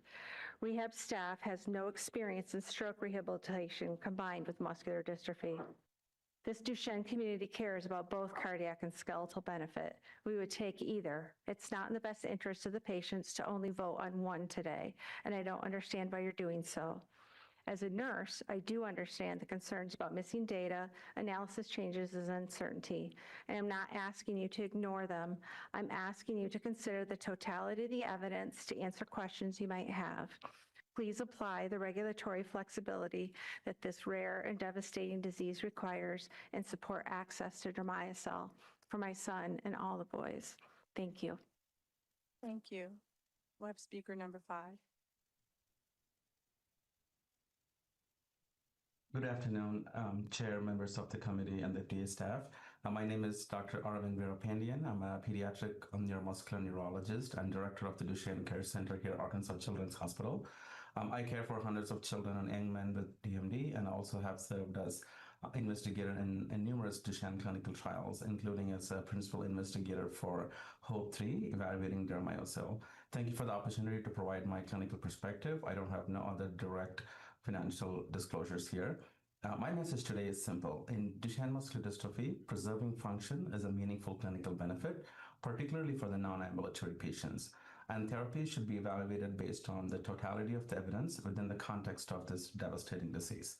Now, Duchenne is relentlessly progressive and irreversible. Despite current standards of care, patients continue to lose muscle function over time, and once function is lost, it cannot be regained. In Duchenne, slowing, stabilizing disease is itself a meaningful outcome. For non-ambulatory individuals, upper limb function is one of the most important determinants of independence.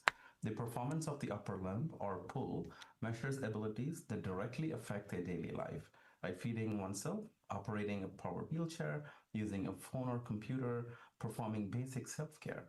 These are not simply clinical trial endpoints or numbers. They are the functions that allow these individuals to remain independent and remain engaged with their families, school, and community. As a clinician, I have watched individuals lose these abilities one by one. Families and these individuals rarely ask whether a treatment will restore lost function. They ask whether it can help preserve the abilities that they already have. Even a modest slowing of decline can translate into meaningful additional time with independence. While preserving independence is critically important, we also cannot lose sight of what ultimately limits survival for many of these individuals with Duchenne. Cardiomyopathy remains the leading cause of death, yet there are no currently FDA-approved therapies specifically indicated for DMD cardiomyopathy.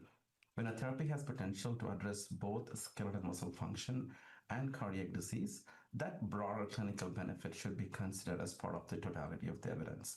I recognize there has been discussion regarding the statistical interpretation. My role is to emphasize again that the PUL measures outcomes that are clinically meaningful to these patients and caregivers, and these findings should be considered alongside the totality of the available evidence. Finally, benefit risk must be viewed through a lens of Duchenne itself. These individuals continue to experience irreversible decline despite current therapies, and the treatment options remain limited. So I respectfully request the committee to evaluate Dermiocel based on the totality of the evidence the significant unmet medical need, the clinical importance of preserving upper limb function, and its overall benefit risk profile for individuals living with Duchenne muscular dystrophy. For these patients, preserving function is preserving independence, and time matters. Thank you for your time and thoughtful consideration. Thank you. We'll have speaker 6.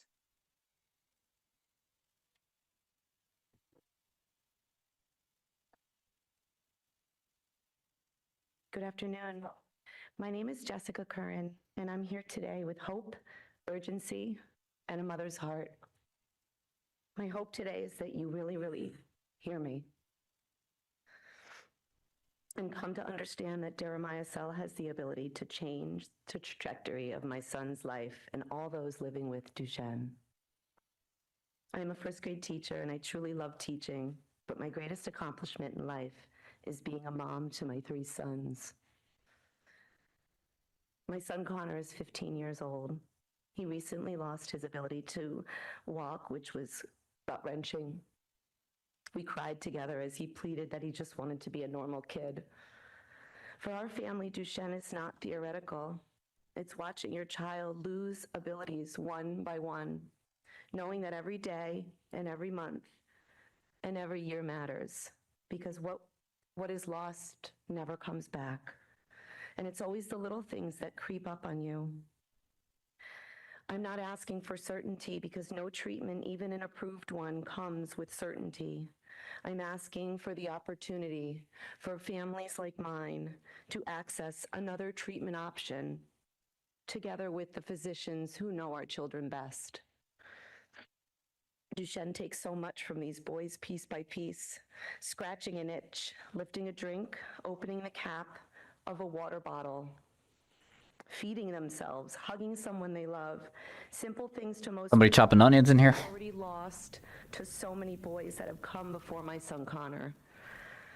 To these boys and young men, these simple things are dignity, independence, and connection. I love when Connor hugs me. I can picture him now with his arms stretched out and that beautiful smile he gives me. And we both know I'm coming in for that hug.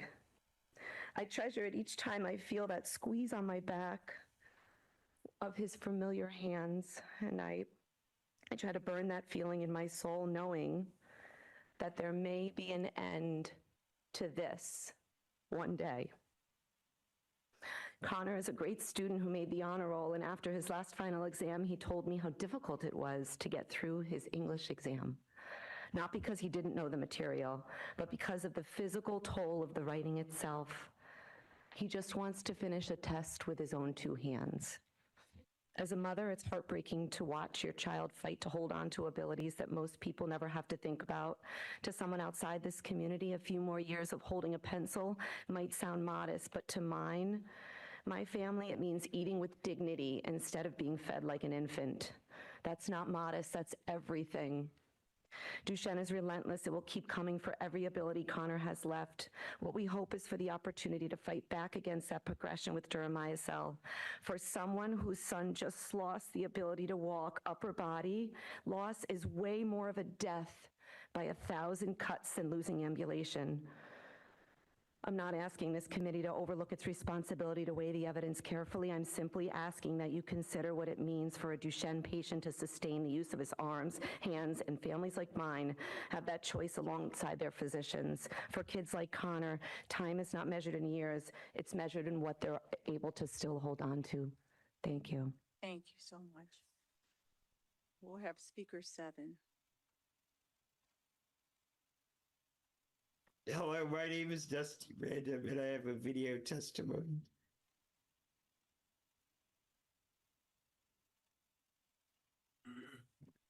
Hello, my name is Dusty Random. I'm 33 years old, and I've been living with the impact of Duchenne since I was 6. Through my parents' organization, Coalition Duchenne, we supported some of the early preclinical animal studies that helped advance the development of Deramiocel. I have no financial interest with Capricorn. When I was diagnosed, my parents were told I probably would not live to adulthood. Since then, Duchenne has taken away my ability to walk, my independence, and much of the strength in my arms and hands. Today, I rely on a ventilator to breathe, full-time care, and I am living with declining heart function. Despite all that, I continue to find ways to contribute and innovate. Duchenne has not taken away my determination to create. As my hands became weaker, I refused to give up what I love. Using AI and my wheelchair joystick, I created an invention so that I can independently fly drones and control remote vehicles. It is now patent pending. I believe that if there isn't a way, I will find a way. Also, if I lose the ability to control my wheelchair joystick, it would severely limit my independence and the things that I enjoy to do.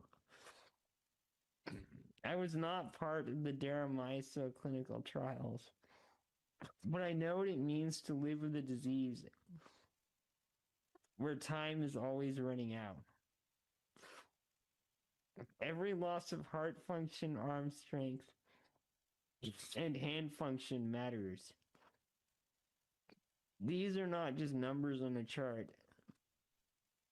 They determine whether I can create, communicate, use my technology, spend time with my family, and continue doing the things that give my life purpose. When you discuss preserving function and protecting the heart, I don't hear scientific terms. I hear more birthdays, more time with my parents, family, and friends. More time to invent, create, contribute, and live.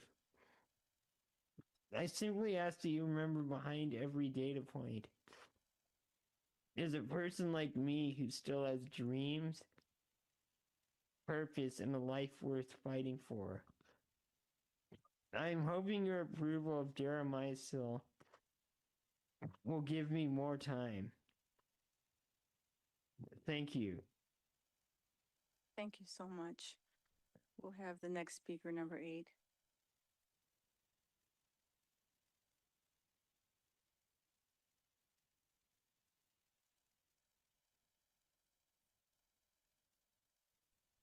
Hi, my name is Hunter Horkheimer, and I want to say how grateful I am that Capricor's treatment has allowed me to play power soccer and other things I love by keeping my heart healthy.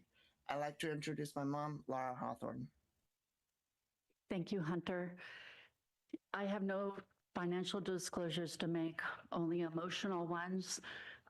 Thank you to Kindness Over Muscular Dystrophy for providing funding to get me to DC. Watching my son reach his 20s with Duchenne muscular dystrophy has been a profound, hard-fought victory.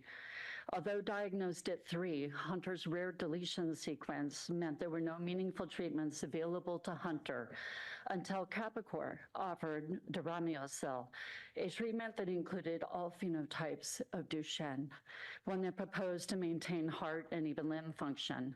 This gave Hunter both new purpose and his only hope.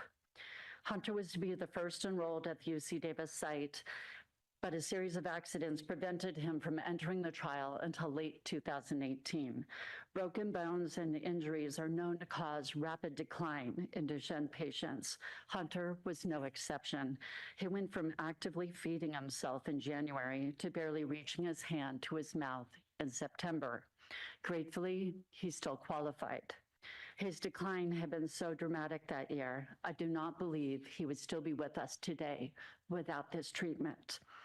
After a year of struggling during the placebo phase to get an IV needle in his arm, he became a one-stick kid after just one dose of Doramyocel.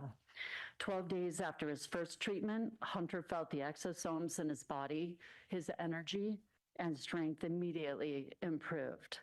At age 24, Hunter maintains a cardiac EF of 60%, a rarity among his peers.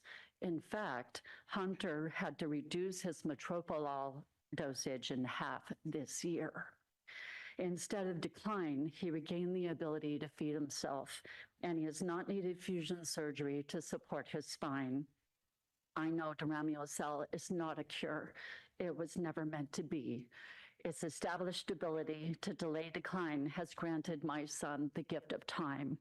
While we wait for science to catch up with his needs, he is doing what he loves. He competes nationally in power soccer, and he enjoys programming and building computers. It is protecting his heart, keeping him healthy enough to receive new treatments coming soon. In a waiting game where time is the enemy, Doramyocel has championed for us time. Infusions have eliminated his edema, his inflammation, it's protected his heart, it's improved his constitution and immune response to illnesses, and slowed his muscle weakness. Once Doramyocel is FDA approved, he can add other therapies to further improve his life. After 8 days, he's ready. The men in this picture are also ready. I respectfully ask this chairperson to add a voting question to look at the skeletal data. In a reality where time is muscle, Doramyocel is providing both. Thank you for taking my testimony into consideration. Thank you. We'll have speaker number 9.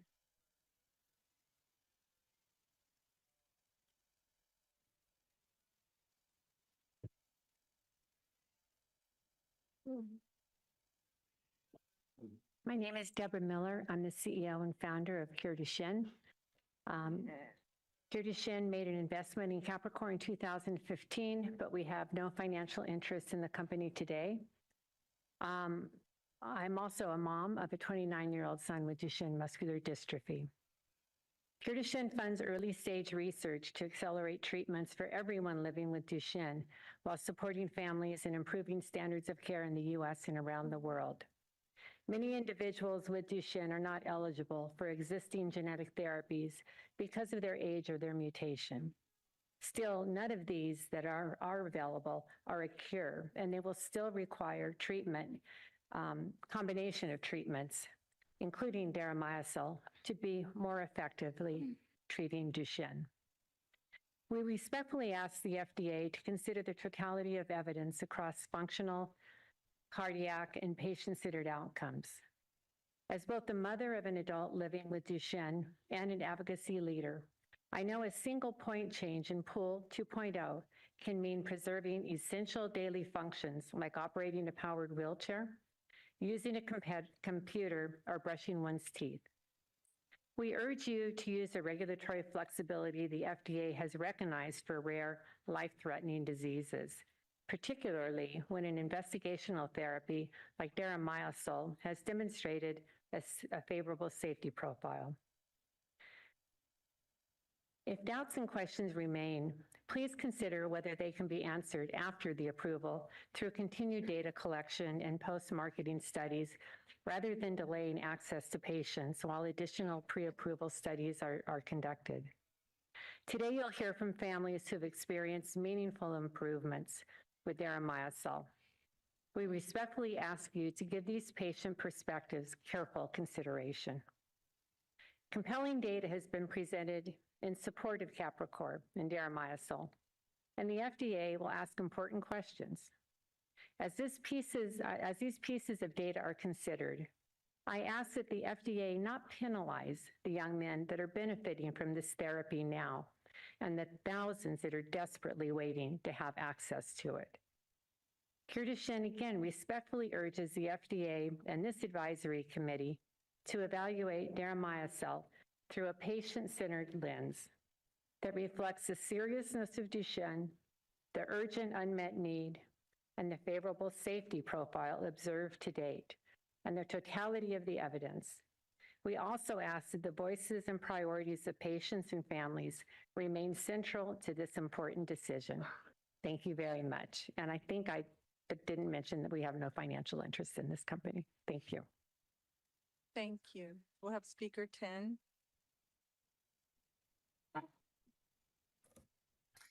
Good afternoon. My name is Betty Burton, and I have no financial disclosures. I live in Nebraska with my family, including my 3 sons with Duchenne muscular dystrophy. Max is 20, Rowan is 17, and Charlie is 15. All 3 have been participants in the HOPE-3 trial. My oldest son was diagnosed with DMD nearly 16 years ago. At the time that he was diagnosed, the doctor told me that he would need help with all of his activities of daily living in his late teens and die in his early 20s. As a family, we refused to take that as an answer, and we looked for something that could help our sons. We found that in the HOPE-3 trial. At the time that my sons started the trial, 2 of them had already stopped walking, and 1 was quickly losing ambulation. We wanted something that could preserve what was left, their arm function and their cardiac function. Those 2 things alone promise to improve their quality of life by helping them to maintain independence and to give them longevity, to give them years of life. My sons have had a successful experience in this trial. Their upper body strength has stabilized. When I mean stabilization, by stabilization, I mean that all 3 sons can still feed themselves. They can take a real fork from the table to the plate to their mouth. They do this for all 3 meals and for snacks. They don't get tired, and they never ask me to help them. The same goes for brushing their teeth. They all 3 can still do it independently. When they're in school, none of them use a paraeducator. They can get their laptops out and open them on their own. They can reach for papers and use their writing utensils. Max, 20 years old, has lived on a college campus the last 2 years. He's only had a caregiver for 2 hours a day. The rest of the day, he's been independent. And I would say that's a far cry from the warning I got when he was 4 years old that he would die in his early 20s. Another example of stabilization is my son, Rowan. He's 17 now. 2 years ago, we were starting the process of getting him a robotic arm because we could see that if he continued to progress as quickly as he was going to lose function and lose independence. But this trial has changed that. We're not pursuing that arm anymore. He doesn't need it. He's stabilized. 2 nights ago, Rowan, the weakest of my 3 sons, asked me, "Mom, what will we do if deramiocel is not approved? What else will give us these same results?"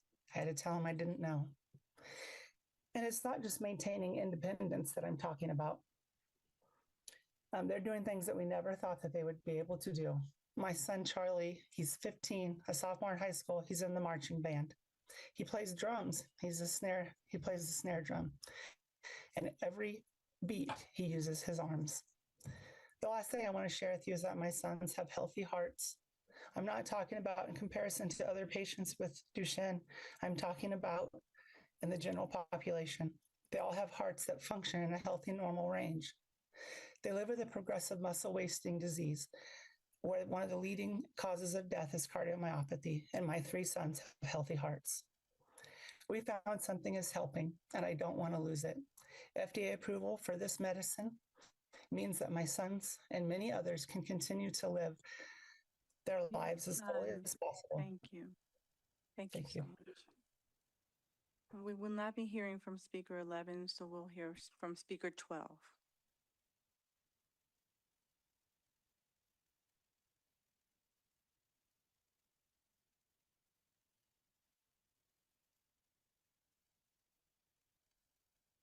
Good afternoon. I'm Jessica Round. I have no financial disclosures. My son Wyatt has been in the Capricor HOPE-3 trial since 2023. I'm going to thank you for the opportunity to present my feelings regarding the approval of Capricor Therapeutics deramiocel. My family has been on the front lines of Duchenne for nearly 2 decades, and we have firsthand data-backed evidence of how this medication dramatically alters the devastating trajectory of this disease. Our journey began on Halloween in 2007 when our son Wyatt was diagnosed at just 1 year old. Since that day, my husband and I have tirelessly worked to give Wyatt every chance to beat the odds and live a fulfilling life. We have fully committed ourselves to the scientific journey of managing an incurable disease, enrolling Wyatt in 4 separate clinical trials over the years to help slow his progression.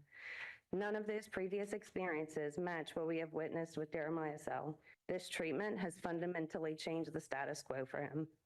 On April 20th, 2022, Wyatt lost his ability to walk. It was a heartbreaking milestone, and we felt his opportunities to participate in clinical trials and our hope of preserving his remaining abilities and continuing independence had come. Guys, I have an internal meeting. I had to come back. We learned that Capricor was actively recruiting, and Wyatt was screened in January 2023 and officially began I'll be gone for an hour. January 7th. For over 3.5 years, we have traveled from our home All the more, Louisiana to St. Louis, Missouri. all the more reason to take a career in drug development and make drugs for these very sick people. That's one of the main motivations. Follow the pharma industry, support the pharma industry. This is what's at stake. Capricor is doing the wrong thing here, but, these AdComs are still useful. Independence. He can brush his own teeth, adjust in bed, feed himself, scratch an itch, and most precious of all, wrap his arms around his family and the girl he loves. Equally vital is the joy he gets to keep. Wyatt still spends hours painstakingly restoring old tools, building Lego cars, and playing video games. Reminders that every single day that he is living his life, not just managing his illness. While preserving his arm strength gives Wyatt his day-to-day freedom, it's his heart outcomes that let us breathe at night. As a parent facing Duchenne knows, cardiomyopathy is the quiet threat we fear the most. And when Wyatt's MRI first showed cardiac involvement in September 2019, at only 13 years old, we were terrified.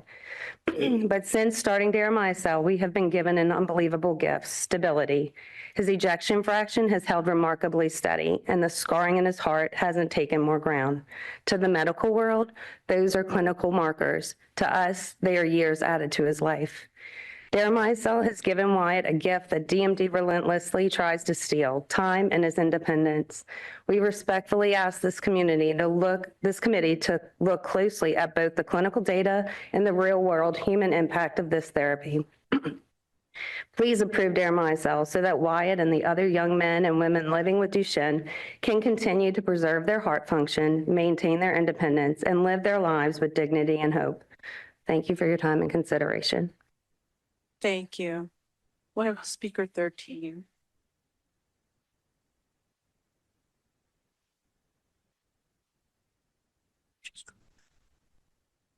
Speaker 13.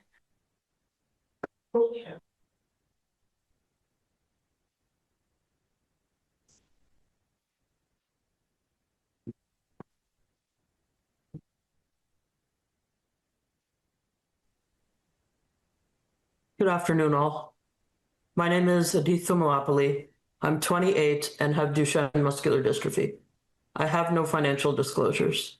I sit before you today as someone who was not treated with deramiocel, but as someone who has watched dear friends with Duchenne put their bodies and their safety on the line to prove that this drug is safe and effective. Duchenne relentlessly robs us of our muscle function.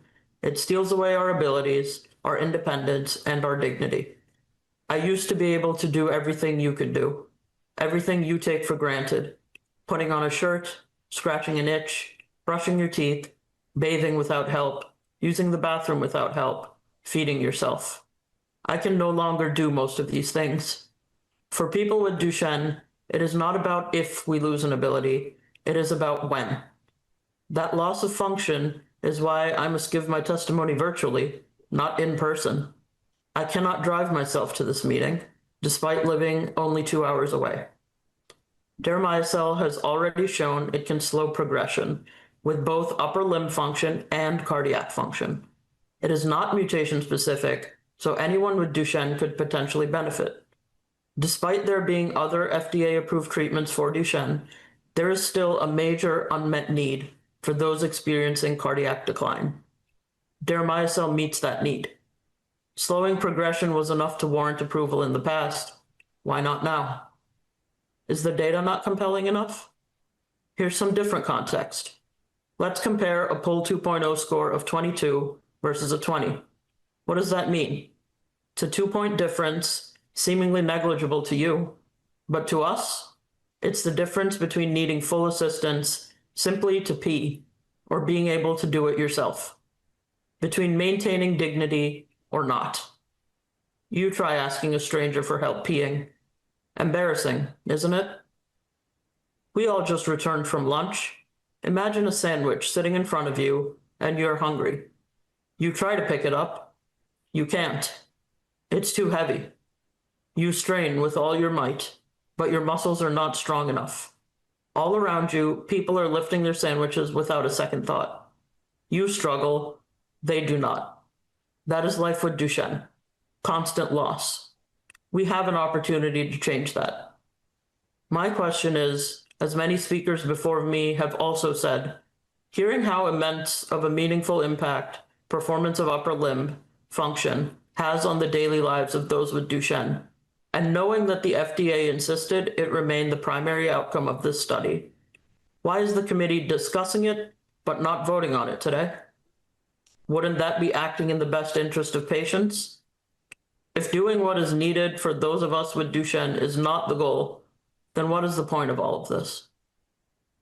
I would respectfully request that the chairperson of the committee add a voting question based on evaluating the evidence presented for the primary outcome of HOPE-3, performance of upper limb. We are already evaluating it based on the secondary outcome. Why not the primary one? You may have time to wait. We do not.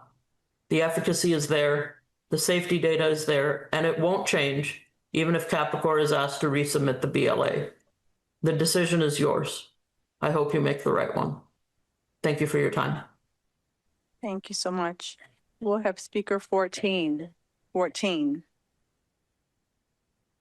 afternoon. I'm sorry I cannot be there to support all the families in person. I am traveling with a friend with Duchenne. So I'm a pediatric cardiologist. I do have some disclosure. I benefit tremendously from working in Duchenne muscular dystrophy that has advanced my career and has helped me support my family. As such, I work with many companies, including the sponsor here, as a DSMB, as an advisor, as a blind reviewer, as I believe strongly that I would contribute my knowledge to help better treatment. Next slide, please. So there's limited treatment options for DMD patients. Over the last 30 years, corticosteroids of various sorts have slow progression of skeletal muscle disease. Respiratory care has improved survival. As such, as we know, the leading cause is from DMD-associated heart disease. It's a silent killer resulting in death in late teens and early 20s. Next slide, please. This limited treatment option leads to progression of disease. DMD cardiomyopathy is universal. Though heterogeneous, every patient will develop fibrosis, which is the white area you see with scar burden. This is akin to a patient with a heart attack, but in a different mechanism. This eventually leads to ventricular dysfunction. You can see by the panel below. Indeed, this patient's heart is moving, but you can barely see that it's moving. The current therapy, though improves function, has not halted disease progression, and we still see premature death. Next slide, please. So there's a great unmet need for DMD-specific therapy and the impact, as mentioned by many of the speakers before me. In my nearly 25 years of practice, I've been part of the care of nearly 1,000 DMD patients. I work behind the scene as a cardiologist that does cardiac MRI. I know many of the patients by looking at their MRI with this. I know many of the boys, young men that are sitting in the crowd in person, and many that cannot make it, and others that unfortunately are not here with us today. DMD-associated cardiomyopathy is indeed universal. It is silent. And treatment options currently are limited and lead to a significant unmet need. News of young DMD patients dying before they turn 20 years of age is not uncommon. No parent should plan for their son's funeral, but the simple truth is this occurred too frequently. Next slide, please. So I would propose a dire case for approval of novel therapy for Duchenne muscular dystrophy. It is astonishing to date that there continues to be no approved therapy for DMD-associated cardiomyopathy. Cardiac disease progression, again, is universal. Early death is universal. And lives impacted by disease and premature death is incalculable. Approval of a novel therapy studied specifically in DMD patients is vital, as in the case of deramiocel, with potential to attenuate skeletal and cardiac disease. Next slide, please.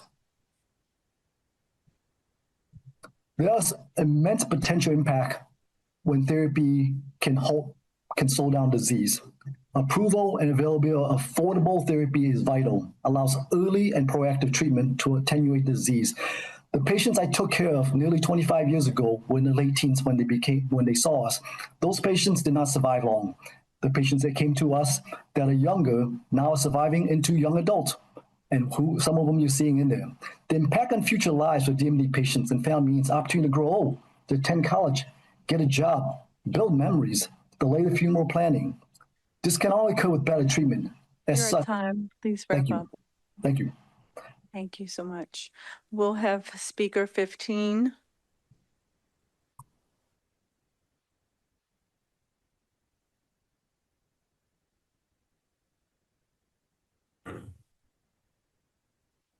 Let me see if it might not be on. There we go. Sorry. Okay.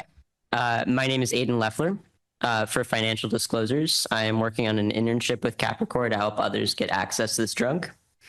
I was the first subject enrolled in HOPE-2. I spent the first year on placebo and the next year and a half waiting for treatments.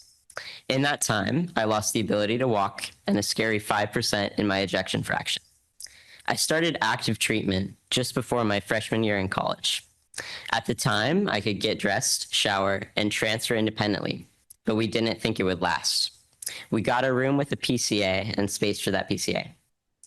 Now, almost 6 years later, I made it through 4 years of college and 1 year of graduate school living independently.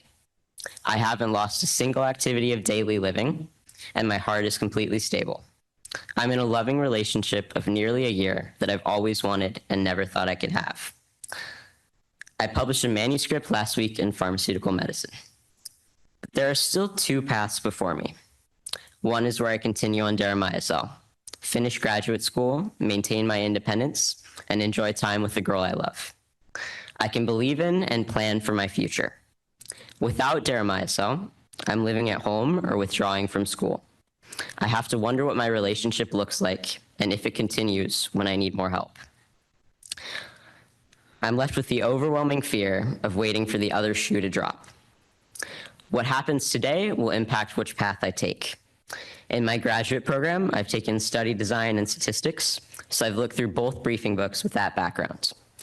Everyone seems to agree that there's a meaningful treatment effect on my arms, but FDA says Capricor had no statistical significance on the poll before the end of the double blinds and changed their analysis plan to create significance when they became unblinded.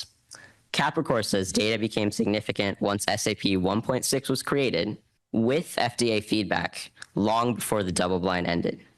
So I guess my future is going to come down to an unfounded accusation and a p-value fight.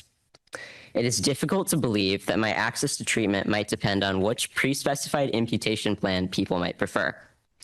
Regarding functional unblinding, my side effects were incredibly subtle and inconsistent throat tickle. FDA's statement that I could somehow improve my poll if I was sufficiently motivated to try harder is insulting. And should an unproven concern that Capricor was functionally unblinded be the deciding factor on whether I stay on treatment? If I'm going to lose access to drug, I need the members of this advisory committee to look me in the eye and give me a scientifically valid reason why. When you vote today, think about the totality of evidence on upper limb benefits. Absolute poll, percent poll, mid-level poll, hand to mouth, and DVA. Ask yourself whether FDA has put together a plausible argument that explains away all of that data. Ask yourself, if they think they've made that argument, why are they not letting you vote on the primary outcome? In 2024, FDA was so impressed by the HOPE-2 OLE long-term cardiac data that it indicated receptivity to a BLA for a cardiac indication. Last August, I was at the Type A meeting when the FDA said, 1, you must keep the poll as the primary outcome, and 2, there would be no problem submitting the HOPE-3 cardiac data under the existing cardiac indication. And now they've backed us into a regulatory corner with their single voting question. Ask yourself, are they acting in my best interests? The answer is the most important thing you need to know. Thank you. Thank you so much. We'll have speaker 16.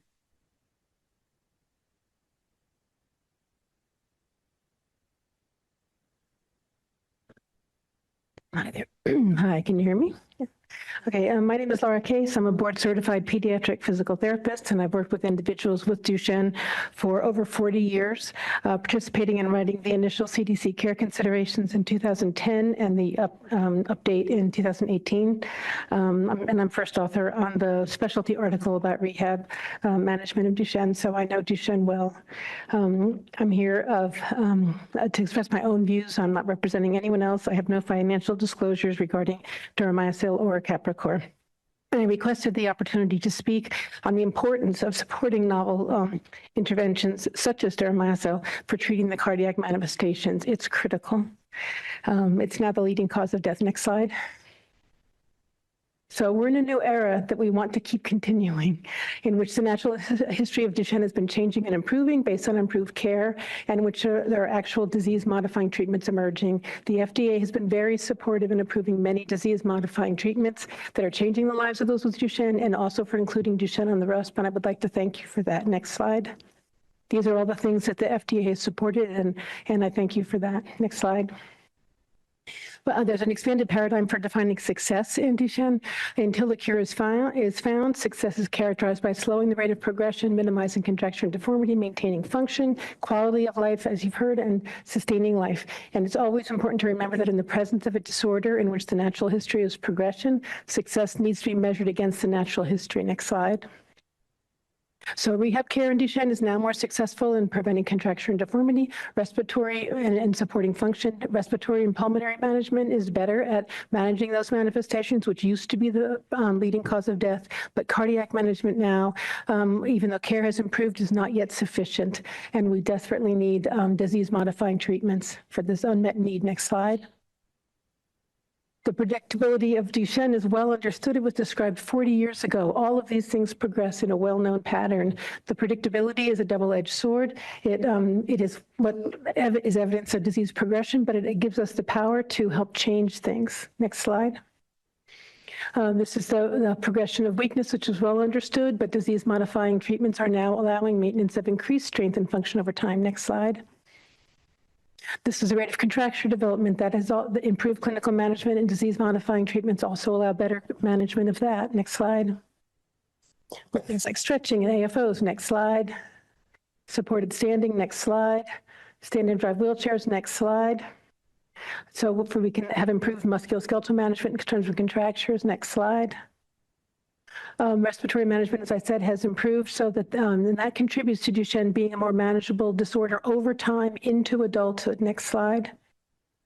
And comprehensive care now allows folks, as you've been seeing today, to go on to college, study, to work, to be out and about as adults. It's very important. Next slide. So cardiac management, it remains a big issue, and hand function remains a big issue over time. I'm not going to talk about any of these results you've heard in detail from the different presenters, but I want to emphasize the fact that stabilization and slowing the progression, both in cardiac and in upper extremity use, is absolutely critical. Next slide.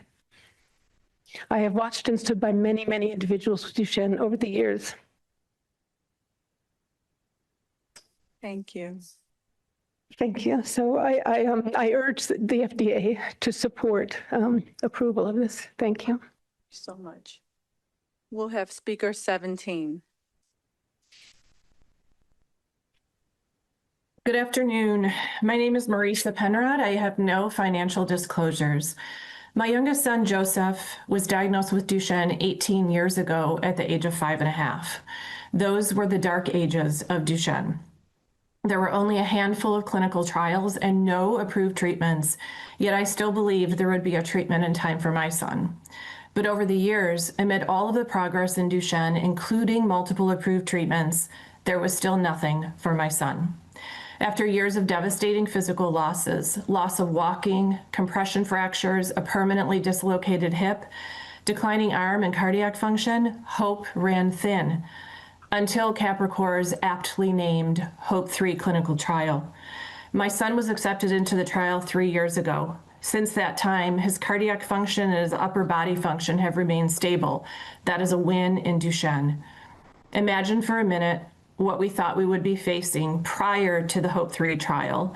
I'd like the committee to imagine being at lunch a short time ago and you wanted a drink of water, but you couldn't open or lift the bottle. You had to ask your colleague to lift your fork and feed you. That is the reality. Imagine being 24 or 25 and you need to use the restroom. Someone has to place you onto the toilet, assist you in pulling your pants down, and then when you're finished, help you wipe yourself. For those living with Duchenne, that person, that caregiver is often their mom. Imagine right now, sitting in this room, that you have an itch on your head. Don't lift your arms. Imagine that itch is so uncomfortable, but you're unable to scratch it until someone is available to come and help you. Imagine that your remaining shred of independence driving your wheelchair is taken from you. All of this is what I thought my son's future would be, but not after being in the HOPE-3 trial. My son can lift a fork. He gets himself dressed every day. He can open the refrigerator, get out eggs, and cook himself breakfast. 3 days ago, he turned on our grill and made hamburgers for dinner. He is driving his wheelchair and he's taking lessons to drive his van with a joystick. He can use his computer keyboard. He graduated from a Big Ten university and just last week had a job interview. I was afraid he would lose the ability to play his beloved piano, but today he still plays beautifully. Upper body functions are the foundation of independence, of dignity, of a life of meaning and contribution. We enrolled in this trial with upper limb function as the primary endpoint. And in fact, just this morning, I went to clinicaltrials.gov and this trial is still listed as having a primary endpoint of upper limb function. I am respectfully asking the chair of this advisory committee to do what is allowed in the advisory committee procedures, which I'm referencing, which says that the chair may indeed add another question, put another question to a vote upon his or her own initiative. We need this evaluated on the primary endpoint. The data is there. We do not have time to wait. Deramiocel is a life-changing option. Please keep this option open for my son and for so many others who have been waiting. Thank you so much. Thank you so much. We'll have speaker 18.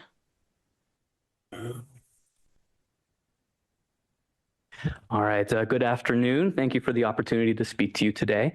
I am Paul Melmeyer. I'm the Executive Vice President of Public Policy and Advocacy at the Muscular Dystrophy Association. We serve individuals with neuromuscular diseases, including Duchenne, in a variety of ways, including advocating for accelerated development of more and better therapies for the neuromuscular disease patient population. I have no financial relationships to mention. MDA does not engage in product-specific advocacy. We do not make specific recommendations on specific treatments. Instead, today I'm going to outline the regulatory approach we expect the FDA and this advisory committee to utilize when considering this and all rare neuromuscular disease therapies. First, we encourage the agency and this advisory committee to consider carefully and with precision the unique experiences of the neuromuscular disease population that stands to benefit most from the prospective therapy. In this case, the non-ambulatory men and boys living with Duchenne. Please consider what alternatives, or lack thereof, that exist for this subpopulation, and which alternatives exist that target the same specific features of living with Duchenne. Please carefully consider what you have heard from our community members, both during this open public hearing and in other venues, on the meaningfulness of the potential impacts of this therapy. And please ensure that you discuss the community's experiences today extensively. And as you approach the voting question or questions, that you consider the aspects of the clinical trial most meaningful to the community.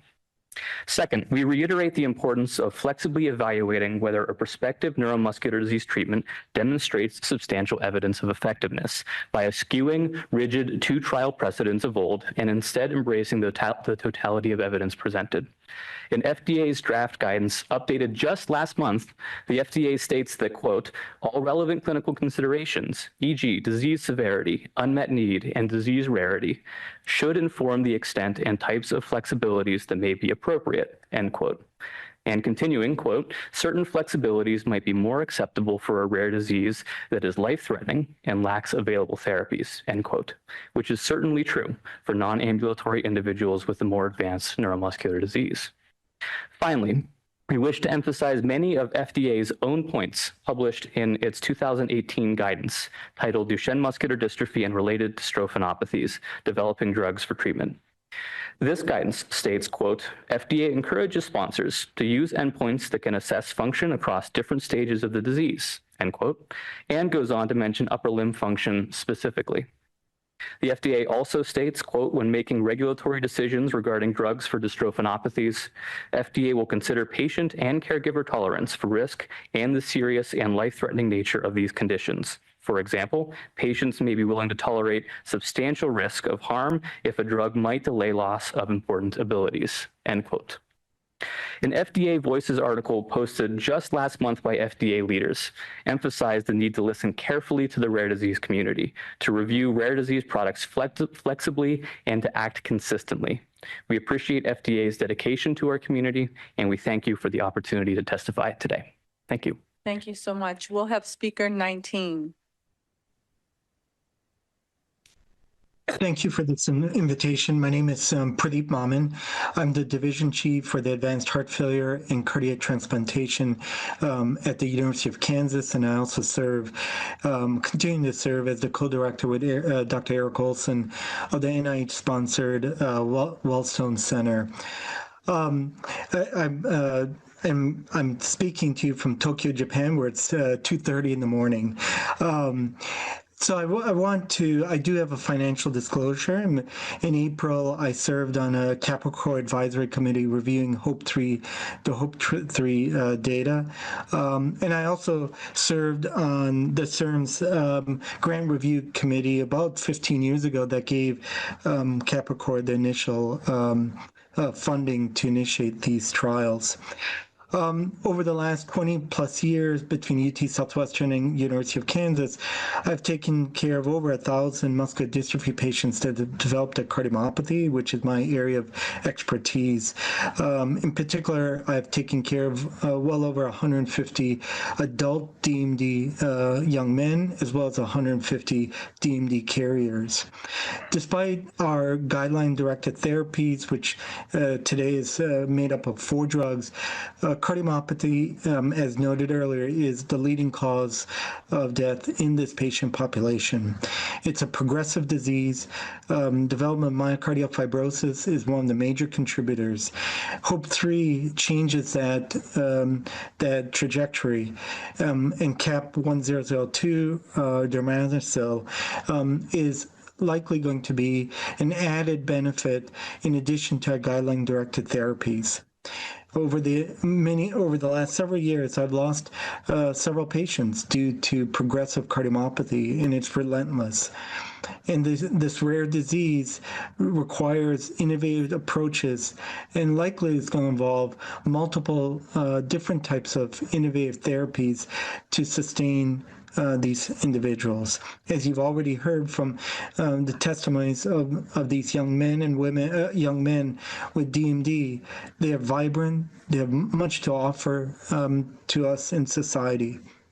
So the other benefit here is that as we in the community develop novel therapies to treat DMD, like microdystrophin or CRISPR-Cas9, many of these patients will become Becker's patients.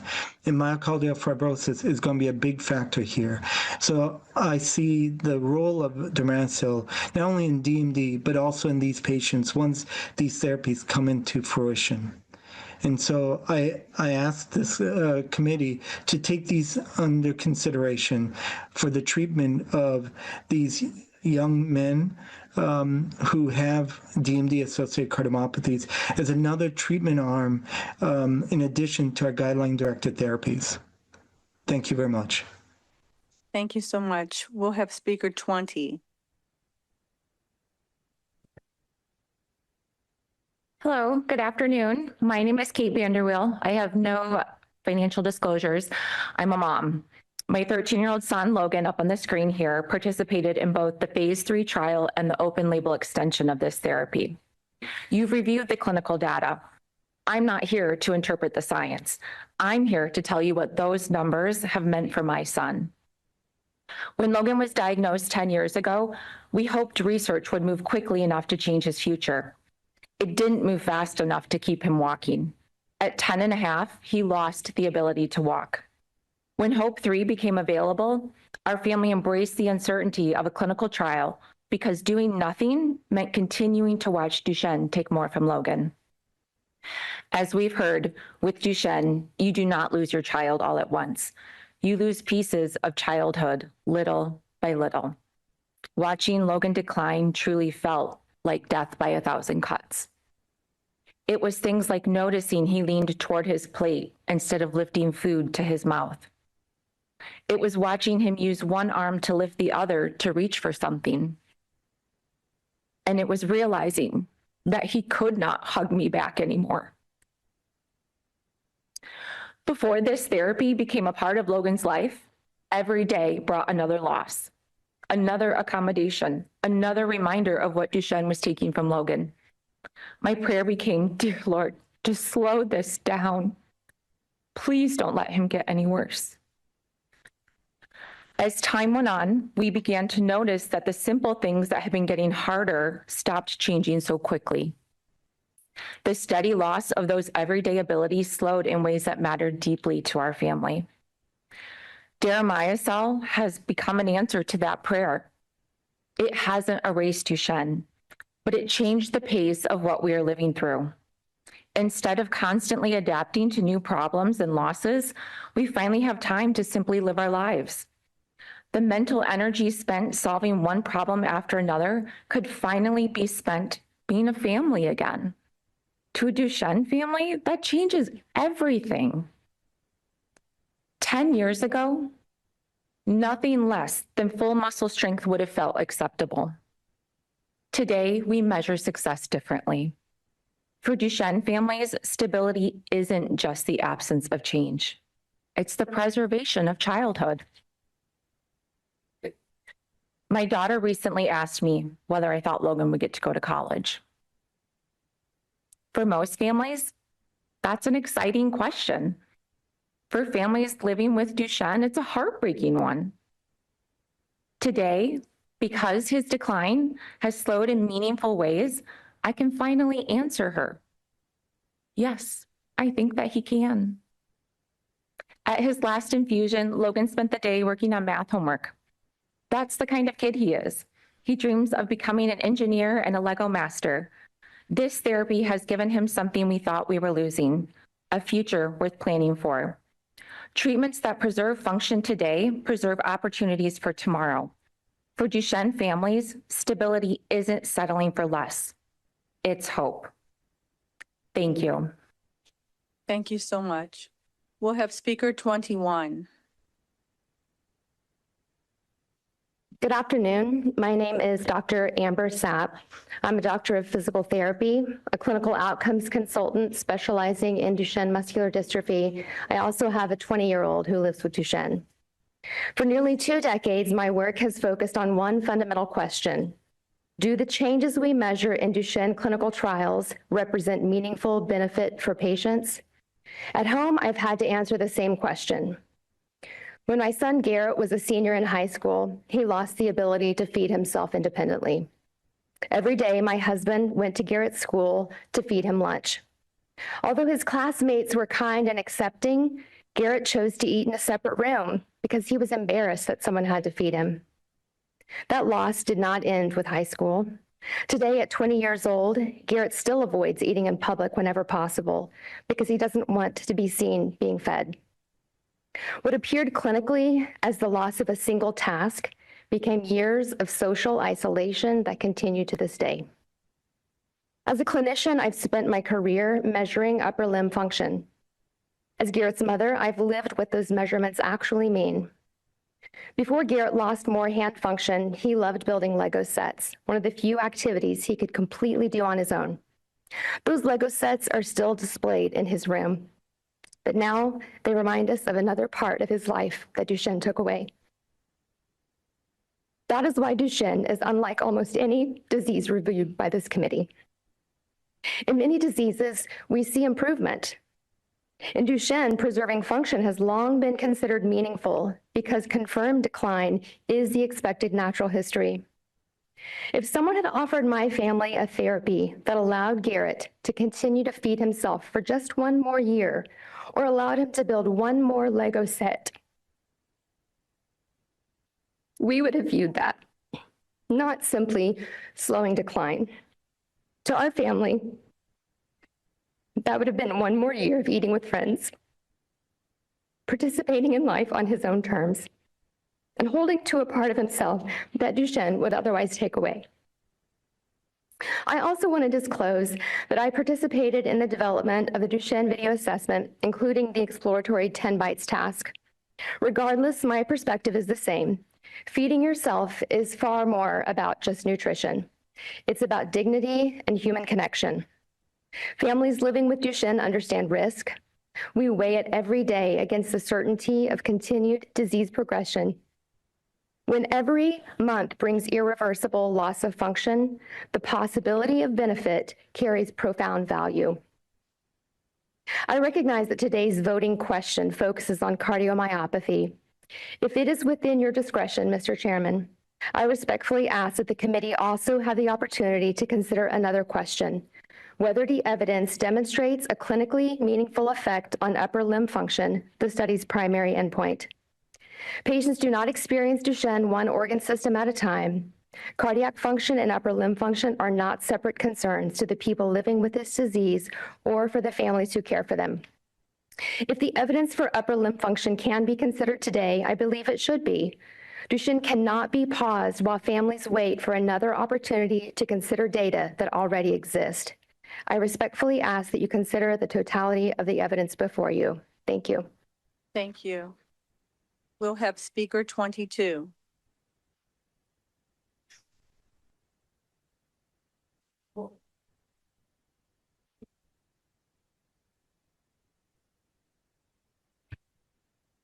Hi, my name is Henry Daimler. I'm 19 years old and I live with Duchenne muscular dystrophy. I have been receiving deramiocel treatments for 3 years at this point. Independence is something that's incredibly important to me, especially as I enter my sophomore year of college. As most of you may know, being able to attend college full-time and with relative independence is not an opportunity that most of us get. Everyday things that people take for granted, such as taking notes in class, lifting things from a backpack, or just simply feeding yourself after class for lunch, are obstacles that those with Duchenne face. Since joining, or prior to joining the trial in 2023, I was experiencing a faster than usual decline in function, and I was having falls pretty frequently. Since then, they have completely stopped, and I firmly believe that that is linked to the increases in skeletal muscle function seen in the trial data. And remaining stable is important to me because it lets me continue to do the things I love, like playing with my younger cousins and going on camping trips with my buddies. Thank you for your time. Thank you so much. Thank you so much for your consideration today. I'm Claire Daimler. I'm Henry's mom. We were a team up here. And I have to thank KOMD and the Best Day Ever Foundation for paying for our accommodations. Henry's been part of the HOPE-3 trial since February 2023. Excuse me. Yes. I think we were only given one time slot, so that's time. Oh, we were at 2 minutes. Oh, I'm looking at the clock here. Sorry. Okay. I'll take my extra minute if you want. So Henry's been part of the HOPE-3 trial since February 2023. At the time that he screened, he qualified because he was late ambulatory as part of those qualifications. He had been relatively stable through childhood, like the later years of childhood, but as he entered high school, he really experienced a sudden and terrifying decline. Since beginning on deramiocel, Henry has largely stabilized. As you can see, he was able to walk up to the microphone today, but quality of life extends far beyond mobility. His ejection fraction remains stable 3 years in. Preserving function means Henry can continue his love of drawing and Legos. He started a new hobby this summer, painting detailed miniatures. In the Duchenne world, stability is progress. It allows him to live on a college campus hours from home and plan camping trips with friends. As a biology major who wants to go into genetics research, it is critical for Henry to maintain his ability to lift test tubes, place slides under a microscope, and of course, manipulate small tools. Stability means independence. The Duchenne community cannot afford delays in access. Data tells part of the story, but our children's lives reveal the full truth. Regardless of the narrow focus of your question today, you have the power to look at the whole picture, the whole patient, and the whole community. Please remember us when you consider this question. Please remember our families. Say yes to Deramiocel. It is a yes to our sons. Thank you. Thank you so much. Dr. Snyder? Okay. Well, thank you everybody for the very informative public comments. So we've concluded this portion of the meeting, and we're closed to comments from the audience. However, we are now able to take a 30-minute break prior to the FDA presenting their information. Again, I remind the panel members that there should be no discussion during the break among themselves. Everything is in an open session, and we'll resume at 2:05.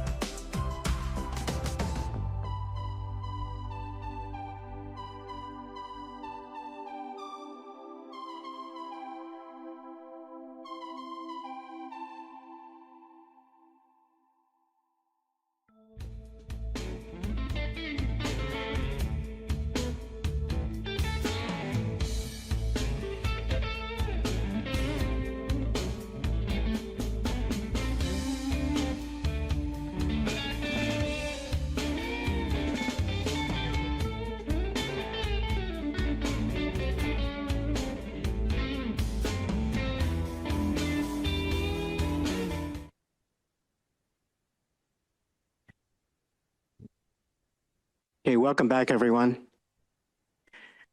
The next portion of the afternoon now will be the FDA giving their presentations on their data, and that will be Doctors Erica Young, Ting-Ting Zhao, and Pratik Shukla. And they'll present for 55 minutes, and we'll have about 15 minutes for Q&A.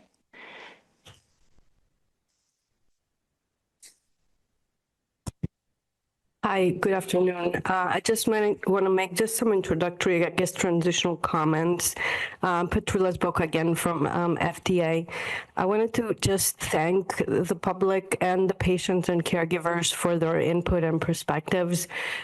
This is really valuable, as I said previously, and this is really part of the reasons that we requested to have this advisory committee, because this is not information that's oftentimes captured in the clinical trials, and it is very important for us to hear.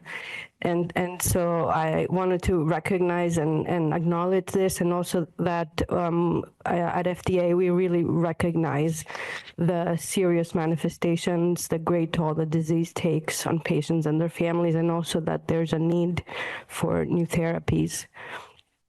The other point just wanted to very quickly make is that there will be discussion on the whole study. We're going to have a discussion on all the endpoints. And so I just want to reassure everyone that, we will be touching on those points. And then just lastly, I wanted to just, I guess, remind people that our role here at FDA, and I'm sure you all know that, is to protect patients, right, and promote safe and effective therapies and not really be an obstacle to that. And so just want to reassure again everybody that really our job and our position is really not to be an obstacle, but rather to promote therapies that are effective. And so just clarifying that for everyone. Thank you. Erica, go ahead. Thank you. Next slide, please. Good afternoon. Thank you to the committee members, the applicant, patients, and their families for the opportunity to speak today. I'm Dr. Erica Young, a clinical reviewer in the Office of Therapeutic Products within CBER. I am also a board-certified cardiologist with research experience in human genetics. I will be providing an overview of FDA's review of the clinical studies. Next slide, please. Deramiocel consists of allogeneic cardiosphere-derived cells derived from cadaver donor hearts. The mechanism of action proposed includes antifibrotic, anti-inflammatory, immunomodulatory, and pro-angiogenic activities. Deramiocel is dosed as 150 million cells every 3 months, administered by IV infusion. Next slide, please. DMD is a rare and serious disease caused by mutations in the dystrophin gene on the X chromosome, leading to functional deficiency of dystrophin protein in skeletal and cardiac muscles. Patients experience progressive muscle damage, leading to weakness. Prognostic factors have been identified, but further research is definitely needed in this area. Symptoms develop in early childhood, and loss of ambulation occurs in adolescence. The disease progresses to respiratory failure and cardiomyopathy, and cardiac complications are the leading cause of death. Next slide, please. DMD is characterized by a predictable, stage-dependent progression of skeletal muscle weakness. Weakness first affects the hip and thigh muscles, leading to delayed motor milestones. Patients develop difficulty running or climbing stairs, frequent falls, and compensatory maneuvers. In patients who are non-ambulatory, upper limb weakness becomes more prominent and functionally limiting. A proximal to distal pattern of involvement is seen, where shoulder and elbow function decline before wrist and hand function. Trunk, respiratory, and cardiac muscle weakness lead to reduced independence, postural instability, scoliosis, and eventual respiratory and cardiac failure. Next slide, please. The performance of the upper limb, or PUL, is a DMD-specific clinical outcome measure. It is a clinician-reported outcome which assesses upper limb function at different levels, including the shoulder, elbow, and wrist and fingers. There is an entry item which is assessed first to gauge the patient's overall upper limb function, followed by testing to see how well patients can carry out typical daily tasks involving the upper limb. The total score ranges from 0 to 42 points, and a higher score indicates better function. A 1-point change reflects a clinically meaningful change in function. Next slide, please. Cardiac imaging with either echocardiography or MRI is used clinically to track the progression of cardiomyopathy, and multiple measurements are assessed. Left ventricular ejection fraction, or LVEF, is a measure of systolic function. Left ventricular end diastolic volume and left ventricular end systolic volume are measures of dilatation. Late gadolinium enhancement, or LGE, is a measure of myocardial fibrosis, or scarring, which is measured by MRI with contrast. Next slide, please. As mentioned on the previous slide, LVEF is an imaging marker of systolic function. It is calculated by LV volumes with the formula shown here. LVEF is a hemodynamic measurement which may be influenced by heart rate, hydration, medications, and other factors. Observational studies in the DMD population have found that LVEF declines slowly, starting in adolescence, at a rate of approximately 1.6 percentage points per year. The rate of decline in LVEF is highly variable and influenced by age, ambulatory status, use of positive pressure ventilation, corticosteroid use, and cardiac medications. There is variability in all imaging measurements, and repeating the same test with different MRI readers or on different days can lead to different measurement results. LVEF may vary by 2 to 3 percentage points. Next slide, please. The decline in LVEF is often gradual and occurs over many years, though the trajectory of LVEF decline is highly variable among patients. These plots demonstrate the heterogeneity of patient-level data on LVEF over the course of years, whether by MRI, as shown on the left, or echo, as shown on the right. This degree of variability highlights the importance of conducting randomized clinical studies. Next slide, please. The selection of efficacy endpoints is an important consideration in the design of clinical trials for DMD therapies. Studies of heart failure in the general population often rely on cardiac symptoms or exercise capacity, but these are difficult to assess in patients with limited ambulation due to skeletal muscle weakness. The progression of DMD cardiomyopathy is typically gradual, and detecting treatment effects on mortality would require prolonged follow-up. Imaging measurements of cardiac structure and function have been proposed as potential endpoints. Next slide, please. This table provides an overview of regulatory history. The original BLA was based on results from a phase 2 study, HOPE-2, in which enrollment was prematurely terminated, and an open-label extension study, HOPE-2 OLE. HOPE-2 failed to meet the pre-specified primary endpoint, which was based on PUL 1.2, and any key secondary efficacy endpoint, including cardiac measures on MRI.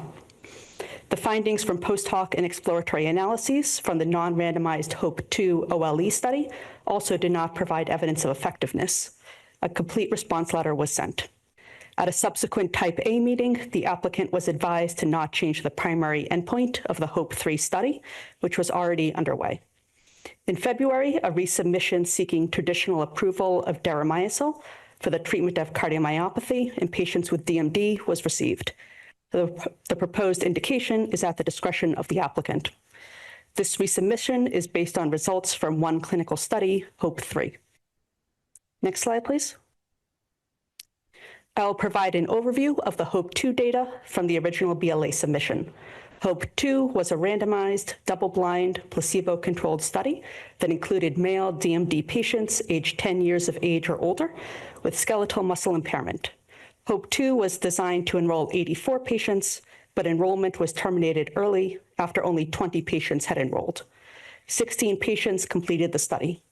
After data unblinding, the applicant modified the statistical analysis plan and transformed efficacy data from the original scale to percentile rank without adequate scientific justification. Next slide, please. Based on the analysis model pre-specified before data unblinding, HOPE-2 did not show a statistically significant treatment effect of deramiocel compared to placebo on either the primary efficacy endpoint or the secondary efficacy endpoints. No overall consistency in treatment effect was apparent across the exploratory cardiac endpoints. This is a forest plot of the results for all 26 exploratory cardiac endpoints from HOPE-2 based on the pre-specified analysis. Each horizontal line represents a confidence interval for an endpoint, and lines which cross the vertical line centered at 0 indicate there was no difference between treatment and placebo. If a true treatment effect were present, one would expect significant findings across multiple related cardiac parameters. However, there is no difference between treatment and placebo for most of the cardiac endpoints. 3 out of 26 cardiac endpoints reached a nominal p-value less than 0.05. There was no pre-specification of hypothesis testing nor any multiplicity adjustment strategy for the 26 cardiac endpoints. Next slide, please. The original BLA submission also included data from HOPE-2 OLE, an open-label, uncontrolled extension study of study HOPE-2 that was designed to assess long-term safety. 13 male DMD patients who had previously completed HOPE-2 were enrolled. There was a gap period of approximately 1 year between the end of HOPE-2 and the start of HOPE-2 OLE, and no baseline MRI was performed at the start of the open-label period. External natural history comparators were used for propensity score matching analyses. The results were inconclusive due to inadequate matching with the external comparators. Next slide, please. The data included in this BLA resubmission are derived from HOPE-3, a randomized, double-blind, placebo-controlled, 2-cohort, multi-center phase 3 study. HOPE-3 also includes 2 subsequent open-label phases, though our review focuses on data from the randomized phase. There were 2 cohorts, which were based on 2 different manufacturing facilities. The study includes males aged 10 years of age or older with genetically confirmed DMD. The eligibility criteria included patients with a PUL entry item score of 2 to 6 and a total PUL score less than or equal to 40. There were no specific eligibility requirements for a diagnosis of cardiomyopathy or imaging abnormalities. There were 106 patients randomized to receive deramiocel or placebo every 3 months for 12 months. At baseline, the mean age was 15 years, and the majority of patients were non-ambulatory. The mean LVEF at baseline was 57.3%, with a range of 36.5 to 74%. Next slide, please. This table shows the results for 2 analyses of the primary efficacy endpoint, which focused on skeletal muscle function. On the left is the analysis performed by FDA, which is based on a version of the Statistical Analysis Plan, or SAP, that was finalized before the double-blind period ended. The primary endpoint was the mean change from baseline to month 12 and PUL 2.0 total score. The mean treatment difference was 0.66 with a p-value of 0.24. On the right is the post hoc analyses performed by the applicant, which uses a statistical plan that was finalized after the double-blind period ended and further modified in the clinical study report. The primary endpoint is the mean % change from baseline to month 12 and PUL 2.0 total score. Next slide, please. This plot shows the model-adjusted mean change from baseline and PUL 2.0 total score based on SAP version 1.1. The deramiocel arm is shown in orange, and the placebo arm is shown in blue. At month 6 and month 12, placebo patients demonstrated a descriptively larger decline in PUL 2.0 when compared to deramiocel-treated patients. At months 3 and month 9, deramiocel patients demonstrated a descriptively larger decline in PUL 2.0 when compared to placebo patients. Next slide, please. This table shows the results for 2 analyses of the key secondary efficacy endpoint, which focused on cardiac function. Similar to the table for the primary endpoint, on the left is the analyses performed by FDA, which is based on a version of the SAP that was finalized before the double-blind period ended. The secondary endpoint is the mean change from baseline to month 12 in LVEF. A raw change from baseline in LVEF is clinically interpretable and is an established metric of LV function used in cardiac imaging and in clinical practice. The mean difference was approximately 0, with a p-value that is close to 1. On the right is the post hoc analyses performed by the applicant, which uses a statistical plan that was finalized after the double-blind period ended and further modified in the clinical study report. The key secondary endpoint is the mean ranked change from baseline to month 12 in LVEF. This means that the analysis based on the ranking of the LVEF data rather than the raw values. Ranked changes do not have units, and there's no clinical interpretation. They are not used in cardiac imaging or clinical practice in any cardiac disease. Furthermore, the analysis performed by the applicant excludes 6 patients without month 12 data for LVEF, 5 in the deramiocel group, and 1 in the placebo group. 3 of the 5 patients in the deramiocel group who were excluded had decreases in LVEF at month 6 of 5 to 15 percentage points, and the patient in the placebo group had a 10 percentage point increase in LVEF at month 6. Next slide, please. This plot shows the model-adjusted mean change from baseline in LVEF based on SAP 1.1. The deramiocel arm is shown in orange, and the placebo arm is shown in blue. At month 6, deramiocel-treated patients descriptively showed a larger decline in LVEF when compared to placebo-treated patients. At month 12, there was a negligible difference between the treatment and control groups. As mentioned in the previous slide, there were 6 patients who were excluded from the applicant's analysis, including 1 placebo patient who had increased LVEF at month 12 and multiple deramiocel patients who had decreased LVEF at month 12. Our analysis includes these patients. Next slide, please.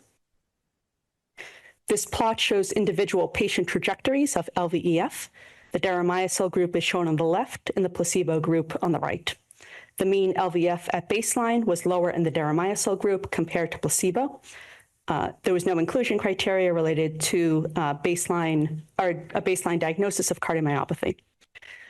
An IR was sent regarding heart rate and blood pressure at the time of MRI, and the applicant stated that heart rate and blood pressure were not recorded nor documented. It is unknown if these hemodynamic factors contributed to the observed variability. These plots demonstrate variability in LVEF among patients, and there's no clear evidence of a treatment effect by visual inspection. Next slide, please. This table shows values for LVEF and LV volumes. Baseline LVEF was lower in the deramiocel group compared to placebo and declined in both groups. LV volumes are measures of LV dilatation, and larger volumes generally indicate more dilatation and more advanced disease for a patient with dilated cardiomyopathy. A product with a true treatment effect on the heart will be expected to reduce dilatation and decrease LV volumes over time compared to placebo. Baseline LV volumes were greater in the deramiocel group compared to placebo, and both LV dilatation increased over time in the deramiocel groups. LV dilatation was stable or slightly improved in the placebo group. High sensitivity cardiac troponin I and high sensitivity cardiac troponin T were only measured in cohort B, including 24 patients in the deramiocel group and 21 in the placebo group. Neither demonstrated statistical significant difference. No data on BNP or NT-proBNP was submitted. Next slide, please. This table shows data for a subset of patients with a medical history of cardiomyopathy or cardiac involvement on baseline imaging. Again, a product with a true treatment effect on the heart would be expected to reduce dilatation and decrease LV volumes over time. There was no clear evidence of a treatment effect on LVEF or LV volumes in this subgroup. Next slide, please.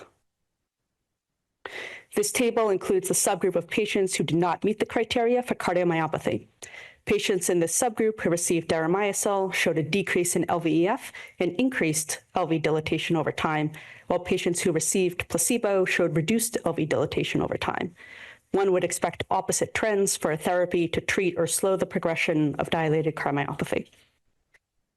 Next slide, please. This table shows LVEF, LV volumes, and LGE for patients who had LGE data available at month 12. Measurement of LGE requires the use of contrast when performing an MRI, and this was only done for patients enrolled in the second cohort of the study. These results are challenging to interpret due to the large amount of missing data. Next slide, please. To provide further context on the LVEF results, I'll discuss the adjudication process for cardiac MRI in HOPE-3. The imaging charter for HOPE-3 specified a 2+1 consensus review. This means that each MRI is read by 2 independent reviewers with an adjudicator reviewer for cases of disagreement. The applicant modified the pre-specified plan to use MRI reads from only a single reviewer, reviewer A. The justification provided by the applicant is that reviewer B only provided reads for 62 of 83 patients. However, based on the imaging charter, the 2+1 review paradigm would still have applied to the reads where both reviewer A and reviewer B data were available. These changes to the pre-specified adjudication process limit the reliability of the data. Next slide, please. I will next discuss the variability of cardiac MRI in HOPE-3. Although only reader A was used for the data set, comparison with reader B can be performed for studies where both reads are available. The plot on the left shows the pairwise reading comparison of LVEF at month 12 for 62 studies. The y-axis represents the difference between the 2 readers, and the x-axis represents the mean of the 2 readers. The table on the right provides additional data for the comparison of reader A and reader B at screening and at month 12 for 62 paired reads. The mean difference between reader A and reader B was approximately 3 percentage points, with a standard deviation of approximately 2.5 at both screening and month 12. The coverage probability is the proportion of cases with an absolute difference less than or equal to 5 percentage points, and was 0.85 at screening and 0.77 at month 12. Next slide, please. This table shows the treatment emergent adverse events related to the investigational product or administration procedure within the safety population. The events listed here were greater than 5% more frequent in the deramiocel group than in the placebo arm. Headaches occurred in 60% of the patients receiving deramiocel, but in only 4% of patients receiving placebo.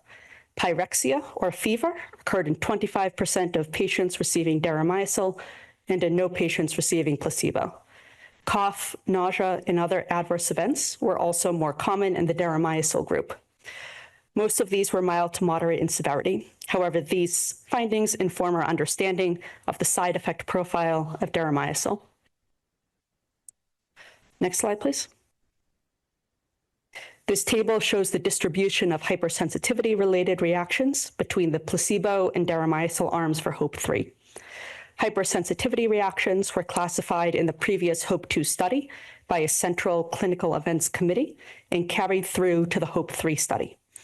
Overall, these reactions were seen in 41.5% of the patients in the deramiocel arm and 15.4% of patients in the placebo arm. Next slide, please. This table describes patients with hypersensitivity reactions leading to drug discontinuation, which is a low-frequency event across deramiocel studies. You will see that there is one patient who had received placebo. The placebo consisted of the same cell preservation solution as for deramiocel, but without cells, meaning it contained DMSO and other excipients. Patients experienced symptoms such as throat tightness and difficulty breathing, which in some cases required hospitalization for further monitoring. In the case of the last 2 patients, the reactions occurred despite receiving a pre-treatment medication regimen. Thank you for your attention. I will now hand it off for a discussion of the statistical review. Thank you. Good afternoon, everyone. Thank you all for being here today. I'm Dr. Ting Ting So, and I'm a statistical team leader in the Office of Biostatistics and Pharmacovigilance at CBER. Today, I'll be discussing FDA's statistical evaluation of the evidence for deramiocel's effectiveness. I would like to thank the committee members, the applicant, and the patient community for this opportunity to explain FDA's evaluations and the reasoning behind them. Next slide, please. I'll begin with an overview of FDA's 2 key statistical concerns. The first concern is late changes to the statistical analysis plan that lack adequate scientific justification. Substantial modifications were made to the endpoints and analysis method after complete data collection. without documented protocol amendments or sound scientific rationale, including additional post hoc changes beyond the final SAP that violate the principle of pre-specification. The second concern is a lack of robustness. The apparent treatment effect is highly sensitive to analytical choices and to the handling of missing data for only 2 placebo subjects. Assessing robustness to various data limitations is how FDA determines whether results are credible and interpretable, and that standard is not met here. Together, these 2 concerns raise questions regarding whether there is a substantial evidence of effectiveness for deramiocel. Next slide, please. I would like to set the stage for statistical discussion with this figure. The x-axis represents the timeline of key milestones, and the y-axis shows the p-value for both the primary endpoint, POOL 2.0 total score, shown in solid line, and key secondary endpoint, LVF, shown in dashed line, across successive versions of the SAP, from SAP 1.1 created at the start of the study, through SAP 2.0 and 3.0 created after complete data collection, and through applicant's final analysis submitted in the BLA. The dots on the far left show the results according to SAP 1.1, which FDA considers the most scientifically sound pre-specified analysis. According to this analysis, there was no statistically significant difference between groups on either POOL 2.0 or LVEF. The dots on the far right show the applicant's final results, with statistically significant differences between groups on both POOL 2.0 and LVEF. These results are based on post hoc changes to the final SAP after data unblinding. In the remainder of this presentation, I will explain this discrepancy and describe why FDA considers the results on the left side of the figure to best represent the evidence for deramiocel's effectiveness. The applicant has presented a new figure with an alternative version of the results based on these SAP versions. FDA has verified that in these plots, the applicant performed specific data imputations and included some additional covariates that were not specified and the corresponding SAPs that improved the p-values. The applicant had characterized SAP 1.1 as an incomplete draft, but SAP 1.1 was a complete draft with the primary and secondary efficacy endpoint analysis models clearly described. The models specified in SAP 1.1 are consistent with those specified in SAP 1.2 through 1.5, as well as the protocol submitted to FDA on October 14th, 2022. SAP 1.5 and associated protocols were submitted to FDA on June 9th, 2023. Notably, the analytical models and missing data handling are similar across all SAP versions and protocol versions that preceded the interim futility analysis. Next slide, please. This slide summarizes the key conclusions from FDA's statistical review. Deramiocel did not demonstrate a statistically significant difference on either the pre-specified primary endpoint, change from baseline to month 12, and POOL 2.0, or the pre-specified key secondary endpoint, change from baseline to month 12, and LVEF.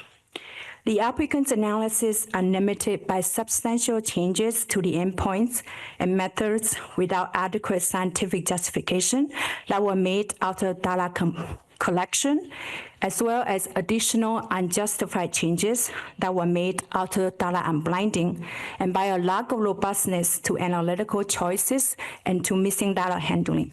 Next slide, please. I will now turn to the first major statistical concern, discussing in detail the late SAP changes and why they lack scientific justification. Next slide, please.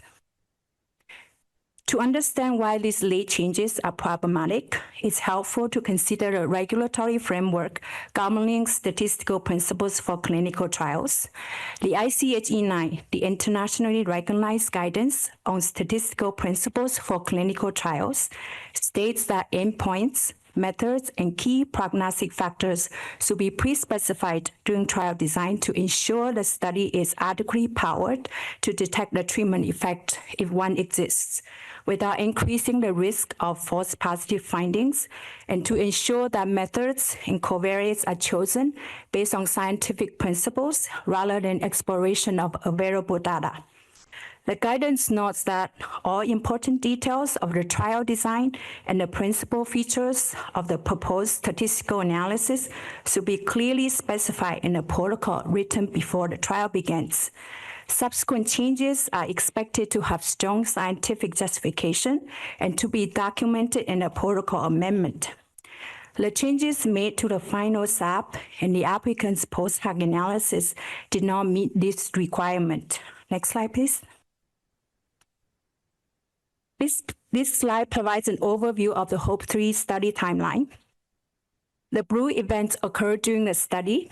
The first subject was enrolled on June 22nd, 2022, and SAP 1.1 was dated July 19th, 2022, shortly after study initiation, as expected for a properly pre-specified analysis and prepared by the CRO in accordance with the applicant's approved blinding plan. SAP 1.7 was dated December 6, 2023, revised by the applicant 1 day before the DSMB futility analysis meeting. The green marker represents the end of the randomized double-blind phase on June 18, 2025. All events and rate occur after the complete data collection. SAP 2.0 and Protocol 9.0 were dated September 26, 2025, more than 3 months after complete data collection, at which point the primary endpoint was changed to % change from baseline and Pool 2.0, and substantial changes to the analysis model were made.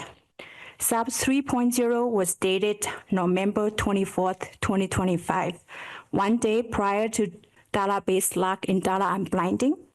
SAP 3.0 changed the key secondary endpoint to rank change from baseline and LVEF, among other substantial modifications. SAP 3.0 was not submitted to FDA prior to BLA submission. Notably, both SAP 2.0 and 3.0 were generated by the applicant, which was not aligned with the applicant's own approved blinding plan. The complete study report with post-hoc analysis was dated February 3, 2026, and the BLA resubmission was completed on February 20, 2026. Next slide, please. As stated in ICH-E9, the extent to which the primary analysis is planned a priori will contribute to the degree of confidence in the final results and conclusions of a trial. In some cases, changes made prior to formal unblinding can still increase the risk of false positive findings. Blinding in clinical trials is not an all or nothing concept.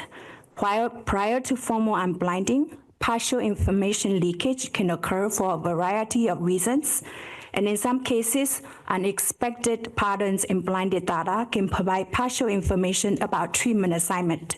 In this trial, hypersensitivity reactions occur in approximately 42% of the deramiocel group compared to 15% in the placebo group, a notable imbalance that could be used to infer treatment assignment.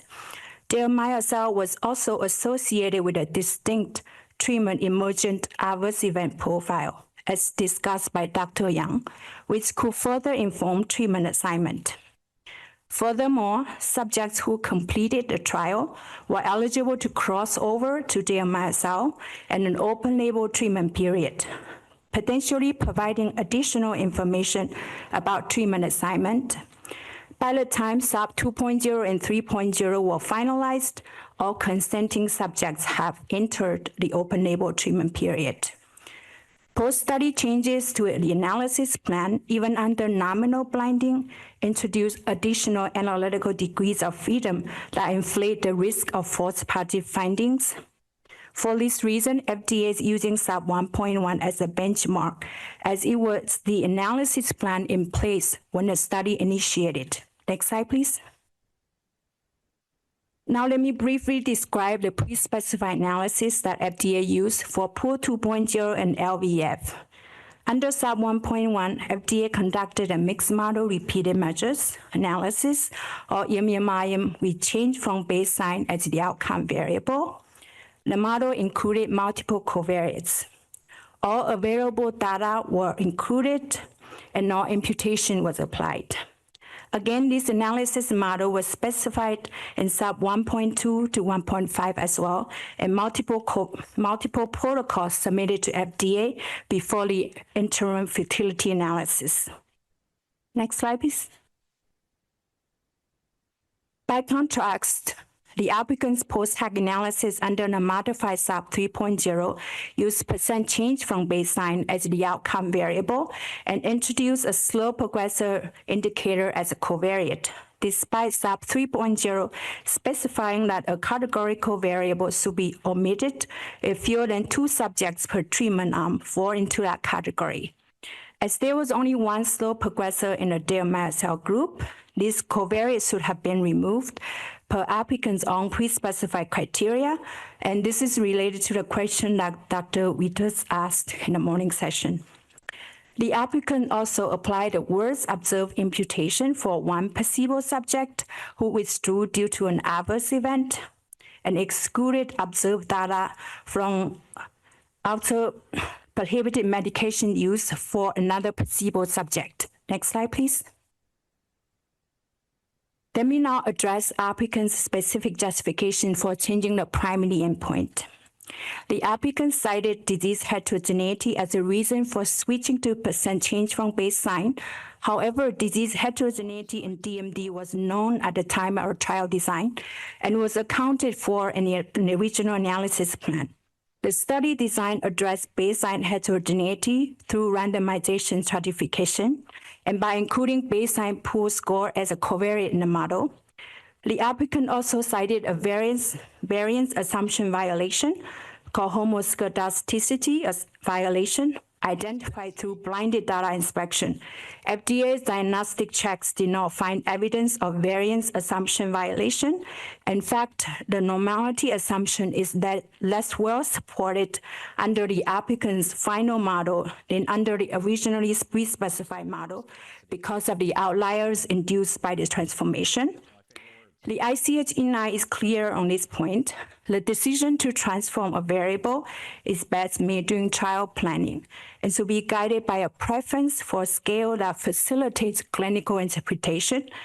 In this case, percent change from baseline was not chosen during trial planning, and it was not chosen to facilitate clinical interpretation. Next slide, please.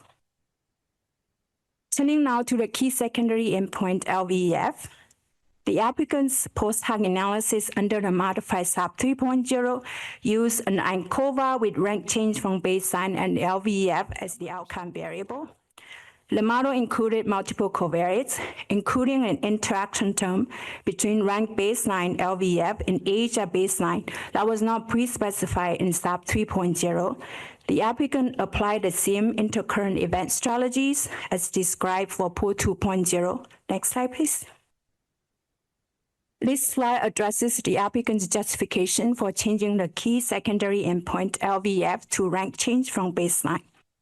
The applicant stated that the need for specific LVEF modeling was not identified until 1 day before formal unblinding and was informed by the earlier HOPE-2 study experience about potential outliers and normality violation. However, HOPE-2 was completed in March 2020. FDA's model diagnostic checks did not show evidence of normality violation in HOPE-2 LVEF data. The information about HOPE-2 was available well before HOPE-3 was designed, not 1 day before formal unblinding. To provide context, the first patient visit for HOPE-3 occurred on June 22nd, 2022. Important prognostic covariates similarly were known during trial planning.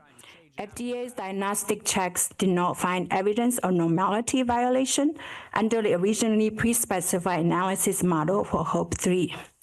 As with Pool 2.0 endpoint, rank change from baseline and LVEF was not chosen during trial planning, and it lacks clinical interpretability. Next slide, please. In addition to FDA's concern regarding the overall change to rank analysis, the applicant's LVEF analysis has several technical problems. It excludes 23 randomized subjects, and that's 22% of the study population, along with all month 6 data. Excluding randomized subjects violates the intent to treat principle and can introduce substantial bias. Compared to the MMI analysis, which uses all available data, the applicant's analysis excluded 6 additional subjects who had both baseline and month 6 data, and that's 5 treated and 1 placebo. The graph below shows the LVS trajectories for these 6 subjects, with red representing the myocyte treated subjects and blue representing the placebo subjects. For the myocyte treated subjects had declining LVEF from baseline, with decreases ranging from approximately 5 to 15 percentage points, while the excluded placebo subject had a 10 percentage point increase. This pattern of exclusion, removing a placebo subject with improving LVEF and multiple treated subjects with declining LVEF, contributed to the more favorable results observed in the applicant's analysis. They kept the good patients throughout the bad ones. The applicant's analysis also does not account for randomization stratification factors, which could exacerbate the imbalance between the 2 arms. When FDA performed sensitivity analysis using the applicant's post-hoc model with randomization stratification factor included, the difference in rank change in LVEF was no longer statistically significant. Next slide, please. The applicant assigned the worst observed outcome to a placebo subject who discontinued out of baseline due to an adverse event. A clinical plausible assumption would be that this subject will continue on a trajectory consistent with other placebo-treated subjects, rather than experiencing declines of this magnitude. As shown in the graphs here, this subject had an average baseline Pool 2.0 score of approximately 25 points and was imputed with a score of 12 at month 3, representing a decline of approximately 13 points, far outside of the placebo group mean decline from baseline to month 3 of 0.02 point. These subjects also had a baseline LVEF of approximately 50% and was imputed with approximately 34% at month 6, a decline of approximately 16 percentage points compared to a placebo group mean decline from baseline to month 6 of 0 to 9 percentage point. Under the applicant's analysis, this placebo subject artificially had the worst decline from baseline to month 12 in both endpoints, Pool 2.0 and LVEF. By contrast, to their myocyte-treated subjects who withdrew early with multiple adverse events were assigned average outcomes. Next slide, please. The applicant's analysis also excluded all observed data after use of prohibited medication and another placebo subject. This strategy for handling prohibited medication use was introduced in the final SAP 3.0, and was not documented in any protocol amendment. As shown in the graphs here, these subjects had an improvement in Pool 2.0 and LVEF scores. However, these data were excluded from the analysis. The effect of the prohibited medication on Pool 2.0 and LVEF outcomes is unknown. FDA does not know whether the observed improvement in this placebo subject was due to the prohibited medication or would have occurred in his absence. Next slide, please. I'll now turn to the second major statistical concern, the lack of robustness of the study conclusions. Next slide, please. This table summarizes the primary endpoint, Pool 2.0 results across multiple versions of the SAP without applicants' data imputation to the two placebo subjects. Each of these columns reflects a different analysis approach to the same underlying data set. Under SAP 1.1, the mean difference in Pool 2.0 total score was 0.66 points with a p-value of 0.24, not statistically significant. The conclusion of no statistically significant difference is consistent across all SAP versions presented here when imputation is not applied. Next slide, please. This table summarizes Pool 2.0 results across multiple versions of the SAP, this time with applicants' data imputation for the two placebo subjects. As the applicant progressively modified the SAP, switching to percent change, applying data imputation, redefining baseline score, and further modifying the analysis, the result became statistically significant with a p-value of 0.045 under SAP 3.0, and then to 0.029 with further post-hoc modification after data unblinding. Overall, the study conclusion lacks robustness to different analytical choices and to handling of missing data. Next slide, please. I would like to draw attention to an important observation within the applicant's own final SAP, SAP 3.0. Under the applicant's final SAP, the results are not statistically significant without data imputation. Statistical significance is achieved only when a specific imputation approach is applied to the two placebo subjects, assigning the worst observed data to one placebo subject and excluding observed data from another placebo subject who had improvement in Pool 2.0 and LVF. The primary endpoint results are not robust to plausible missing data assumptions for a very small number of subjects. A credible finding of substantial evidence of effectiveness to be consistent across a range of reasonable analytical approaches, but consistency is not demonstrated here. 51, 52. You see that? This table summarizes the LVF results across multiple versions of the SAP without the applicant's data imputation for the two placebo subjects. Again, each of these columns reflects a different analysis approach to the same underlying data set. Under SAP 1.1, the mean difference was essentially zero, negative 0.04%, with a p-value of 0.97, not statistically significant. The conclusion of no statistically significant difference is consistent across the different SAP versions presented here when imputation is not applied. Next slide, please. This table also summarizes the LVF results across multiple versions of the SAP, this time with applicants' data imputation for the two placebo subjects.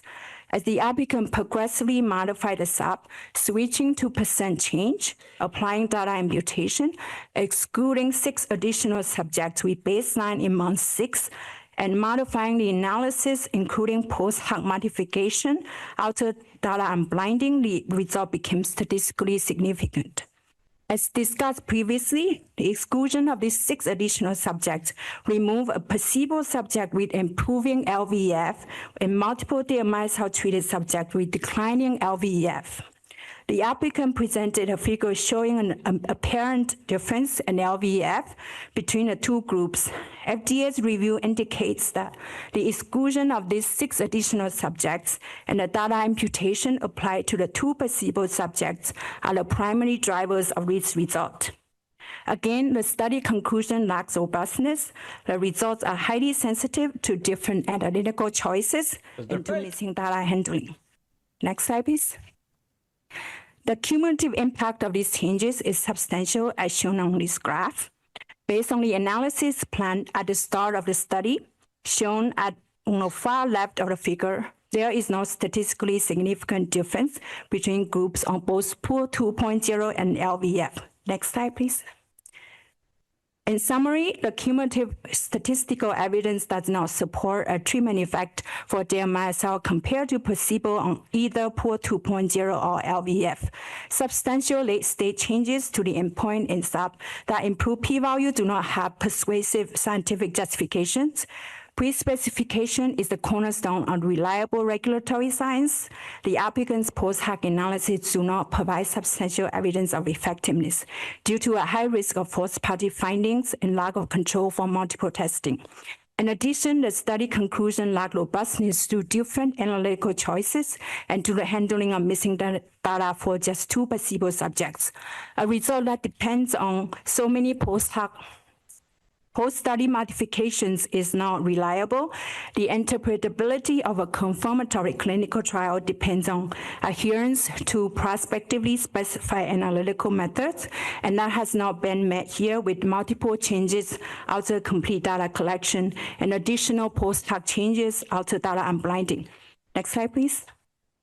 I will now briefly address the supporting studies, HOPE-2 and HOPE-2 OLE, which exhibit the same pattern of post-hoc analytical modification. Next slide, please. The HOPE-2 did not demonstrate statistically significant difference on its primary endpoint mid-level pool to 1.2 on any of the key secondary efficacy endpoints. The applicant transformed the data from a regional scale to percentile ranks and post-hoc analysis, citing a violation of normality violation as a justification. However, FDA found no evidence of a normality violation under the pre-specified model prior to data unblinding. In addition, percentile rank transformation has no clinical interpretation and is statistically unstable in a small sample size of only 19. Next slide, please. The HOPE-2 OLE was an open-label long-term extension study of HOPE-2. Exploratory and post-hoc analysis from this type of study cannot provide substantial evidence of effectiveness for several reasons. First, there was a significant selection bias. 20 subjects were enrolled in HOPE-2, but only 10 were included in the external control comparison for LVEF. There was a high degree of disease heterogeneity, but the analysis did not control for all potential confounders. The FDA guidance on the use of external controls recommends that the protocol itself be finalized before data collection, not after data collection, to reduce spurious finding by using a model with the most favorable results, and that principle was not met here. Thank you. Thank you. Now get him, Pratik. Good afternoon. My name is Dr. Pratik Shukla, and I'm a pediatric pulmonologist, currently serving as an acting branch chief in the Division of Clinical Evaluation, General Medicine. Get him. I want to begin by thanking the advisory committee for your time and expertise, and also thank the patients and their families who have provided a firsthand account of what life with this disease and the remaining gaps in therapy. Next slide, please. So before turning to our regulatory summary, we want to take a moment to speak plainly about the patients at the center of this review. The FDA review team includes physicians who have cared for patients with DMD, and we are acutely aware of who these patients are and what they go through. As we heard this morning, DMD is not an abstract scientific question. It is a disease that progresses through childhood with devastating results. We understand the impact of this relentless, life-limiting disease and how patients and their families have been waiting, fighting, and hoping for treatments that can help. There are currently no FDA-approved therapies specifically for cardiomyopathy and DMD, and the unmet need here is both real and urgent. We carry that weight into this review, and we ask the advisory committee to do the same, while holding firm to the evidentiary standards that protect the very patients we all seek to serve. To be clear, reliance on a single, adequate, and well-controlled trial with confirmatory evidence is appropriate here, given that DMD is a rare, serious condition with a significant unmet medical need. The fundamental question is whether the available data supports the effectiveness of deramiocel for the treatment of cardiomyopathy in patients with DMD. Next slide, please. Now, as the applicant noted this morning, clinical trials are messy.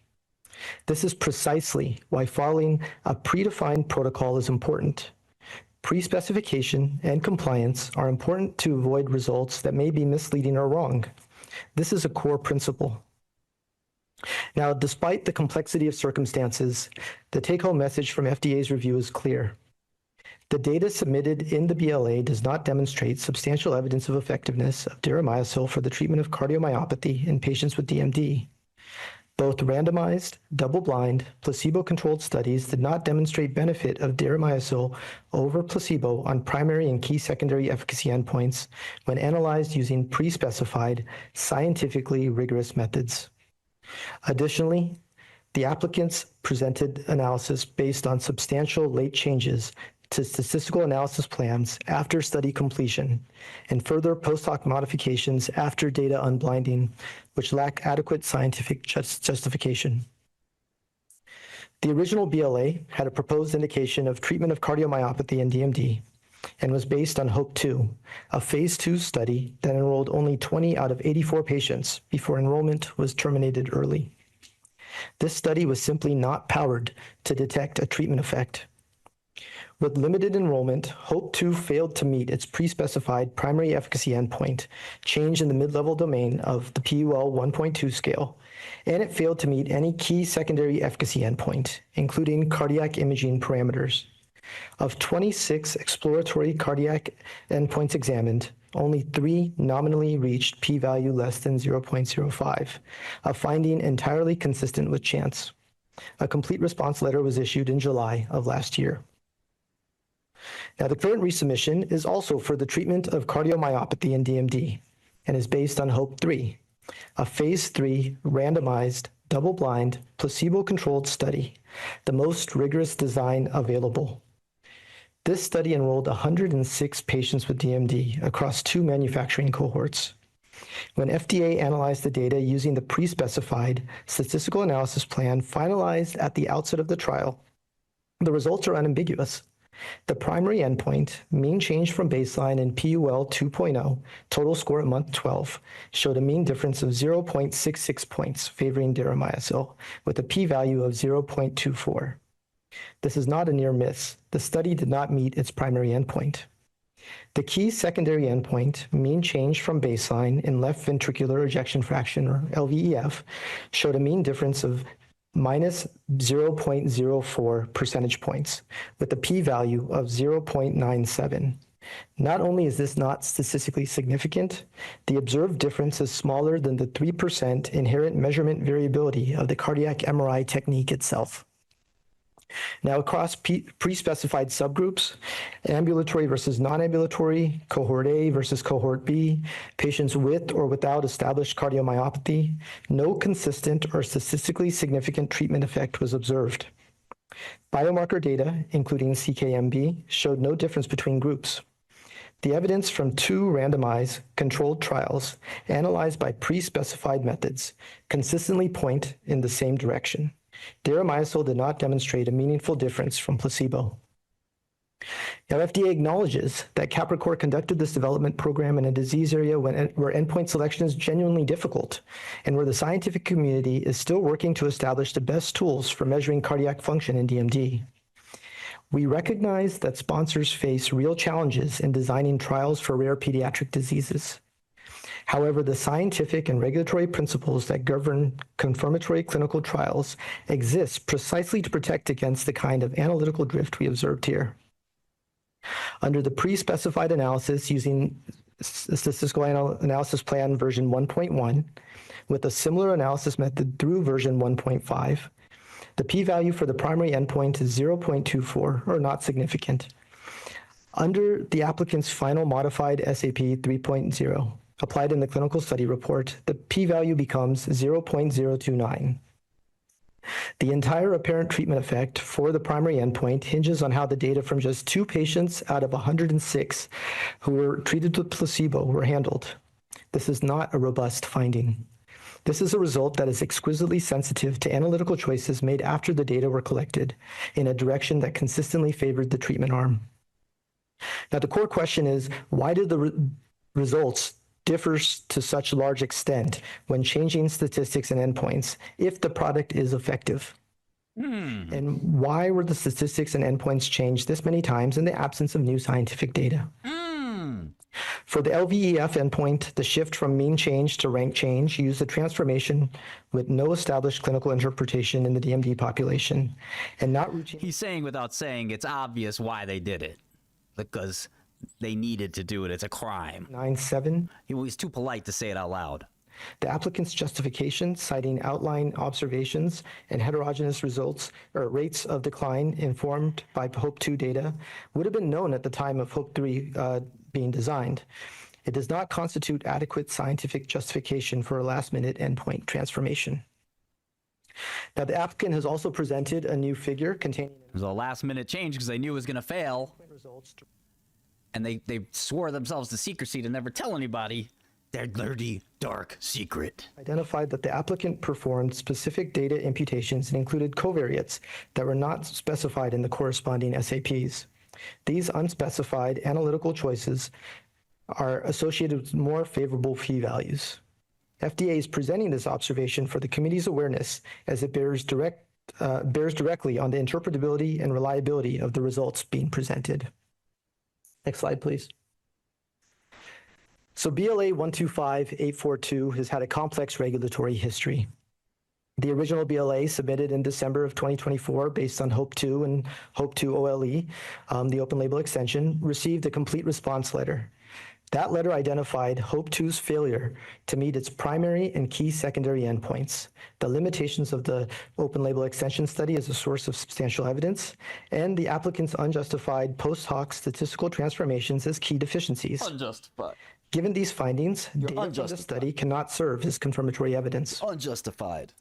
The applicant then resubmitted the BLA based on the results of HOPE-3. FDA's thorough and independent review of the HOPE-3 data based on the pre-specified SAP version 1.1 finds no statistically significant treatment effect on either the primary endpoint, upper limb function by PUL 2.0, or the key secondary endpoint, left ventricular ejection fraction. The applicant's alternative analyses developed through a series of late SAP modifications after trial completion and further post-hoc changes after unblinding are not statistically robust, are sensitive to the handling of individual data Don't make no sense, and they're illegal. High risk of false positive High findings. risk. They cannot serve as the basis for a finding of substantial evidence of effectiveness of deramiocel for treatment of DMD cardiomyopathy. Looking at safety, we note that deramiocel has a manageable but notable profile. Hypersensitivity reactions occurred in 41.5% of deramiocel treated patients versus 15.4% on placebo. The pretreatment regimen mitigates but does not eliminate hypersensitivity risk, and this signal will require careful attention in any future development. In the absence of benefit for the treatment of patients with DMD cardiomyopathy, the risk of treatment creates an unfavorable benefit-risk profile for this product in this patient population. Finally, the evidentiary standard that requires us to demonstrate substantial evidence of effectiveness exists to protect patients. Approving a product that has not been shown to work does not help patients. To the contrary, it may expose them to risk. And it may divert attention and resources from therapies that could truly make a difference. The evidentiary standard is not a barrier to patients, it's a safeguard for them. Next slide, please. So we set before the committee today 2 topics for discussion and 1 voting question. Topic 1 concerns the cardiac efficacy findings from study HOPE-3. The committee is asked to discuss whether the results of study HOPE-3 on the pre-specified secondary endpoint of change from baseline to month 12 is left ventricular ejection fraction, or LVEF, support a conclusion that deramiocel is effective in slowing the rate of decline in cardiac function in patients with Duchenne muscular dystrophy. This question asks the committee to focus specifically on the LVEF data as an indicator of cardiac function over time, and to weigh in on what those results tell us about the drug's effect on disease progression in the heart. Next slide, please. Topic 2 broadens the lens to consider the full range of evidence from study HOPE-3. The committee is asked to discuss whether the results of study HOPE-3 on the pre-specified primary and secondary endpoints assessing upper limb function and cardiac imaging parameters support a conclusion that deramiocel is effective in the treatment of patients with DMD. We ask the committee to consider the efficacy data across these endpoints, including both the functional and structural measures captured in this trial. Next slide, please. And finally, the voting question is an overarching question that draws on the full evidentiary record. Does the available evidence, including but not limited to the findings discussed in questions 1 and 2, provides substantial evidence of effectiveness of deramiocel for the applicant's proposed indication of treatment of cardiomyopathy in patients with DMD. This is ultimately a question about the adequacy of the evidence base as a whole to meet the statutory standard. We thank you for your time, and we look forward to the committee's deliberation. Okay. We now have 15 minutes for the panel to ask questions of the FDA. Okay. Why don't we start at that end of the table? Dr. Cassidy? Yes.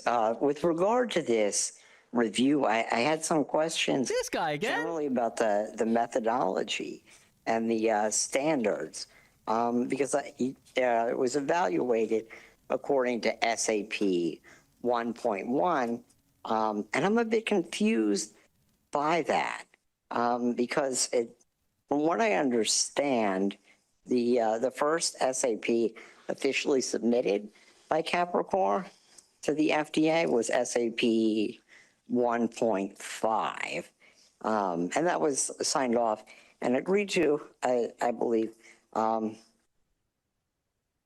Feedback was received on SAP 1.6, and 1.7 was created in response to that. Unfortunately, the Capricor wasn't given any feedback for 1.7.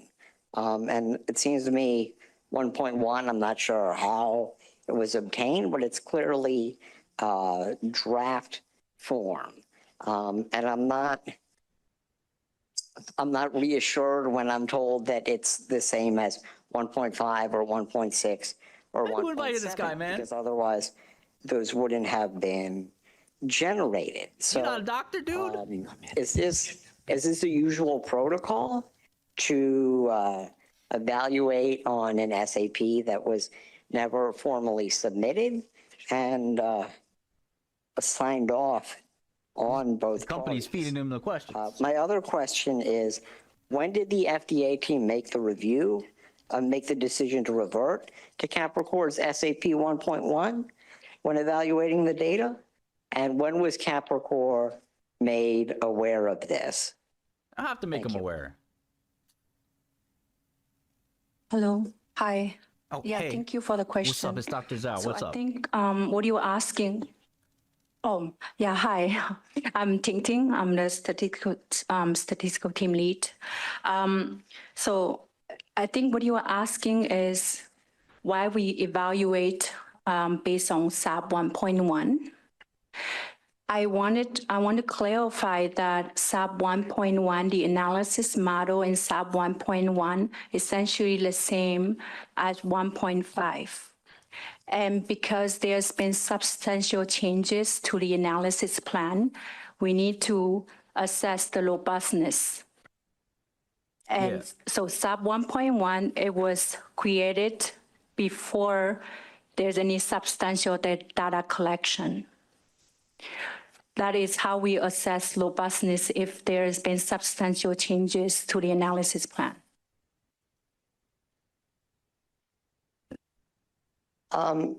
So again, but I guess what I'm asking is it protocol to analyze based on a SAP that's in draft form that hasn't been agreed to and signed off on by both parties?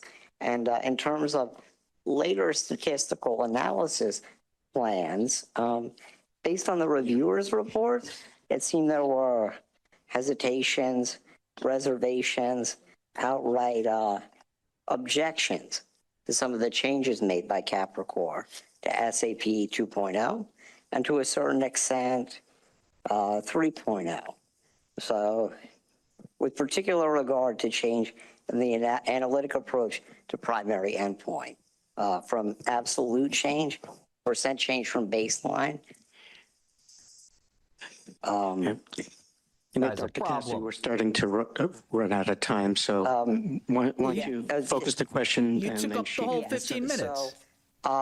If there was such concern about SAP 1.7 2.0 and 3. Why did Capricor not receive any feedback? And what are they supposed to, what should they assume if they don't get any official feedback or, yeah. Okay. Thanks, Dr. Cassidy. John Scott, CBER, Office of Biostatistics and Pharmacovigilance. So those are all excellent questions. Just to clarify one thing, FDA does not in general agree on an SAP formally with an applicant. We don't both sign something. The SAP 1.x versions were aligned with protocol versions that FDA reviewed under IND. SAP 2.0 was created after the study was over, 2 months before unblinding, and then the day before unblinding, SAP 3.0 was created and not submitted to FDA for review. We did not provide feedback on SAP 2.0. We could not have provided feedback on SAP 3.0. Okay, we're going to have to move on to that. Dr. Tift? No, but why was there no response or feedback? Because it seems there's a significant amount of time to respond between 2.0 and 3. Oh, go ahead. No, Petrula Zboko, FDA. As Dr. Scott mentioned, this is not an agreement or some sort. It is the sponsor's responsibility to design the study, provide a protocol and a statistical analysis plan that makes sense. And also, it's at their discretion to ask for FDA input. That was not asked. There was no meeting about it. And so feedback was provided for some of the SIPs and not others. But I think at the end of the day, the core question is not why FDA didn't provide feedback. I think the question is why were there so many changes to it? And what do we make out of that, of the results associated? Ask the company. Thus. Okay, I think we need to move on. Dr. Fischbach, online. I'm sorry, this is along the same lines. I don't know why they tried to do this, regardless of what they were hearing from the FDA. It seems to me that it's general knowledge in statistics that you don't do a post hoc analysis. I'm surprised that the statisticians that they had, me too. We're encouraging them to move forward without acknowledging that it's post hoc. And also the reviewers for, was it Lancet, they have a paper coming out today. Fuck was you thinking? They should be aware of this. So I'm not sure what were they trying to do? What were they trying to pull off here? I don't think it's FDA's responsibility to tell them how to do statistics. I think that they have statisticians who should have told them that. Yeah. That's my take on it. Yeah, tell them. Okay. Thanks, Dr. Fischbach. That'll certainly become part of the discussion when we get to that. Dr. Coffey, let me remind everybody, please just state your names so that it's part of the record when you make your comments. What were they trying to pull off? Dr. Coffey? Chris Coffey. I guess I'm kind of beating a dead horse, but I want to take it in a slightly different direction. Yeah. So a lot of the rationale for using 1.1 was that it was created before the initiation of the study, which is good, but it's not uncommon for SAPs to change during a clinical trial as long as it's changed before unblinding. I mean, the use of post hoc here is somewhat subjective in terms of whether there was an inference of blinding. I guess what I'm struggling the most with, and what I'd like a little more sense, I completely understand the concerns about SAP 3.0 changed one day before unblinding. It's not clear to me why the discussion is between SAP 1.1 and SAP 3.0 and not SAP 2.0 and 3.0, because 2.0 was submitted with the protocol version about a month after an FDA meeting and made some changes that came from that meeting. So even though it was technically after the regular part before the open label extension started, the SAP 2.0 to me doesn't seem that unusual, especially coming after a meeting with FDA. And the main reason I ask that is it doesn't change the discussion we'll have around the LVF change to rank, but it does change the discussion on the POL 2.0 change to percent change. Just very quickly, Petrula Zboko, FDA. So this is a very good question. Thank you for the question. I think changes, as we said, minor changes are expected, allowed. I think the core issue and question is the changes that were made were major changes that really had a large impact on the results. And so this is really what the review team is questioning, and what is the basis for those changes. I think if there were changes made that really made sense and potentially were made after new data emerged in the literature, on the science, I think that, you know, that potentially may have been something to consider. But I think we're still struggling with the actual reasons and the actual changes reasons so they knew the major fucking to data. impact the results. They're trying to pull off a little Dawson, I'd like to pull up slide 48, scam. please, and turn it over to Dr. John Scott to respond. trying to pull off a little scam. Oh, no, that's not the right slide. Sorry. Maybe 149?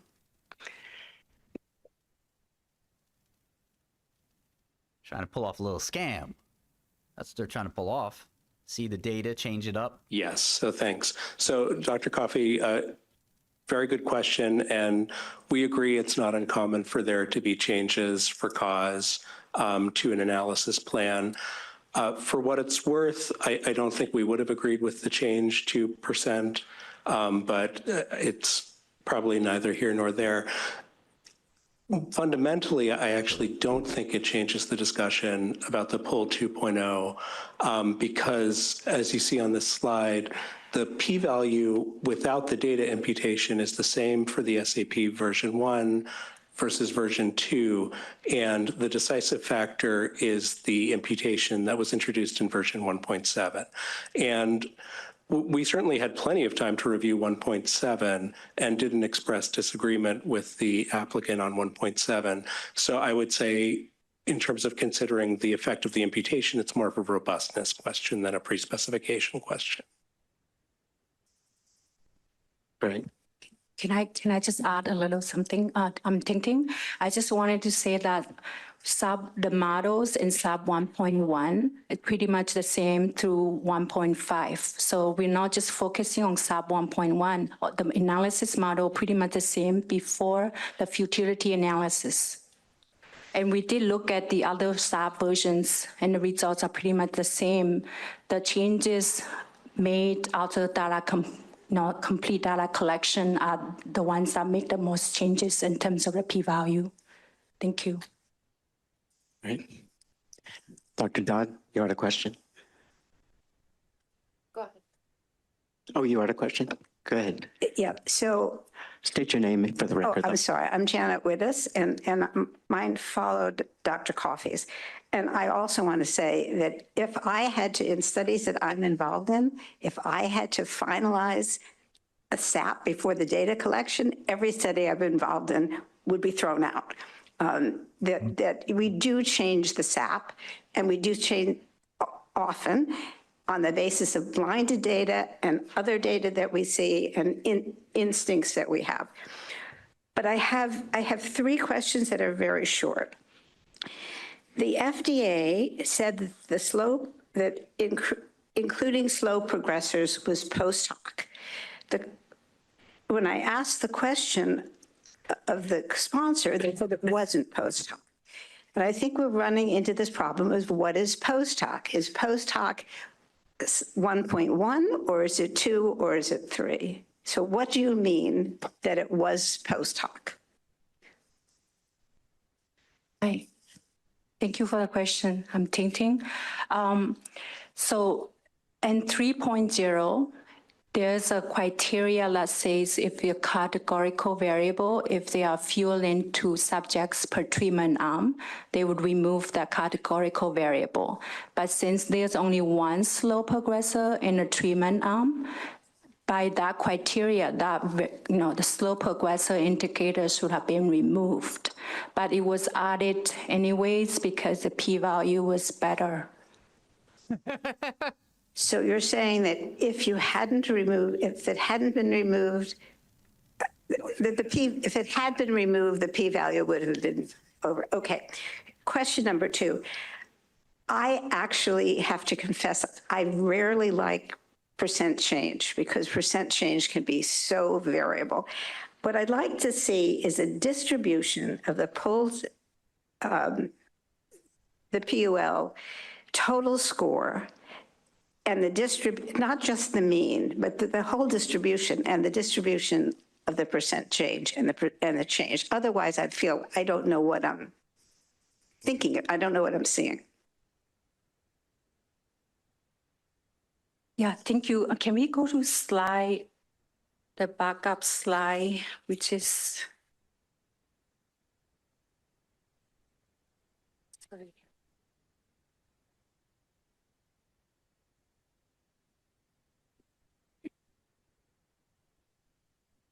Sorry, 175 to 176. So it's two slides. So we did, so the applicant cited variance assumption violation. And we did look at the residuals, the one on the left. So that's the residuals based on this raw data. Excuse me, that's not what I asked for. I wasn't clear. I asked for the baseline. What are we talking about? What's the distribution of baseline pool 2.0 and the follow-up, not the distribution? This is telling me I don't have to worry about normality. Sorry, I don't believe we have that here. Thanks. And then one more quick question. I don't maybe it's not so quick. I don't understand the difference between the sponsor's CO26 and the FDA's slide 32, because they're both showing the p-values over time as a function of the different SAPs, but they're much more different from that. There must be something else that's making them really different from each other. Yeah, thank you for the question. I'm thinking the reason is, so there's the two specific data imputation to the two placebo subjects that were introduced later on. They were applied across all the earlier SAPs, even though they were not in the earlier SAPs. Okay, thank you. Okay, Dr. John. Yeah, so just, could you just pull up that slide, the slide 53 for the FDA? I just want to make sure that I really understand what went into, in particular, the PUL curve. And so just to be clear then, the November, no, not that one. It's your slide 53 with the SAP changes. 153. Can you please pull up 133?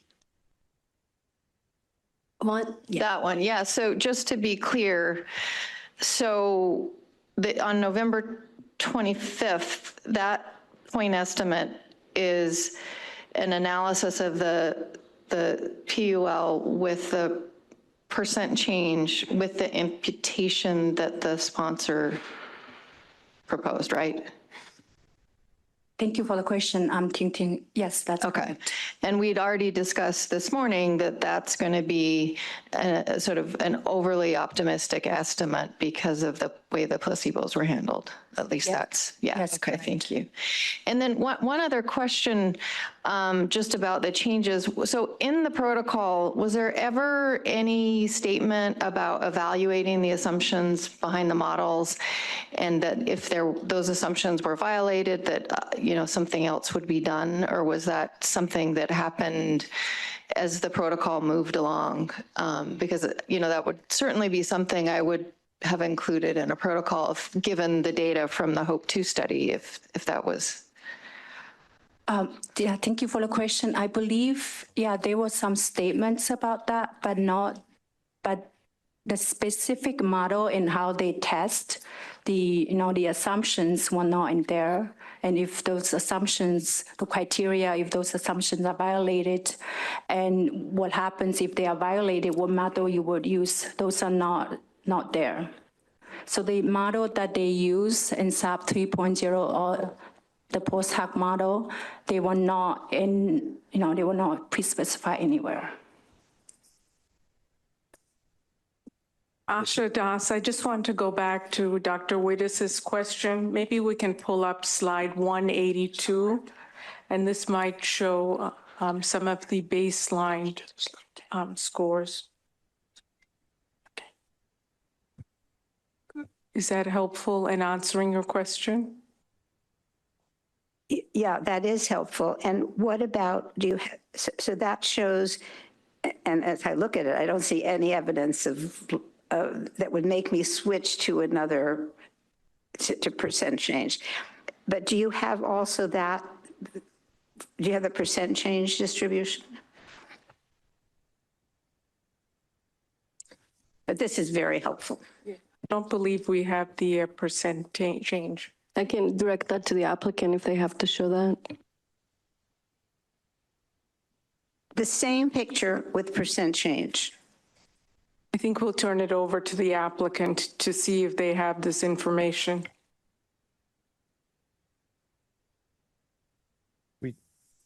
In fact, if we can share our slide on it.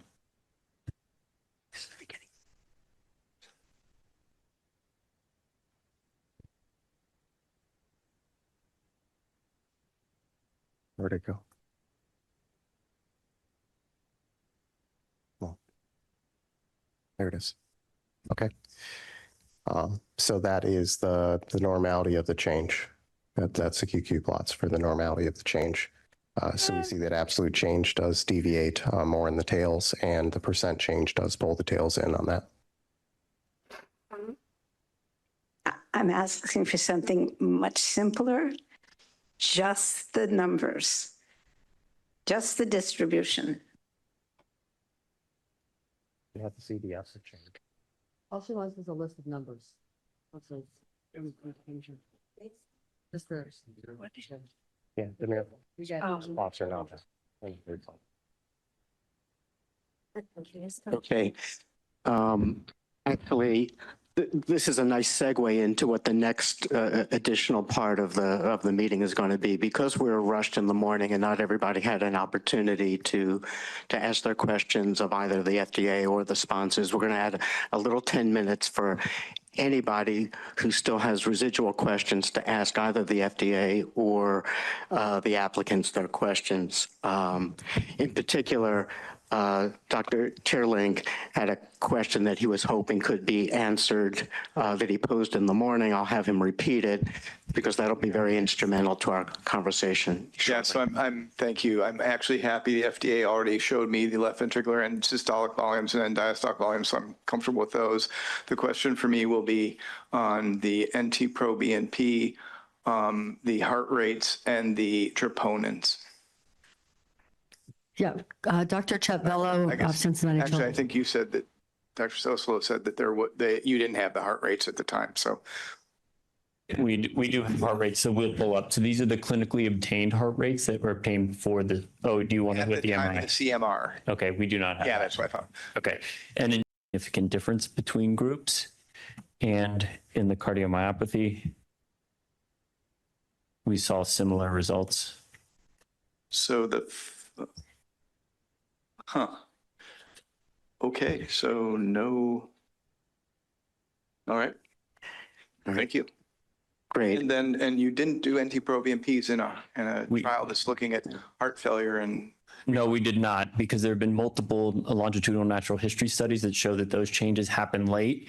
In fact, they probably revolve around the changes in remodeling versus Right, about the time typical. that remodeling occurs, which is what you were actually studying. So Yeah, they do not occur till late, and that's been shown in multiple natural histories. That's not his. Sorry, Dr. Teerlink, please ask you seems like you're not satisfied, so please feel free to continue asking your questions. I also want to be clear that the blood markers, the biomarkers in the, was in cohort B only of 44 patients. So it's a much smaller sample size. And so independent of the fact that it was earlier stage in the disease process, it's not a adequate sample size likely. Oh, so you're saying the cohort B, which was your sample size, for your LGE was too small of a sample size. No, I'm saying for biomarkers, there tends to be more variability. Okay. There was a second question from Dr. Coffey and Dr. Wittes about what we consider post hoc. I think we should answer that as well. So can we pull up slide 149, and I'll turn this over to Dr. Scott.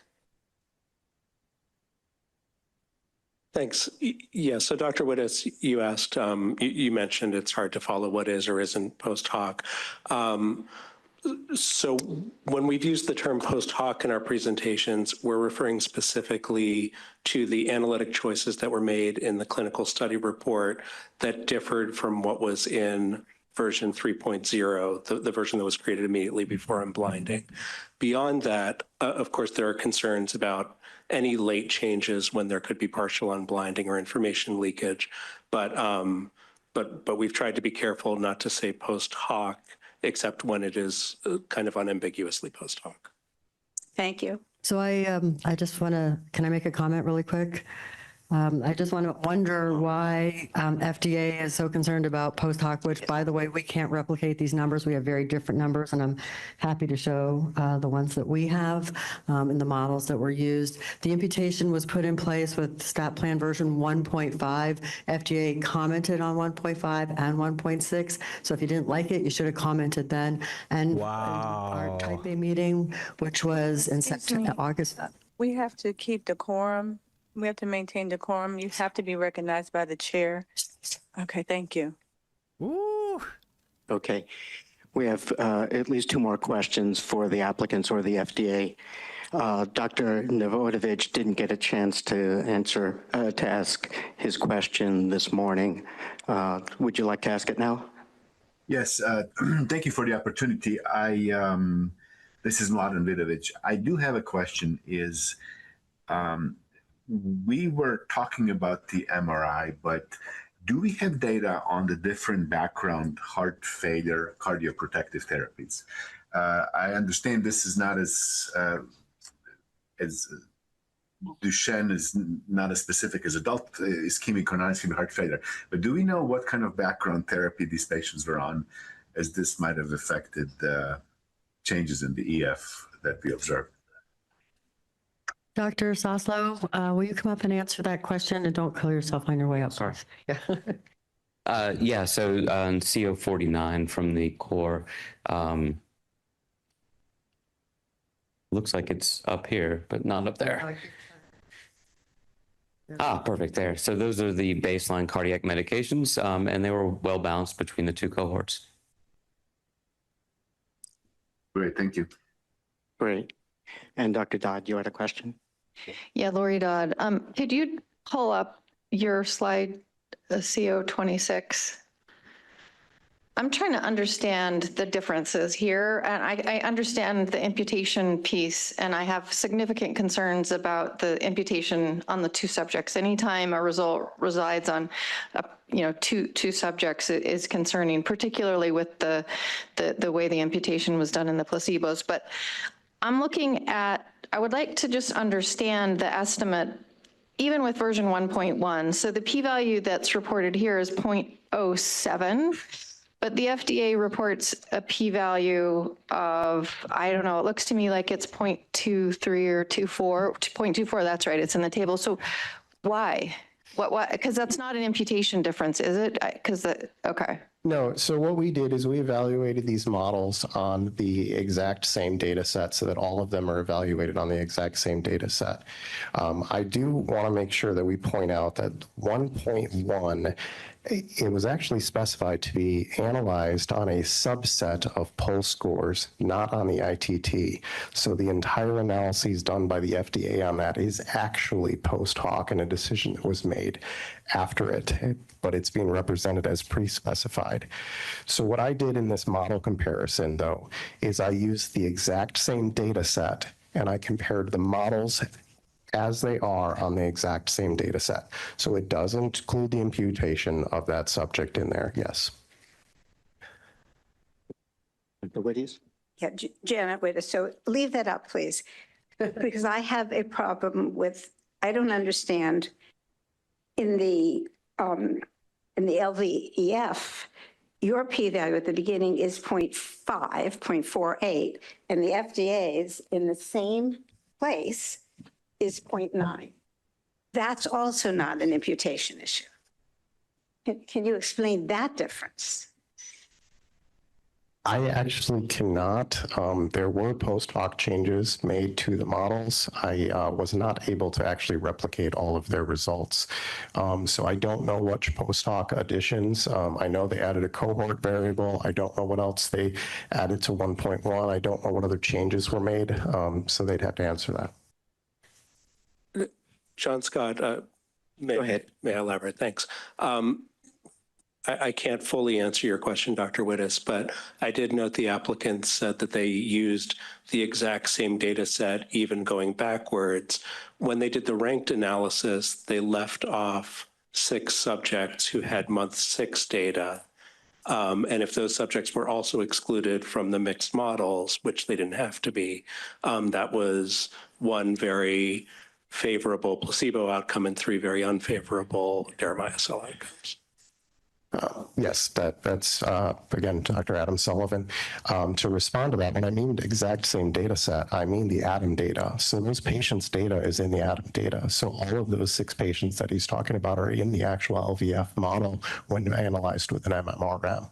They are not left out because they exist in the ADAM data at that level, and we did not make any changes to the ADAM data because that's dangerous to do at this point. Okay. If there's no other question.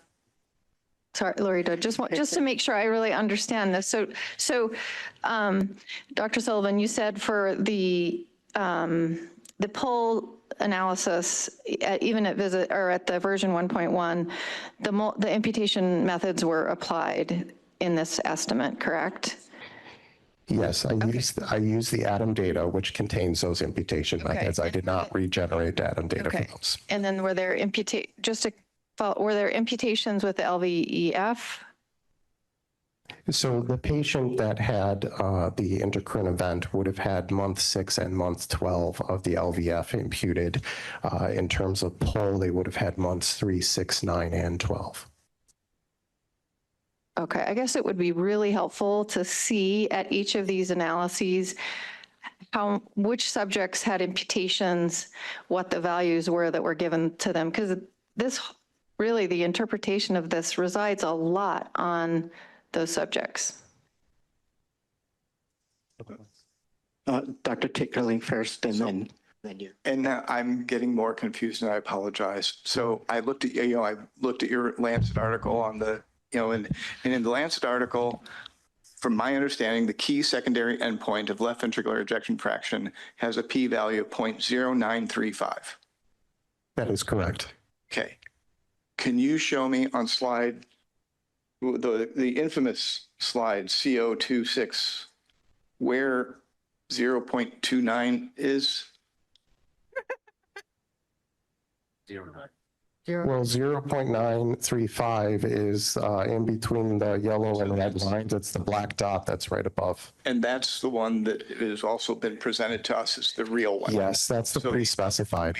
Just the real one. Got it. Okay. Thank you. Dr. Coffey. Yeah, Chris Coffey. I wonder, so to Lori's question, just if I understand, does the ADAM data set include the imputed values, and is the difference because that was used in your model and you took those imputed values out? I'm trying to get a sense of what, is that possibly what happened? I mean, did you strip those out if they were in the data set, or did you use it as is? So for sub 1.1, there was no imputation. So we just used for the placebo subject who took prohibited medication, we let those observed data in.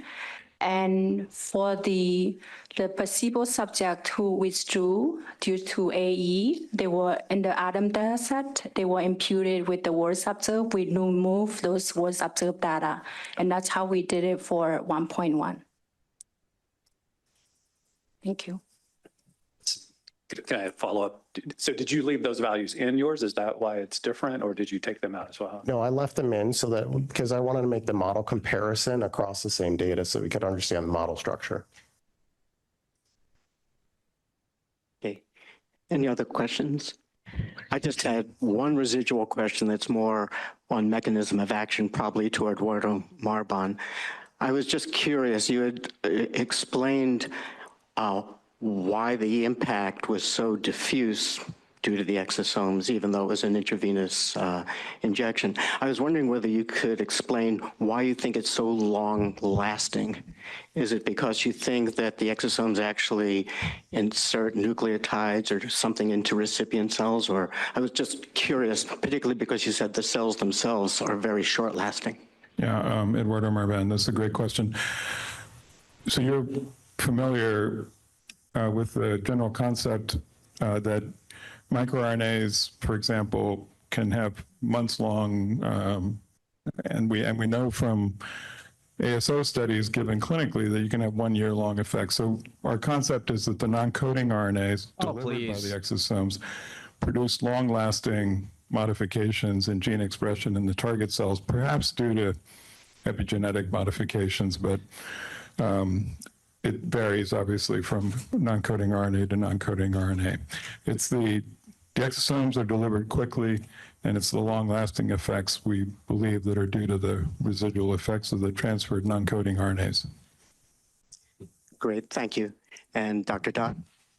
Sorry, I just want to make sure I'm totally clear on this. So we heard in the Lancet paper the p-value for the LVEF is 0.095, but on slide CO51, I think this, this is the p, which p-value are you actually reporting in the CSR? Is it, I'm a little confused by the CSR p-values, which I assume is what you guys are looking at. That's below 0.05, but the other p-values that are reported in the journal and what I just heard is that the p-value is 0.09. I just want to make sure you are saying that the p-value, the appropriate p-value for LVEF is 0.09, whatever, 25. Yeah, so as part of the FDA review process, and then also as part of the review with the Lancet, what we realized is that it used to be somewhat acceptable to take two interaction terms that were in the original model 3.0, which was baseline and age, and then you could tweak the model after unblinding and just by putting them together as an interaction effect. There was a guidance put out by FDA, I think it was in 2022, but please don't quote me, that said that that was now considered post hoc data analysis, and Dr. Sullivan joined our team and said that was absolutely correct. It was post hoc data analysis. Therefore, we had to use the actual model as designed at 3.0, which was pre-specified prior to unblinding, and the p-value there is 0.09. So we corrected that in the Lancet paper. That is how it's been published, and that's what we're going to ask you to make your decision on today. Thank you. But in the cardiomyopathy population, so I am going to say this really fast. So the secondary endpoint, if you guys want to ask me what we would have done to change our study, we would have made the secondary endpoint in patients with diagnosed cardiomyopathy. The cardiomyopathy data stands as statistically significant across the ejection fraction values in those patients. And so there is a difference there. If you have a healthy heart, you can't make it healthier. Thank you. Okay. I would like to just respond to the non-clinical question. So we'd like slide 230, and I'll call Dr. McCann to respond. Thank you.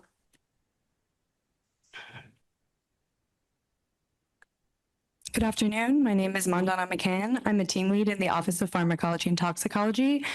We had a clarification regarding the applicant's proposed mechanism of action.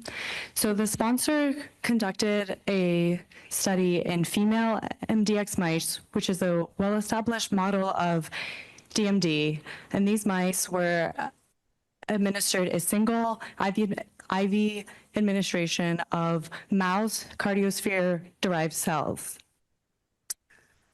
3 weeks after this administration, the female MDX mice, which are known to have a cardiac phenotype that is representative of the intended clinical population, had a variable increase in left ventricular ejection fraction from 0 to 25%.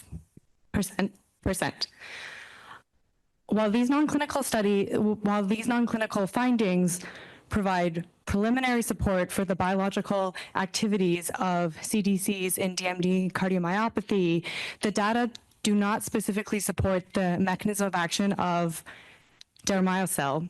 In the slide presented this morning by the applicant regarding the Aminzadeh 2018 publication, those data were from specifically CDC-derived exosomes that were administered intraventricularly into the heart, not via intravenous infusion, as is done in the clinic. Okay.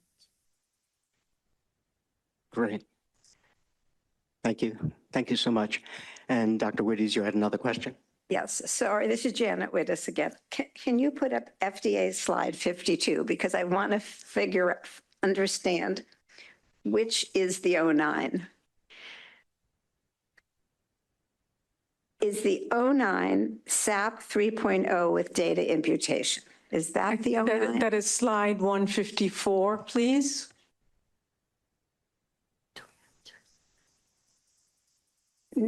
No, it's this one. Slide 52 of the FDA presentation.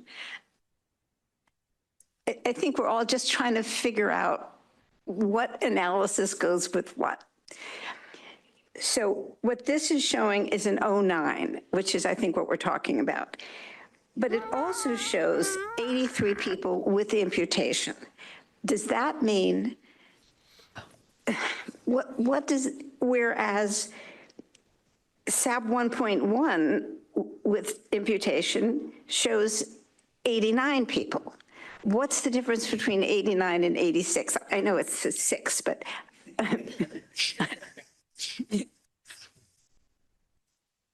'83. So what I'm asking is, who is being imputed in the 89 and who is being imputed in the 86?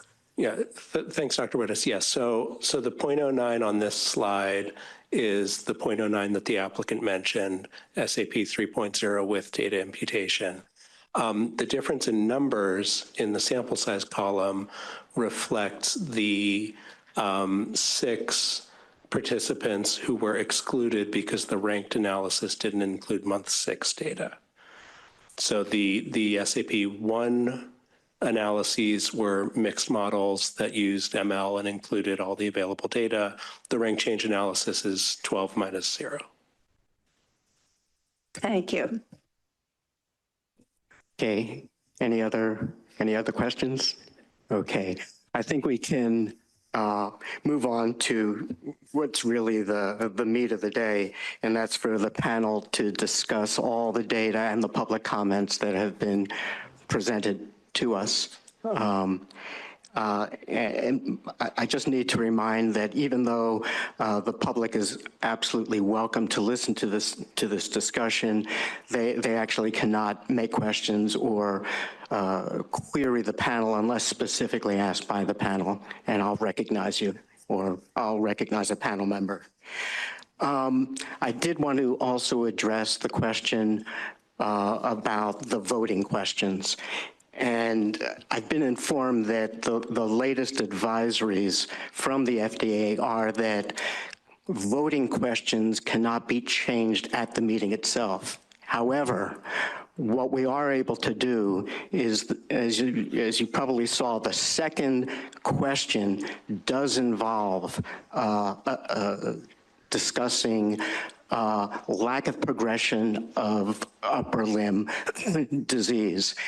And I'm going to encourage that during our discussion that the panel members actually weigh in on their opinion of those kind of data. So that, at the end of the day, our job is simply to advise the FDA. And they'll hear our opinions one way or the other, even regardless of what the vote is. So I'll encourage that aspect, in response to the suggestions from the public comments, that we address that as well, in addition to the cardiomyopathy. And Dr. McHale also wanted to make a comment about the discussion questions. Yeah, and just to make sure, we clarify that the FDA does not deal with a voting question different than a discussion question, right? We decide on this just to facilitate the debate and the discussion, but every exchange that we're going to have during the session will be taken into consideration, and the totality of the evidence, which means the primary endpoint of the study, the secondary endpoint, all what we're discussing about the statistical methods will be taken into consideration. Thank you. Thank you. Is it a quick question? Dr. Snyder, yes, I just want to show very quickly, there's been so much discussion about imputation. I've learned so much about that over the last few months. I just wanted to show, I don't know if this is going up, it's showing up on my screen, what the actual data looks like without the imputed patient. That's the ejection fraction one, but I wanted to see the PUL one. The PUL one. I know it disappeared. There it is. So this is without the imputed patient, the intercurrent event patient, and you can see that using just the straight data, mean change from baseline, that's what it looks like without that patient using the appropriate analysis method. So, and we had that, it was for ejection fraction, we have that too. This is percent, not mid change. That's a percent, mean percent change, I'm sorry. And then here's the ejection fraction. I'm sorry. There was so many questions raised around the imputation strategy. I wanted to show this data. Thank you so much for your time. Okay, that's great. Lori Dodd, just to be clear, there were two patients whose data was imputed, and that was just with excluding one of them, right? It's just... The one patient was censored, not imputed. He had to be censored because he took a prohibited medication. Okay, I'm confused, but Yeah, there was only one imputation. One patient had an intercurrent event that led to one imputation. The patient that took a prohibited medication, when we learned about it, we censored them from the time point that they'd started that medication on. So they have month 3 data in there. They were censored after month 3 due to the fact that they withheld that they were on that medication until later on. But there was no imputation on them. They were in the models up until month 3, and then they were censored after that. Hello, this is Ting Ting. I just wanted to make a comment.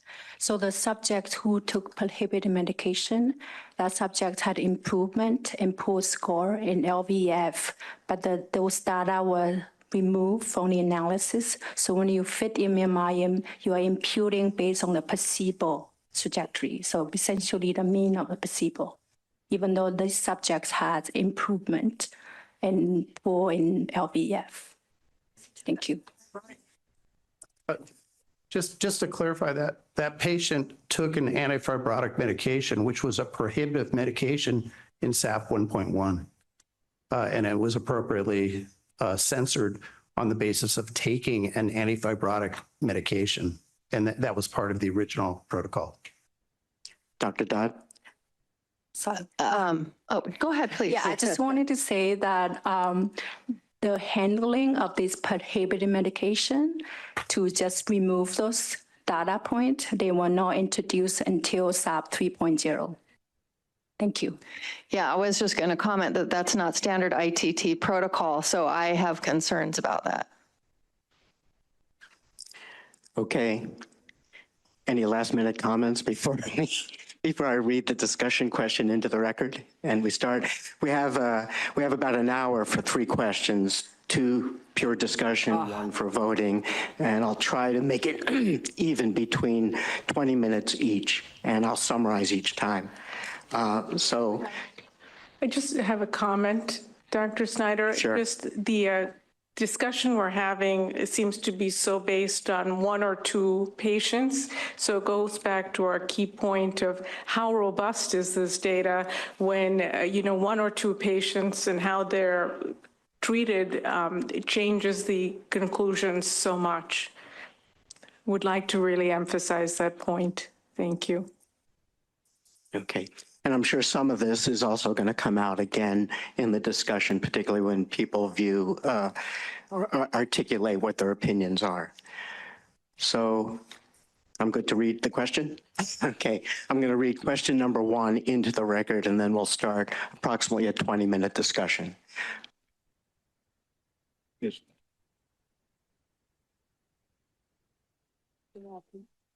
Oh, okay. Discuss whether the results of study HOPE-3 on the pre-specified secondary endpoint of change from baseline to month 12 in left ventricular ejection fraction support a conclusion that Duramisol is effective in slowing the rate of decline in cardiac function in patients with DMD. So this discussion will focus purely on cardiac. And I have a feeling Dr. Teerlink probably wants to start this. Sure. So anyway, in terms of so this is talking, just for everybody, this is talking about what the proposed indication from the sponsor was, which is the treatment of cardiomyopathy in Duchenne muscular dystrophy. So this is from the design of what the sponsor asked for is to talk about this specific as a primary discussion for the indication. So given the small sample size, which I recognize is hard in rare disease, but doesn't mitigate the small numbers, the issues with missing data, covariate selection, analytic techniques, as well as general clinical trial design, including, we never heard about whether sample size estimations and whether any of the assumptions were met during that, as well as general study conduct. I think all are concerns for me in regards to the ejection fraction. In some ways, this discussion is sort of moot in as much as the sponsor's analysis as presented in the Lancet and presented to us showed that they did not meet this endpoint statistically with a p-value of 0.09. 61 to 64. In addition, we have markedly fragile results that can be changed. Raising the low end of expense guidance. Strategies, different inclusions of different people. And remember that ejection fraction is actually a narrowed it is the not bottom range, so they raised slightly.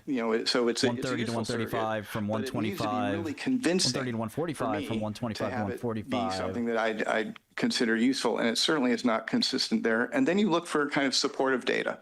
So both the sponsor and the FDA analyses demonstrated potential increases in left ventricular volumes, which the sponsor presented, as you may recall, as the hallmark of disease progression in Duchenne muscular dystrophy cardiomyopathy. And it's something as a heart failure specialist that whenever I see increases in volumes, that's a no-go area. That's bad. And we have in other areas, drugs that increase ventricular volumes actually end up hurting people. So that certainly is not a supportive evidence. Microsoft and maybe is out. suggestive of a possible adverse 90 effect billion, in terms of nice speed. cardiovascular outcomes. And then when you looked at the high sensitivity troponin, you also didn't see cardioprotective effects in that. Now, I love LGE. I think it's a really useful tool. Unfortunately, the inconsistent processes for reading of the MRIs going to a solely single blinded reader for this is kind of questions the methodology. And then the low number of MRIs were there, which in addition, even the patients who underwent the MRIs, 38% of the placebo patients didn't get LGE, compared to almost twice as many, 63% of the treatment patients didn't get LGE. So there was a marked differential exposure to the LGE, even when we look at the very small numbers. So I find those to be very, very fragile results as well, and I can't consider them actually supportive of any kind of indication. I do find them interesting, and but that's kind of where it's at for me. So that's where I'm at in terms of the ejection fraction and cardiomyopathy endpoint. Bad reaction from Meta. Did you want to add anything else about the cardiac aspects? Or great reaction from Microsoft. Okay. Anybody else want to weigh in? Meta numbers are fine. The cardiac aspects, either in the room or online. Yes, Dr. Wittes. Yeah, Janet Wittes again. I'll weigh in. So I feel that. It wasn't a huge beat, but it was. I want to echo what Dr. Das said, and that was how I've been feeling, that these data are very fragile. They're dependent on one or two people in or out, how it's imputed. And so and also the fact that 20%, this is not an ITT analysis. I know you call it that, but it's not. It's missing 20% of the data. So for me, I'm not at all convinced in the cardiac endpoint. Can I? You know, Yes, go ahead. I guess since the sponsor can't talk here, we'll defend them in terms of the 20%-ish dropout for the MRIs, because it's very difficult even in healthy patients to get high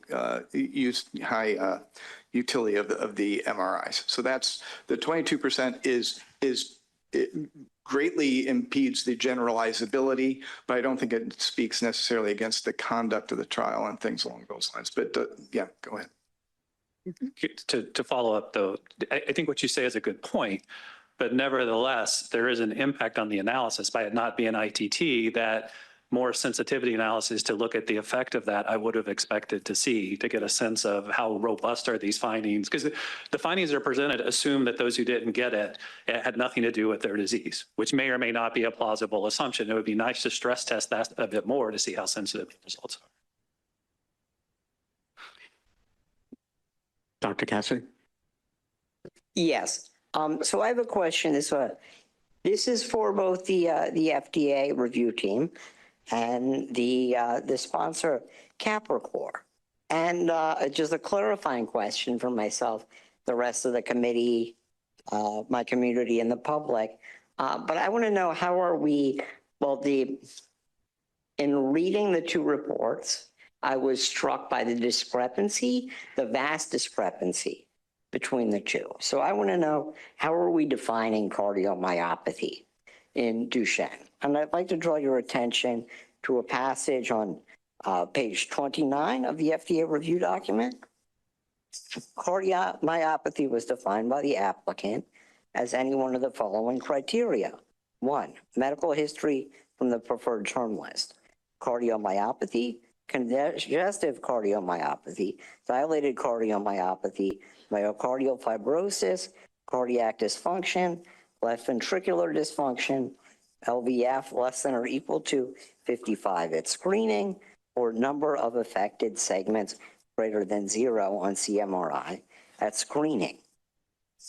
It goes on to note that the sources, quality, clinical assessments, and completeness of the medical history data supporting this definition is unclear and could not be verified by the FDA.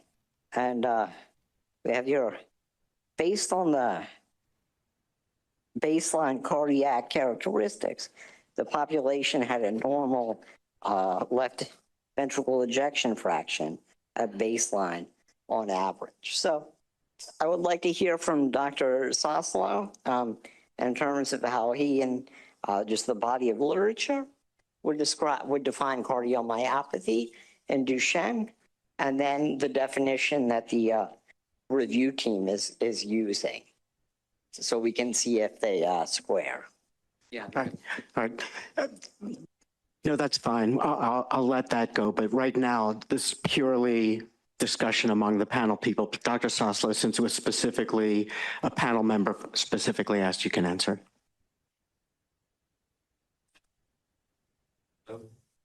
John Soslow, oh, there we go, sorry.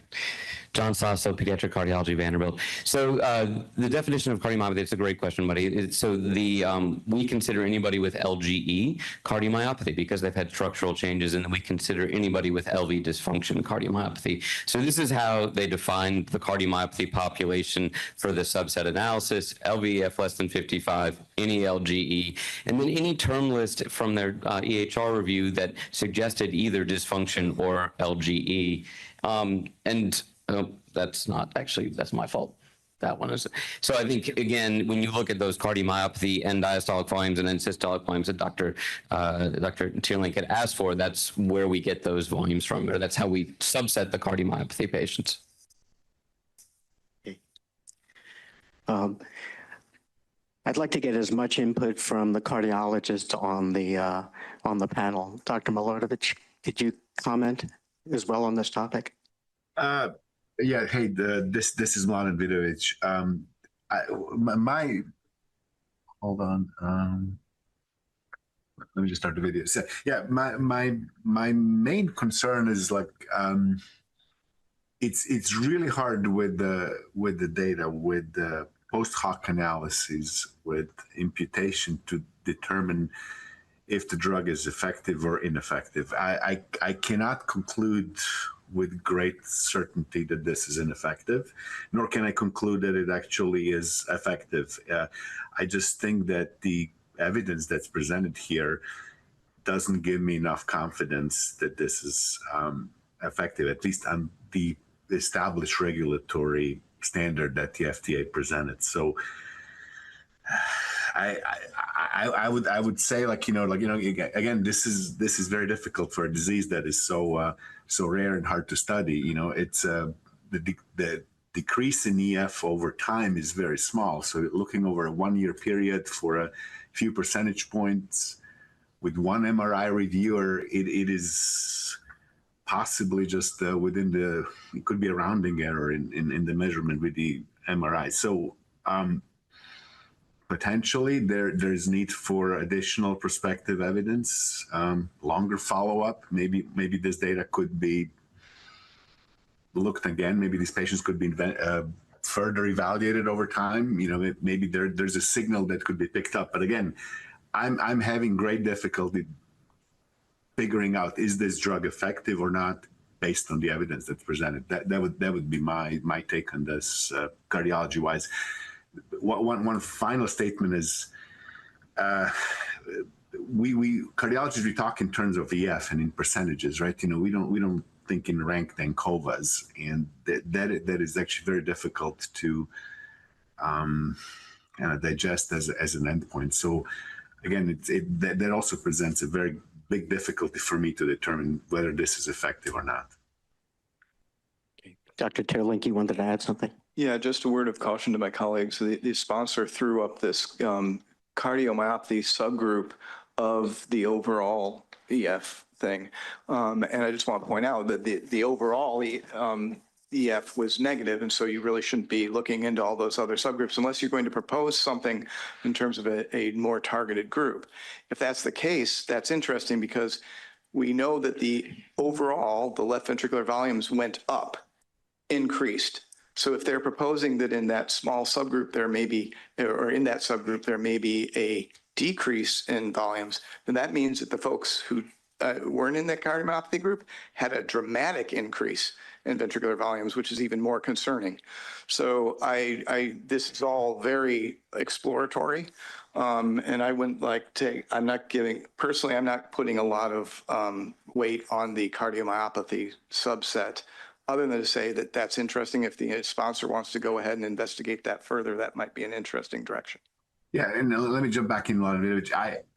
We all know that I hate to repeat this. EF is a calculated value, right? And LVDV and the volumes, and the volumes data that was presented is not that great, right? It's so again when the volumes are presented, also depending on what kind of EF these patients presented with before and after, it's not very convincing, right? That there is a treatment effect of this drug.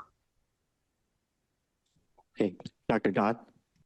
Yeah, Lori Dodd. I first want to say I share the concerns that have been presented already by the committee. I would like to ask the committee members what you think about using a rank-based method in this setting. I mean, I have a lot of concerns about it based on its clinical interpretation. If the p-values were close to each other, then maybe I would feel more comfortable. But you could very easily have ranks that differ, but they're very small absolute changes on the scale. So that's just kind of, and I suspect that's what's happening here, and that's why the rank-based method is has a smaller p-value. But I'm curious, just because this may come up again, and I think it might be helpful for the FDA to hear some of the opinions about using this approach. Was that a question you were asking, posing? To the committee. Okay.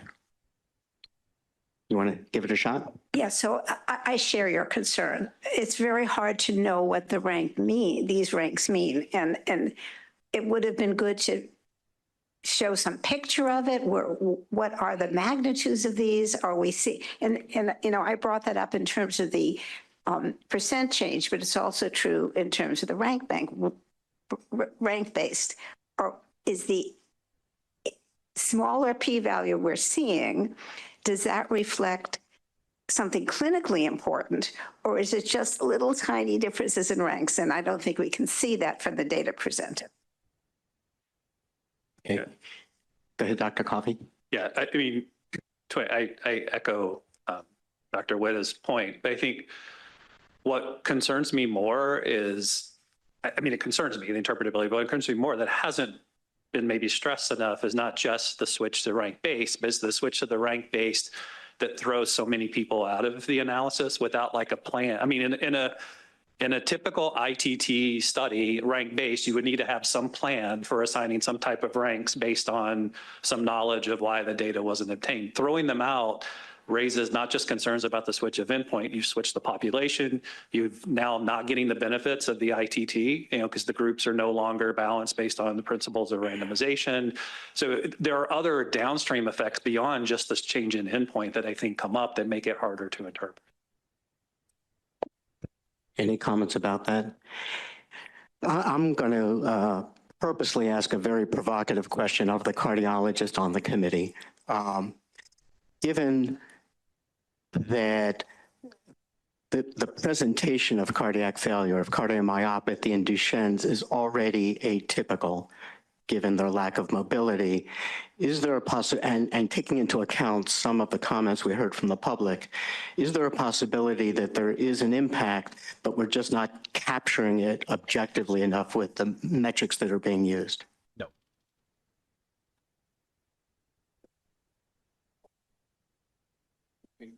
Yeah, why don't you go, because he... All right, John Timberlake, UCSF.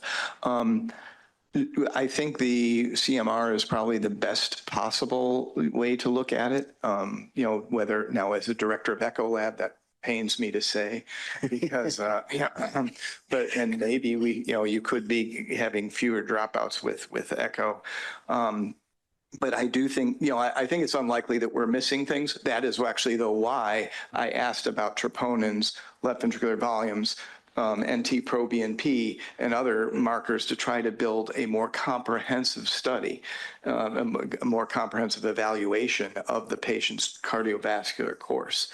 And I didn't, so I think it's very unlikely that we're missing something, particularly in the setting of increasing left ventricular volumes, which is, I'm not going to label as a safety concern necessarily now, but it certainly, to me, rules out a beneficial effect.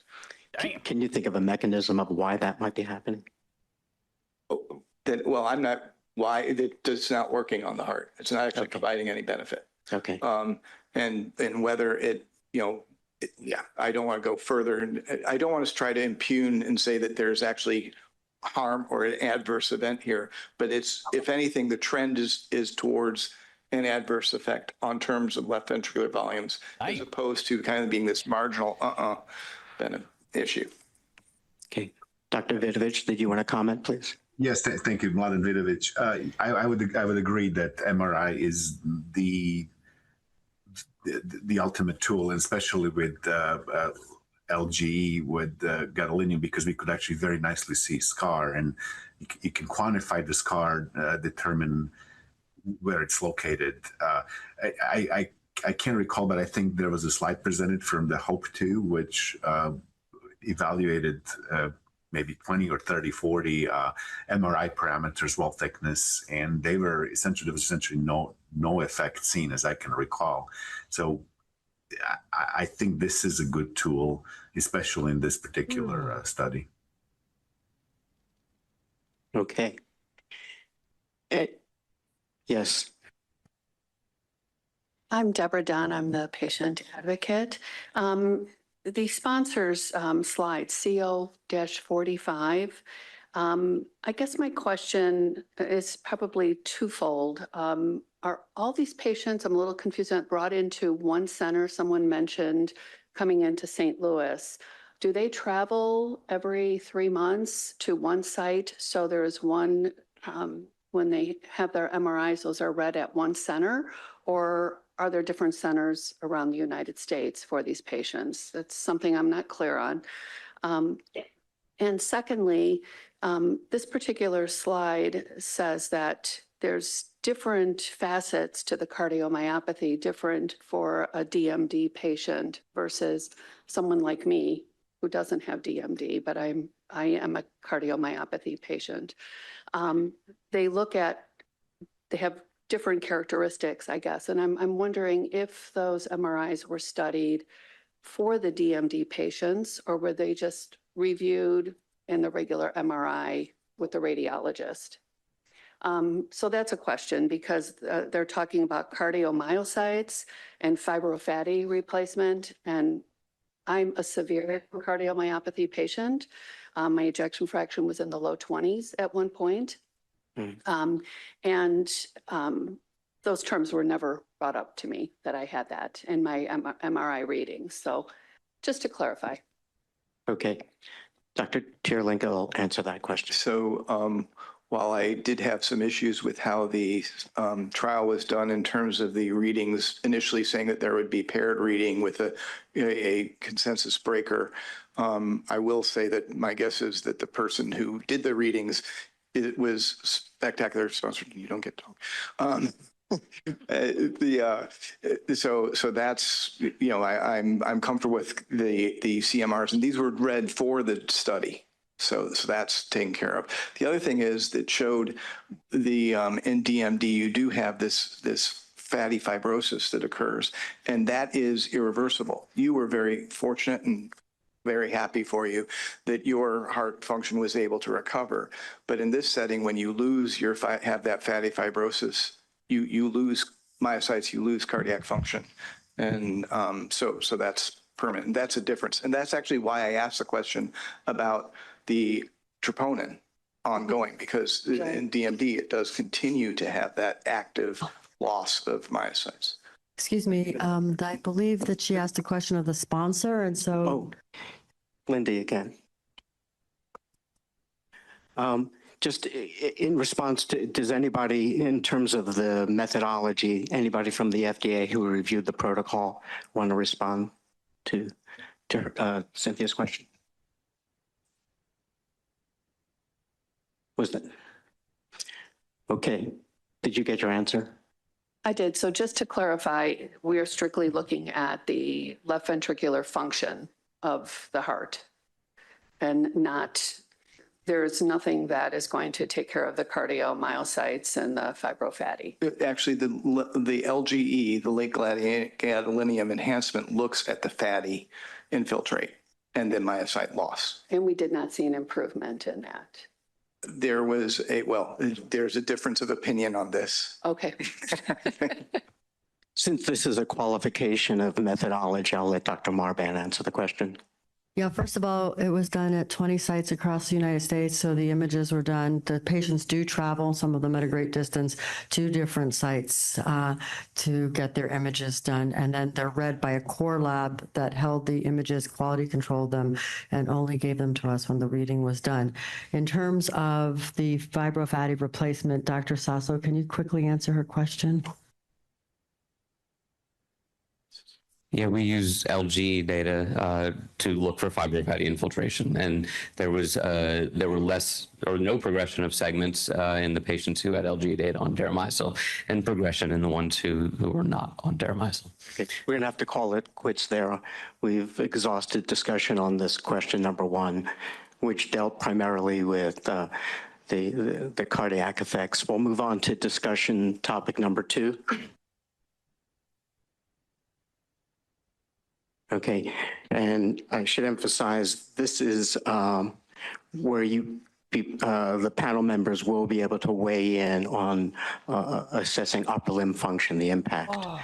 Discuss whether the results of study HOPE-3 on the pre-specified primary and secondary endpoints assessing upper limb function and cardiac imaging parameters support a conclusion that Deramiocel is effective in the treatment of patients with DMD.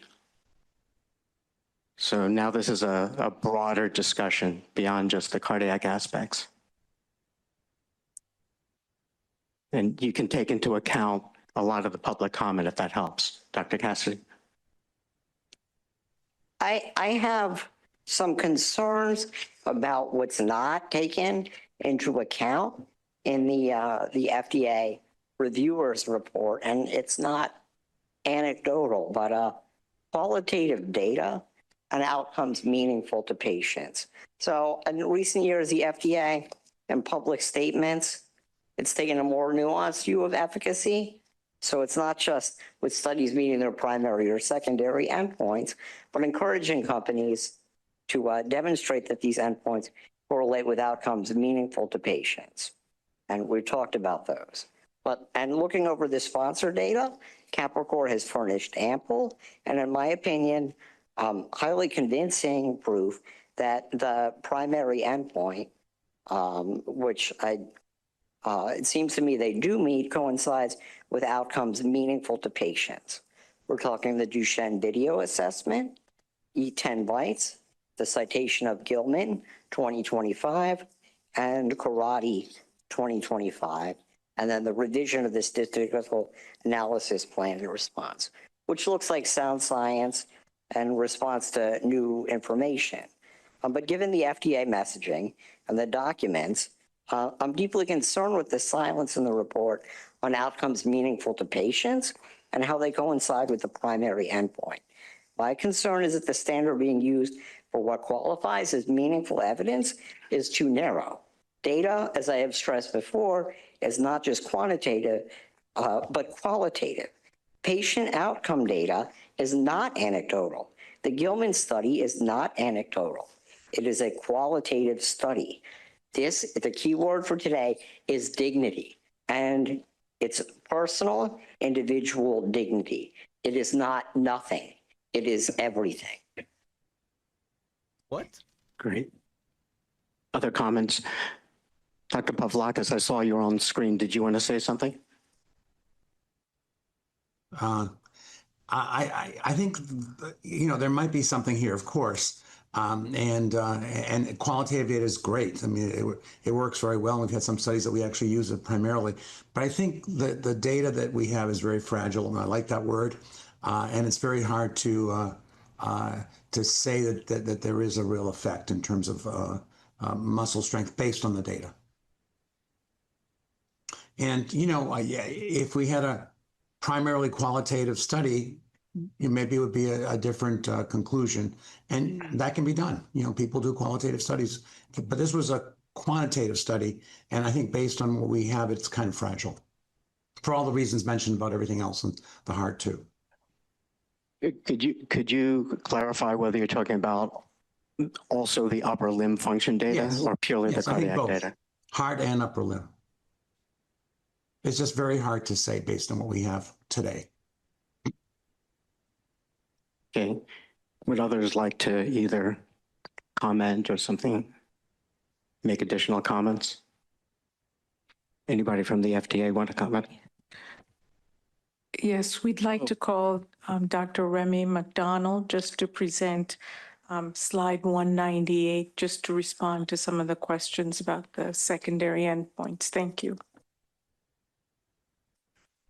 Yeah, thank you for your question. I'm Dr. Remy MacDonald. I'm a statistical reviewer in the Office of Biostatistics and Pharmacovigilance in CBER. So since the primary endpoint was not met by FDA's analysis, all the secondary endpoints are considered exploratory in nature, and no statistical inference can be drawn. Additionally, we'd like to note that the ordering of the secondary endpoints changed substantially after the double-blind period of the trial completed, which makes the results challenging to interpret. However, FDA did look at several secondary endpoints for completeness of review. This table presents FDA's analysis for mid plus distal PUL 2.0, mid-level PUL 2.0, DVA E10 bite severity percentage, CKMB, and patient global impression of severity. Among these, only mid-level PUL 2.0 demonstrated nominal statistical significance. Thank you. Great, thank you very much. Oh, Dr. Wittes, sure. Janet Wittes, may I ask a question? are positive and negative signs, which is good. I mean, there's a negative sign here. Is that bad or is that positive? A positive value is good for the PUL endpoints. Negative is good for DVA. CKMB, I'll defer to my colleagues, and PGIS, negative value is good for deramiocel. If we'd like, we can pull up slide 199. Running. So we can look at the forest plots if that is helpful at all. Thank you.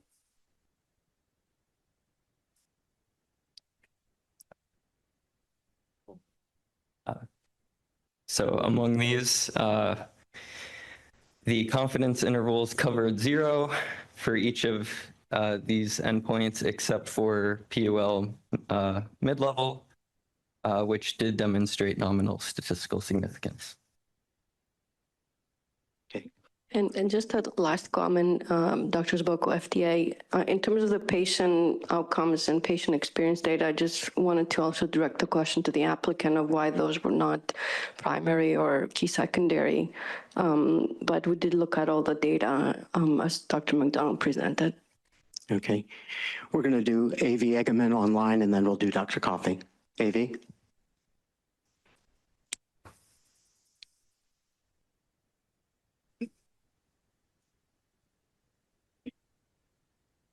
Ms. Egerman? Hi, everyone. Just one second. Here we go. Hi, everyone. I would like to make a general comment, if that's okay. I would like to commend the FDA for convening this advisory committee after a long hiatus and for its renewed focus on rare diseases with significant unmet medical needs. Based on my conversations with industry colleagues, I believe this is a very welcome development. So thank you for convening this meeting today. Advisory committees are important to give the opportunity to hear opinions from all key stakeholders on their interpretations of the existing evidence and are generally important for transparency on the regulatory process. Broadly, I believe this meeting underscores the importance of consistency in agency feedback throughout a product lifecycle, as well as the value of early general agreement between sponsor and agency, regardless of modality, on the minimum threshold for substantial evidence of effectiveness, either using a biomarker or a clinically meaningful endpoint in a specific patient population. We can see in this meeting that when there are a lot of changes across the feedback, it can create some confusion and challenges. Establishing this shared understanding early in development sets clear expectations, which is particularly critical for small companies. Thank you for the opportunity to participate in the meeting today. Great. Dr. Coffey? Yeah, I think that last slide that was up, I can't remember the number, the FDA slide, kind of captures where I am on this. I'm not convinced there's a benefit in upper limb, but I feel stronger that there might be something there for upper limb than I do for the LVEF. And I guess even though what strikes me there is even though they're not significant, they're all trending in the positive direction to varying degrees, but there is something there. So I wouldn't go so strong as to say I'm convinced that there is. I think there might be something more there. And I think given that in this population with the risk profile we've seen, I'm a little more comfortable, right? I mean, we're not asked to vote on this, so I'm not having to make a black or white. I'm more comfortable with the risk benefit for the upper limb than I am for the LVEF. Well, that's important for them to hear. Dr. Wittes? I was going to say something very similar to what Dr. Coffey said, and I was moved by the open public hearing, and I was impressed by that slide. So if there's a way, I know this doesn't sound like a statistician, but I know that putting those data together in some formal way is not pre-specified at all. But it may be worth trying to make a story of the composite of all those. Okay. Dr. Tiff? Yeah, as the non-statistician, non-cardiologist on this group, I would say that this last slide that we've looked at and the public testimony probably is the most encouraging thing I've heard in favor of this. I've had my hand up for a while. I was related question. It's just. I'm not sure where that's coming from. I didn't see that. Yeah, I've been listening. Oh, sorry. It's me. You're a disembodied voice for a while. Great. But, it's just a question of how strong a word is support. I think that there is some support, but it's not strong support. And I'm not sure how to enter that into, if they're going to vote on this, what the vote should be. Do people see this as strong support or minimal support, or how are people reading this? That's all. Does anybody want to answer Kurt's question? Well, this isn't part of the voting question, right? This is not part of the voting question. I think he's just taking your emotional temperature. Yeah. I would not say strong. I would say I'm in the moderate range with that figure that we saw. Okay. There might be, this is Steve Pavlakis, there might be some that of all the stuff that we looked at, and I think everything is very fragile, but there may be something in the, upper limbs. But I don't think, it's certainly not proven here, either quantitatively or qualitatively. But if there was anything to look at going forward, that would be it. I think cardiac data is less, the primary endpoint is less strong. Neither of them are really strong, but that's I think less. Great. Dr. Dodd?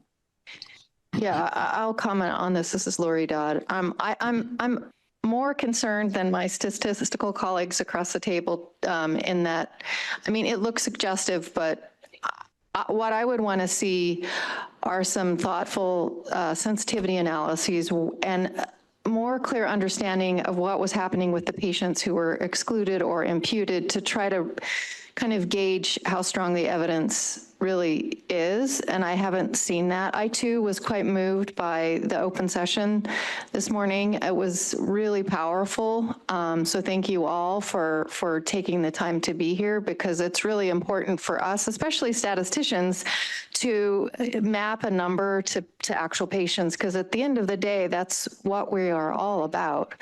But really, to me, I need to understand, I mean, this is fragile. The results are quite fragile. That makes me concerned. And I think the only way for me to get more comfortable with it is to understand more about the patients, what was going on with them, and how reasonable various imputation approaches would be relative to that. So maybe that's another analysis that would help kind of understand the level of we're saying strength, or the level of fragility of the results. Thanks. Dr. Chitling? John Terlake, UCSF. I served as a counselor for MDA for many years in the summer camps.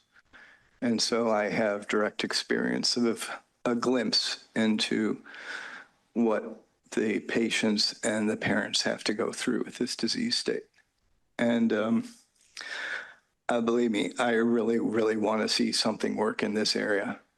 And there are some glimpses there, but I would not be able to, at this time, consider it strong support. But, yeah, hopefully.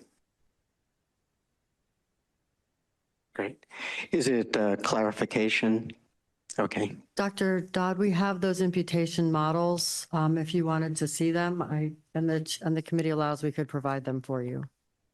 I did see them, and what I'd also want to see is more detail and the FDA's presentation on those as well. So that was just a suggestion that be considered. I don't think it's going to change my opinion about the existing level of evidence. Thank you. Okay. Does anybody have any questions, comments about discussion topic number 2, which includes upper limb function as well as cardiac, and as a treatment for patients with a DMD?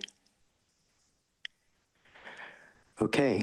I don't think we're missing anybody's hand online either.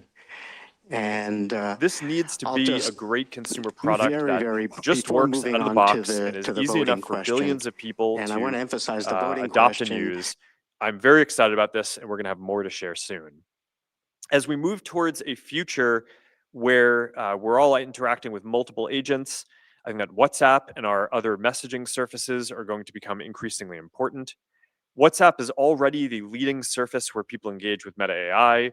And as we build out a platform for more agents across our messaging apps, we're going to innovate on how to deliver a private and secure AI experience. We launched incognito mode this quarter on WhatsApp and the Meta AI app, allowing people to have private conversations with their assistant that even Meta can't see. We're planning to make strong privacy and security a fundamental part of the agents that we're building as well.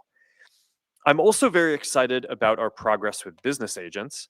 We made Meta Business Agents available globally this quarter on WhatsApp and Messenger, and there are already more than 1 million businesses using them to talk to their customers or complete sales every week. We're rolling business agents out on Instagram now too.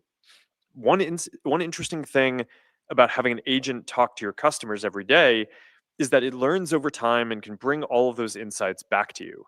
So we're building more agentic capabilities to summarize all of these conversations, digest what happened overnight, and surface what customers are asking for. And soon it'll go further, including suggesting ways to grow your business, giving you competitive intelligence and real-time insights into what's working and what's not. And over time, we'd like to build this into a business-in-a-box service that can help you start and run a whole business using Meta's platforms. In terms of how we will monetize these, we have a mix of subscriptions, volume-based pricing, and I expect that we're going to continue to evolve more of these products to be like our ad systems, where businesses only pay us when we achieve results for them. Over time, that will let us run an efficient auction over our compute, similar to how we do that for advertisers today. As AI usage in our products and businesses continues to ramp, we continue to invest aggressively in infrastructure to meet the demand. Yesterday, as part of our Meta Compute effort, we announced a new strategic venture with BlackRock to develop a new 1 gigawatt data center in El Paso, Texas. Overall, we expect that a significant portion of our compute is going to go towards training our models, growing our core business, and delivering personal agents and new products. But we also expect to grow a large business serving large customers as well. We've built our API, we're rolling out business agents, we're getting a lot of offers for compute at a significant premium over what we paid for it, and we have more coding and productivity tools on our roadmap as well. And we'll have more to share on all of this soon. As we get closer to personal superintelligence, we are also going to need hardware that allows you to seamlessly interact with it. Glasses are the ideal form factor since they can be with you throughout the day and they can assist you without pulling you away from the moment. Our glasses remain one of the fastest growing consumer electronics of all time, and we continue adding to the lineup. We just released our own line of Meta glasses in collaboration with EssilorLuxottica, including a style that we designed with Kylie Jenner. They're the first glasses to ship with Muse Spark out of the box so that they can understand what you're seeing and give even more helpful answers. Early sales have been strong, exceeding our expectations, and we're going to have more to share on our glasses lineup at this year's Connect conference on September 23rd, so I encourage you to tune in then. Before I wrap, I want to mention that I just published an op-ed about why I'm so optimistic an electronic that we're building voting a system for positive this future meeting. for everyone. Once we begin the Meta, vote, the buttons will start flashing and will continue to flash even after you have entered your vote. So please press the button firmly that corresponds to your vote. If you're unsure of your vote and you wish to change your vote, you may press the corresponding button until the vote closes. And I believe the vote goes on for about 20 seconds or maybe 30 seconds. After everyone has completed their vote, the vote will be locked in. The vote will then be displayed on the screen, and Cicely will read the vote from the screen into the record. And then, and this is the most important part, it's not what the vote says, it's not the tally, it's not winning or losing. I'll go around the room and everybody needs to explain what influenced their vote. whether it was a no or a yes or an abstention, because more important than the vote is what your rationale was, what you were thinking, because that's what's most valuable to the FDA in making their final decision. There's one question, and again, the denouement of the entire afternoon is your explaining why you voted the way you did. And it could be that your rationale is even different than what you voted, but that'll be important for the FDA. Okay, so I'm going to read the voting question into the record. Does the available evidence provide substantial evidence of effectiveness of Diramicel for the treatment of cardiomyopathy in patients with DMD? And your choices are yes, no, or abstain. Impression growth was healthy across all regions, driven by Yep, everybody can, the clock starting. ad load optimizations. Global average price per ad increased 12% year over year, driven by ad performance gains, improvements in macro conditions relative to Q2 of last year, and currency tailwinds. This was partially I don't see where the button is. Yeah, I don't either. I'm not sure how people online vote. They send their email. I think we just said, You send an email send an in. email out, I think is what. Okay, the people in the room have this little panel, and you have flashing lights with yes, no, and abstain. No, I abstention. only wish I had flashing lights. We'll send they're supposed to send an email back. We'll see what we can do next time. To whom do we send the email? Instructions. So can you check your email? Can you check your email, their voting instructions? Yeah. You can send it to me. Who's me? Is that Cecily? Yes, that's Cicely. Sending her an email right now. No, I vote no. Shkreli votes no. See, I gotta get your email. And included $2.4 billion in charges related to legal proceedings and $1.2 billion in the May 2026 headcount reduction. Year-over-year growth was primarily driven by increases in employee compensation, What's the vote? infrastructure costs, legal-related costs, and third-party AI token costs. Get the vote. The previously mentioned severance expense. It's not working. It just says can select again and it's still blinking. Yeah, then no, that's fine. If you put it in there, let me make sure. Did the votes register? Yeah, that's okay. It keeps flashing because you can change your mind until they stop flashing. Got it. With over 75,000 employees, Cicely, I just sent an email. All the votes. If you could confirm. approximately 8,000 employees impacted. It takes a little bit longer because some people are online. We expect the majority of impacted employees will no longer be captured in our headcount by the end of Q3 2026. Second quarter GAAP operating income was $18.8 billion, representing an increase year-over-year and a 31% operating margin. Excluding the Q2 legal charges and severance expenses, our second quarter operating income would have increased 9% year-over-year. Our tax rate for the quarter was 16%.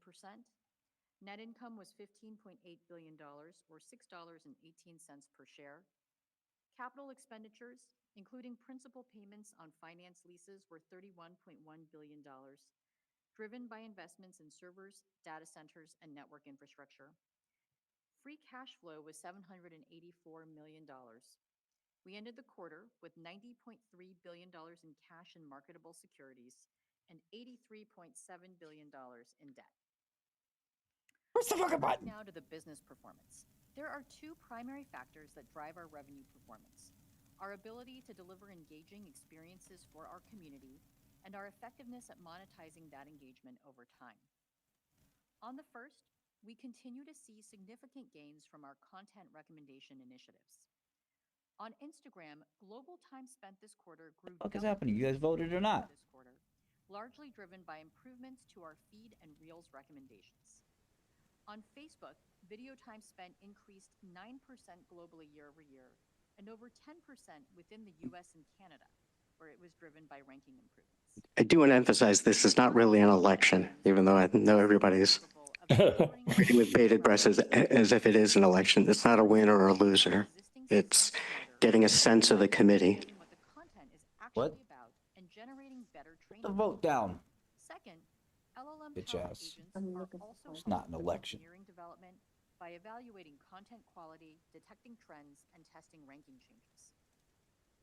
Earlier this year, we reached a milestone of every public They have read buttons. post It's on a button Instagram thing. being automatically processed through an LLM and analyzed across dimensions from topics to tone. And we're working towards including more surfaces on Facebook as well.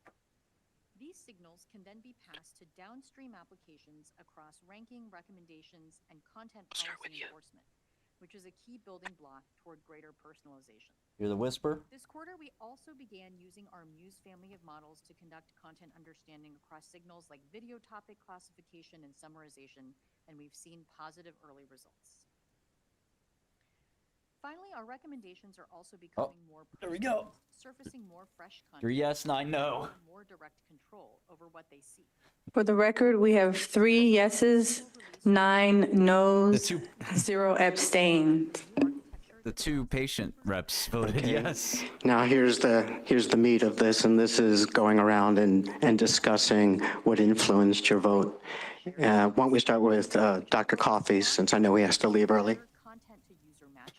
Yeah. Chris Coffey, I voted no, yes, basically for the reasons discussed. I feel like the LVEF has too many questions with the sensitivity now and choice of data. The upper limb, as we discussed in the discussion topic, is a little more favorable, but I'm not convinced that it works. So with the On Instagram feed, over half of all recommended content is now less than 1 day old, more than double from a year ago. We're also giving people more direct control of the content they see. Today, Instagram users can visit the Your Algo page, which lets users write natural language prompts to tune their recommendations. Similarly, on Facebook, we launched Shape Your Feed. Early results show I feel we didn't adequately discuss it. And also, I had major concerns about the FDA reviewers report about its reliability. And the reason why I say that is because so much of it is devoted to identifying technicalities and procedural errors and using them as a basis for dismissing entire data sets out of hand without even examining them. Again, I'm still not clear on why we're using SAP 1.1. And I'm a little alarmed at how little attention is actually given to evaluating the efficacy of the therapy based on the data that was submitted. The data needs to be examined and evaluated. Furthermore, decisions made by the sponsor are often characterized in the document as arbitrary and baseless. But this seems to me to be an inaccurate characterization. From my perspective, the perspective of my community, the stakes are really too high for us to be sitting here quibbling over technicalities. A decision must be made, and this outcome is too important to let it be decided by default on the basis of a technicality. I don't think the community or the public was well served with this discussion because so much time was devoted to discussion of submission dates, who signed what, and a singular fixation on 1 or 2 patients. So not really a representative sample of all the committee members there. Again, this matter is just too important and the stakes are too high to write off the HOPE-3 trial data. And I've often heard, well, we want better for your community. It's not, you know what?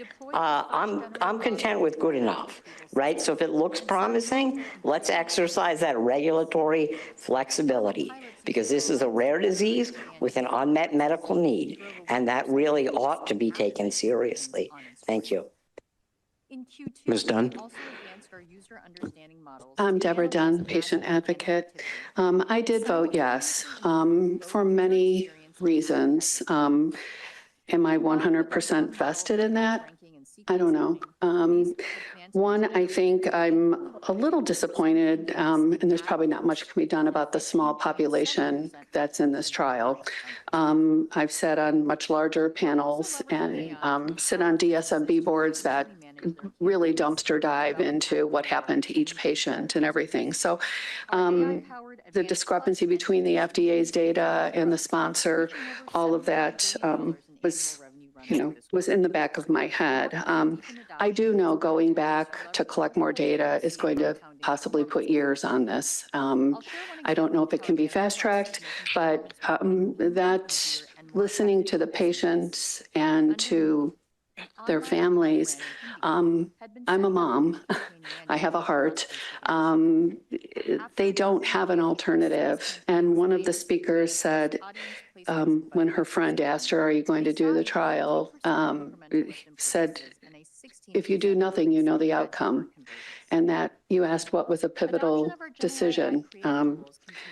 I'm a mother of 3, and all 3 of my children were critically ill, each, thank God, at different times in their lives. And my oldest was in a clinical trial for a disease that caused aneurysms, and I had to draw an envelope, and they were treated with what they thought might happen to be positive for this, and he skated by that. When my second son came down with it, it was already protocol, and it was because of a clinical trial. And so I'm very grateful for that. When I was trained by the FDA many, many moons ago, it was always drilled into our head, risk over benefit, benefit over risk. And so that's why I voted yes. Thank you. Thank you. Dr. Tiff? Yeah, Cynthia Tift, NIH. I voted no because the question I think is rather narrow, and I don't think that the data is on this particular issue with the cardiomyopathy is that compelling. It pains me because I think that probably if this were a broader question that also involved the upper extremity, and I think some of the compelling testimony from the families, give me the impression that, if it was a bigger study, if it went for longer, if we chose different endpoints, that there probably is something there. But given the question that was asked, I think the evidence is really not that compelling. And I say that as a researcher who is in the middle of a gene therapy trial for an even rarer disease that is uniformly fatal. So I get it, as far as how this impacts families, because I'm in the middle of this with a slightly different disease. But I just, at this point, can't, with this narrow focus on what the question is hard to vote yes. Great. Dr. Wittes? I voted no for much the same reason as Dr. Tiff and Dr. Coffey. I saw the word of the day seems to be fragile. The results were very fragile depending on how one imputed individual patients. And percent of these patients, that's normal. But I would have liked to have seen some exploration of assumptions regarding who was missing. So I simply didn't see enough evidence of benefit to vote yes. Dr. Teerlink? John Teerlink, I voted no. First of all, the sponsors' own analyses say that they did not meet their endpoint. So with the p-value of 0.09, so they did not, to address the cardiomyopathy issue, they did not show evidence of meeting that endpoint. So that was pretty easy. In addition, I think the biggest concern and something that people need to look at is if you're increasing left ventricular volumes, that is doing harm. And, that needs to be considered further as programs go forward. Second, we have high confidence. Okay, I'm going to go last. Dr. Dodd. Yeah, Lori Dodd, I voted no for many of the reasons stated. This is also a biomarker for cardiomyopathy there was really wasn't clear. It's prognostic, but it's not been shown to have, I didn't see any evidence of it being a surrogate. And, a p-value of 0.09 in the context of all the missing data without really diving in concerned me. So that's why I voted no. Longer term, it's harder to Okay. And I guess I'm the last one to go. No, I still haven't. Oh, I'm sorry. I must be a blind spot too. It's okay. We're not really ignoring you. We Two more to go. Thought you were there. Go ahead. I'll be brief. It's the post hoc analysis. Well, first, I just want to say briefly that I've taken care of a lot of Duchenne patients over the course of my career, from before birth with prenatal diagnosis all the way through to death and participating in autopsies. And I know I've experienced a lot of the pain that the patients and particularly the families are going through. And I'd like to minimize that. And I worry that we might be misleading them by giving approval or recommending approval for a treatment that's unproven. And that's why I voted no. Long-term strategic flexibility and supply chain leverage. Dr. Pavlakis. I agree. I think there are two issues here. One is, and I'm not a statistician, I'm just a clinician that's done bunches of trials and been in a lot of NIH committees, but the statistics didn't work. And it was very fragile. I mean, it's possible there is something there, but it was hard to tell from what we have. And also, I think importantly, we don't have a clinical marker that we know means anything, especially on the cardiac thing. And so I think, it's not really clinical and it's not really great statistically. So it's hard to say, yes, let's go ahead with this. And that's why I voted no. And provide us multiple pathways. Dr. Vidovich. Yeah, I just wanted to say it's a difficult decision for me, especially given the profound unmet clinical need. I think the testimonials were actually very, very strong, and that's why it was hard decision to make. But I think after reviewing the data and discussion, I'm not per se the evidence is simply there. It's not robust. What I would say is I don't think based on this narrow question, I think we can conclude that the drug is ineffective. It may well be effective in a different trial with different endpoints. And I'm not concluding that the scientific rationale is incorrect. I think I don't think you can say about this, but I think there is just not sufficient evidence for effectiveness. And it's unfortunate that for, again, such a huge clinical need, we are unable to provide something. But again, at this time with this data, I had to vote no for this. Dr. Stuve. Yeah, so Stuve here. I voted no simply because I found the results presented today insufficiently convincing, like many of my colleagues here. And I want to say it's unfortunate, quite frankly, right now I'm very sad, that I couldn't find the evidence to vote. Yes, I'm a neurologist. During my training, I saw many patients with Duchenne muscular dystrophy. So I also realized that there's a huge unmet need, and it would have been good to see sufficient evidence to say yes, but I didn't see it. Am I missing anybody online or in the room? I'm good now. Okay. So I'm the last one. This was, I was horribly conflicted on this, and I probably would have abstained, except Dr. Doss said that only cowards abstain. So as a scientist, I would have voted no. As a clinician, I voted a highly qualified yes, because I don't want methodologic issues to close the door on something that could have something there.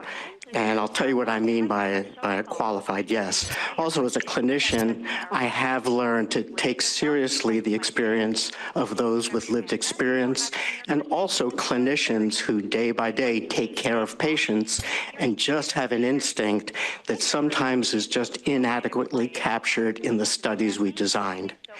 And studying rare diseases, I feel, is really, really tough. The numbers are small. They don't follow, as in cardiac symptoms here, they don't follow the typical natural history and presentations that we're used to seeing. It's even hard to have well-controlled patients, let alone numbers, because there's just so many different meds and things going on. So it's really hard. I guess by a qualified yes, I mean, what I'd like is the research to continue, and maybe, and I'm just throwing this out there, this is exactly where you might do a phase 4, meaning there's post-marketing assessment of the patients, and it's very well designed and without any of the flaws that may have been identified, regardless of where the source of the flaws, but really careful post-marketing assessment if it ever went that far. And then based on those data, proper metrics, either continue with giving this as a therapy or withdraw it. But so mine's a qualified yes, though it's probably an abstention. But I'd like to see the work continue. I'd like to see more work on mechanism of action and particularly cardiac readouts that really would be informative as surrogates, given that the clinical picture can be messy. I guess the next question would be for me to pose to you guys whether we on the panel have helped you make any decisions, answered your questions, provided any, can we provide additional insight? Thank you, Dr. Snyder. I don't think we have any additional questions. Thank you. Great. Anybody on the panel want to make any final comments or suggestions? We think that there's a big opportunity, obviously, to self-compute as well. So Oh, sorry. Yes. I'm going to turn it over to you to make some closing comments. Thanks. Thank you, everyone. Good afternoon. My name is Megha Kaushal, and the Acting Deputy Director for the Office of Therapeutic Products. I'd like to close by offering our sincere thanks to everyone who made today's meeting possible and so productive. First and foremost, a very special thank you that goes to our patients, families, and caregivers who took part in the open public hearing and who shared your testimonies. We hear your lived experiences. We acknowledge the daily realities of living with Duchenne muscular dystrophy, and your voices are indispensable to how we think about the benefit-risk calculus for any therapy in this space. To the patients who enrolled in the clinical trials being discussed today and their families, thank you. The field would not move forward without you. I want to thank the acting AC chair, Dr. Snyder, and the advisory committee members for their time, exceptionally thoughtful questions, deliberations, and recommendations. This is exactly the kind of rigorous, transparent public discussion that helps us do our job well. I also want to thank the representatives from Capricor for the effort that went into their presentation, the FDA review team, including staff from the Office of Therapeutic Products and the Office of Biostatistics and Pharmacovigilance, who worked diligently to prepare the scientific presentation, and the FDA Advisory Committee staff who managed the logistics of bringing this meeting together. Thank you again to everyone in this room and to those who participated virtually. We are deeply grateful for your contributions today, and we value and will carefully consider all of your input. Thank you so much. Questions from investors about how to think about the mix of debt and equity and sources of capital. Philosophically, how are you guys thinking about going to be ambitious? I guess Cicely will now adjourn. The meeting is now ended at 5:07 I p.m. can talk about the first part. I think for enterprise, there's going to be a combination of extending the current business, which is effectively selling to marketers and businesses that are like basically customer facing, trying to reach customers and sell to them directly. Obviously that's the vast majority of the business across Facebook and Instagram. And we believe that there's an opportunity to extend this with business agents across messaging apps and other surfaces to continue to interact with customers. And just like the ad system, effectively, we will get paid when we deliver results for those businesses. So we view this as an extension of the sales and the partnerships that we have with many millions of advertisers and hundreds of millions of small businesses that use our platforms.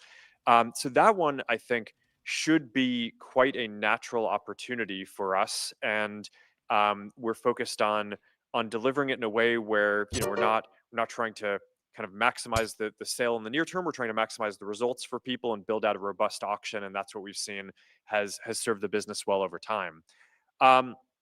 There are other enterprise customers who I think we're increasingly going to serve too. We're building coding and developing an internal productivity tools partially because we need to build them ourselves, and we need to make sure that we have tools that are tuned for ourselves. And now that we have those, we feel like there's a large opportunity to serve, whether that's small businesses or larger businesses. That is a somewhat different muscle than we have historically had. And we will share more soon on how we're planning to build that out. But I think that there is just a very large opportunity on this. And the way that I think about this is there's obviously been, a bunch of news about the compute side, but I think that the enterprise opportunity is kind of the sum of all of these different things. It's not just the selling compute, also the API services, the productivity services, the kind of business agents for other parts of the business beyond marketing are all parts of the overall offering. And I think that there's just a very, very large opportunity there. So we're quite focused on that. That's going to be somewhat of a new muscle that we build as a company, but I think it's a very important one that we build so that way we can make sure that we can maximize the opportunity ahead of us. Eric, on your second question, in terms of sources of capital, this is something that we have been looking at thoughtfully as we think about financial planning for the future. Obviously, our strong operating cash flow certainly has put us in a position of strength as it pertains to funding our infrastructure build out. But we've also been evolving our capital structure in recent years to include a greater mix of debt as we work to bring down our cost of capital. And we have generally found it prudent to continue adding cost-efficient, long-duration sources of capital as we make investments in initiatives that themselves have long time horizons, especially AI infrastructure projects. We've also broadened our aperture there to include partnerships like the one we announced with BlackRock yesterday. And we'll continue to be thoughtful about evaluating the appropriate different sources of capital over time as we evaluate future projects. Your next question comes from the line of Mark Shmulik with Bernstein. Please go ahead. Yes, thanks for taking the question. Mark, everyone's got a story of, kind of someone coming back from Silicon Valley, deep writing code, building agents with AI, and then they head home, and they kind of tell their parents they're using AI wrong. It's just kind of like a glorified search tool.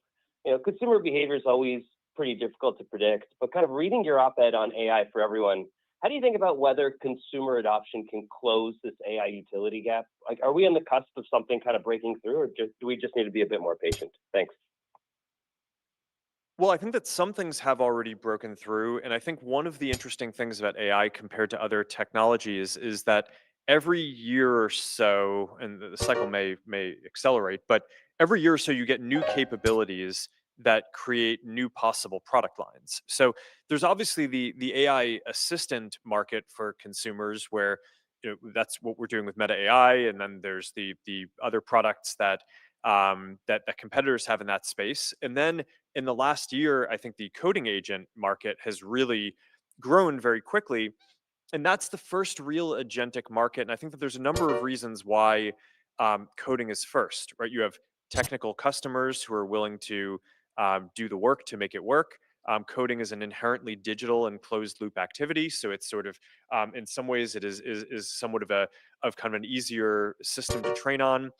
But our bet is that, or one of the bets here that we're making is that we think that consumer personal agents is going to end up being an extremely important and massive market. I think that it's extremely unlikely if you look out 5 years from now, for example, that or whatever period of time you want, that you don't have billions of people with a personal agent that understands your goals and that is just working on your behalf 24/7 to achieve your goals, and whatever the domain is that you care about, whether it's helping you with your health or your hobbies or your personal finances or your productivity and running your home better, or improving and enhancing your relationships, helping with your career, helping like just all these different things. This is like a very, very deep set of use cases. But like you said, I think that building for consumers is a little bit different than building for developers. If you're building for consumers, especially if you're trying to build something that isn't used by millions of people, but is used by billions of people, it needs to just work, right? It needs to be simple. And I think a lot of what we see with these agents today, a lot of the kind of proto agents is, it takes a bunch of fiddling. You have to get into a terminal to get it set up. You get a use case going. It kind of seems magical, but then maybe it breaks down over time. And I think that the companies that can deliver the personal agents that just work, I think that this is going to be one of the next major opportunities in AI. And we are very excited about that, in addition to what we're doing with Meta AI, in addition to what we're doing with business agents, in addition to all these other things, while also developing the models that we think are going to continue to advance new capabilities to create new product lines as well. So this is why we're very optimistic. Now, I get, we're going to ship this at some point soon, and that's going to be very exciting. And we haven't done that yet. So, so this is there's kind of only so much that I can say on an earnings call about this. But I think this is a very large opportunity, and one that I think is almost inevitable that someone does. And I think it really plays to Meta's strengths as a company of, we build consumer products that reach billions of people. We're great at, once we get something working, scaling it to a large number of people. And we're good at building the infrastructure to be able to support these intensive applications. So I feel very good about this. I kind of understand that we need to deliver it for our community, and that's what we're very focused on. Your next question comes from the line of Doug Anmuth with JP Morgan. Please go ahead. Great. Thanks for taking the questions. One for Susan, one for Mark. Susan, you talked about how LLMs are increasingly capable of delivering ranking and recommendation gains. Can you just talk more about the roadmap here and how far along you are in just leveraging better models and more compute? And then, Mark, just in terms of the number of offers to monetize your compute externally, you also at the same time are purchasing capacity from a number of third parties. So just hoping you can help us understand some of the differences here. Is it just timing and stopgap issues, or is it training versus inference and leveraging the chips that are best suited for each? Thanks.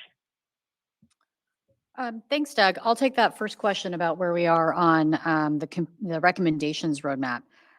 First of all, we certainly see further headroom to continue improving recommendations over the rest of the year and into 2027. And we expect that will help us drive additional gains on both engagement on Facebook and Instagram.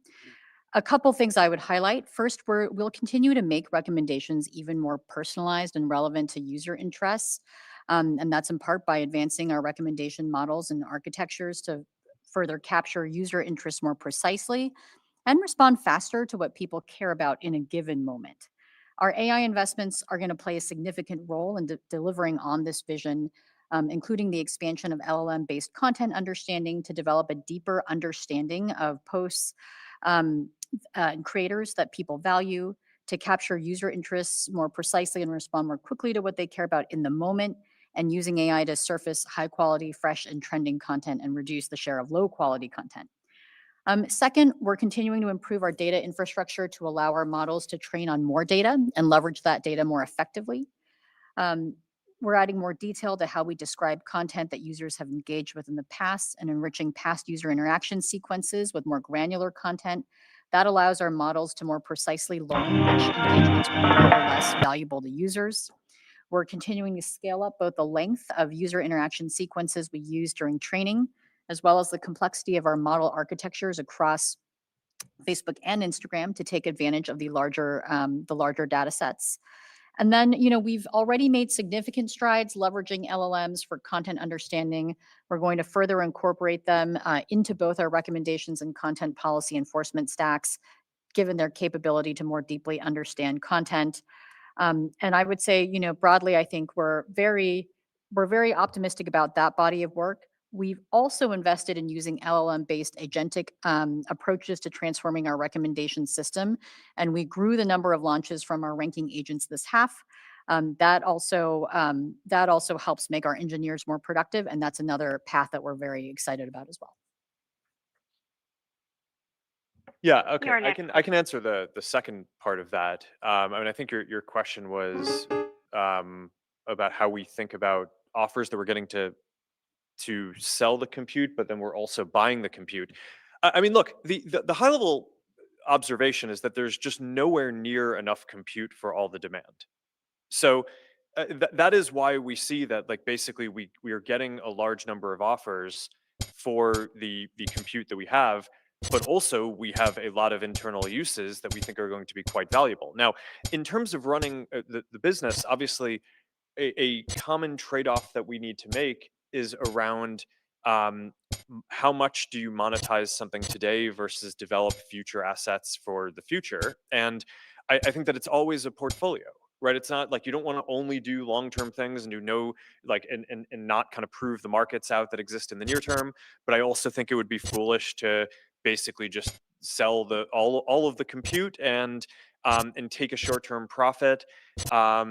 But when you have the opportunity to build intelligence on top of it, which will be a kind of a multiple and that compounds the value of the compute on top of that. So I think the answer is what we're doing, which is to basically use a lot of our capital to build out compute, having confidence that we have the ability to monetize the compute directly when that makes sense, but also knowing that we have quite a number of different use cases to monetize the intelligence on top of the compute, including the enterprise cases that we talked about, and including some of the consumer and cases that we talked about, and including just the core business, which is not even necessarily new products that we haven't talked about, but just in terms of using that to be able to further add intelligence and improve the ranking and recommendations and ads and the core services. So I think all of that is true, and it creates this dynamic where there is a lead time where we're investing in building out these data centers now.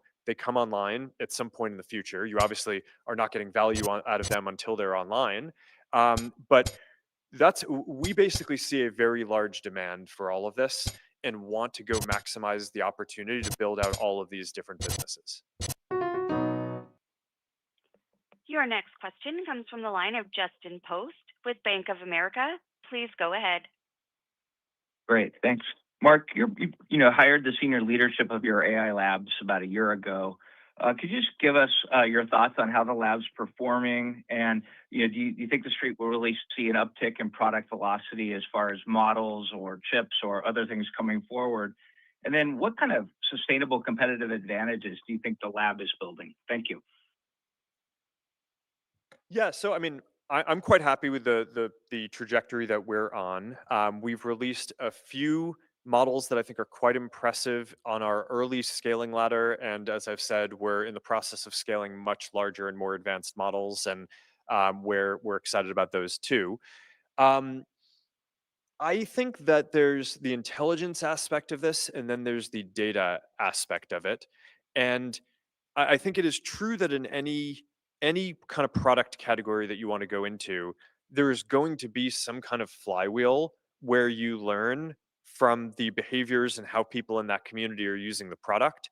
So in kind of the better that you can do there, the more feedback you get, and then that inevitably makes the products better. So I think this is a field where people understandably are obsessed with intelligence, but the data and the knowledge part of it to serve people well is really important. If you're talking about personal super intelligence, then obviously having a very clear mental model of everything that is going on in the person's life and their goals is going to be a very important aspect of that. And certain companies start with different advantages in different markets and different parts of that. But also, I think part of the reason for working on a number of these different things up front is that, first of all, the technology is general. So when you build the intelligence out, it can apply to a number of different uses.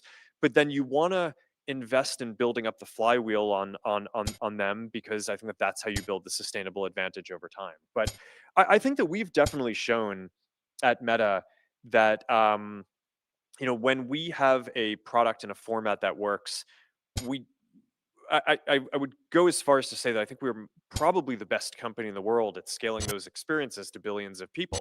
So I feel quite good about the personal agent work. I feel very good about the business agent work, where we kind of already have our base of advertisers and small businesses that we serve, and the ability to scale that out and roll it out around those. I think that those are durable advantages, as well as the data flywheels that we're building on them. And then, obviously on the research side, you want to build good culture. I mean, this is just kind of the simple stuff, but it's, I think that it's, you just want to make sure that you're building the team in a way where you're, managing things well and kind of consistently with low drama compounding over time. And that's sort of the goal that you aspire to. And I think if you can do that well, then that is hopefully, may not be kind of a clear mathematical explanation of something, but I think that that's kind of how business works. So yeah, that's what we do. Your next question comes from the line of Ross Sandler with Barclays. Please go ahead. Yeah. Hey, Mark, sticking with the comments on the AI lab. So Muse Spark 1.1 is pretty close to the Pareto frontier, but it's at the lower end of the intelligence spectrum, or lower cost end, I should say. And it sounds like from your last answer, you think it's important to compete at both the lower cost end and the more expensive performant end. Could you just talk about that a little bit? And then the leadership of your lab has also talked about going back into open source, kind of where you were a couple of years ago. So how does that fit into the strategy and all this discussion around monetization of AI products and models? Thank you very much. Yeah, so I mean, just to get into the kind of scientific process on this a little bit, basically training large models, at each stage of training a large model, you see novel behaviors. So basically the way that you want to do this is you build up from training smaller models to building larger models. And the models that we've released so far are based on, they're a certain scale and climbing up the scaling ladder, and we're continuing to scale larger models. So I think for Muse Spark 1 and Muse Spark 1.1, I think that they are very impressive models for the scale of the model, the kind of stage of development of the lab, and I feel quite good about them. Now we want to have models that are more advanced as well, and that's why we're scaling larger models, and that's why we're building out a bunch of the research infrastructure around that. But at the same time, we also want to have good, more efficient models that will be a lot of what we serve to consumers at scale. Right? If you're serving billions of people, you want the ability to have more advanced models for things that are very hard problems, and you want the ability to serve the vast majority of prompts from simpler and more efficient models. So I think both are going to be very important. The efficiency really matters, but I also think that we want to be able to solve the hardest problems for businesses and customers around the world. So we care about both of them. On open source, I think we have always felt like open source was an important part of the ecosystem, and it's good for the world, and it creates its own feedback loops that are positive for us around getting the community invested in our infrastructure stack and our work and contributing improvements. But we've always basically said that we were going to do a mix of open and closed, and that continues to be true. Now, in ramping up Meta Superintelligence Labs, there in some ways actually counterintuitively it takes some more work to do open source models because you're not necessarily, if you're doing something as a closed system that you're only building for your own use cases, it can be a little more jagged. Whereas if you release it as open and it's going to be used for a lot of things, you want to make it more well-rounded.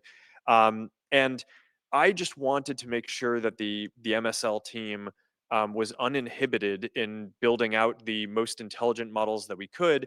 And we expect that we will get back to releasing some open source models at some point soon. But like we've always said, we're not dogmatic about this. We think open source is important. We want to contribute to that ecosystem. We plan to do a combination of open and closed models. We have time for one more question, and that question comes from the line of Ken Gawrelski with Wells Fargo. Please go ahead. Thank you. Two, if I may, please. I just want to maybe, Mark, just touch on the last point again around open weight models. There's been a lot of discussion. You've weighed in on the topic. Why or why not does that change Meta's view of developing closed proprietary frontier models? What is there an opportunity if open weight models proliferate that you don't have to develop your own frontier models? So that's question one. And the second one, a clarification, if I may, for Susan. You noted that in your prepared remarks that you plan to maximize 26 and 27 capacity. Is that a demand or a supply comment? Meaning, are you suggesting that Meta plans for internal use of all the capacity built through 27? Or are you saying that you will evaluate 28 and beyond builds based on demand for Meta products and services? Thank you.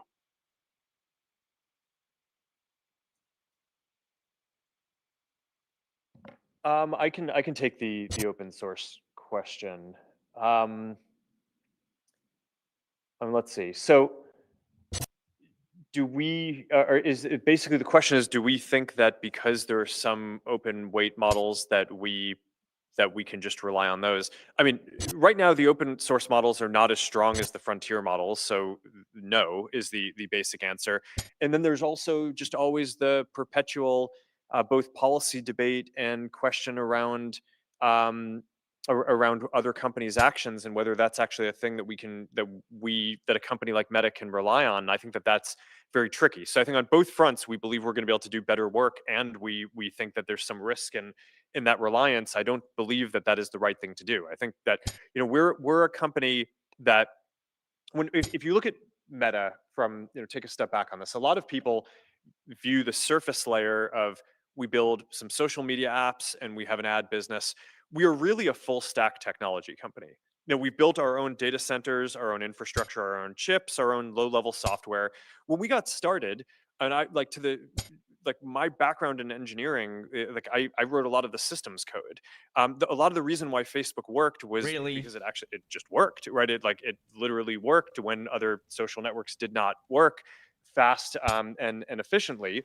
And I think we just have the ability to build things that can be more personalized, more optimized, more efficient. Some qualitative experiences are just not even possible for others to build because we go all the way down the stack. Right. And it just seems to me pretty clear that having kind of sovereignty over building your own models is going to be an important part of that stack going forward, which is why it is important for Meta, but is also important, is also why other people care about open source and why open source matters overall. Because like other companies, even if they don't have the ability to build these models, do not want to have to just rely on a small number of closed labs. Like that there is a very important place in the world for there to be open source models.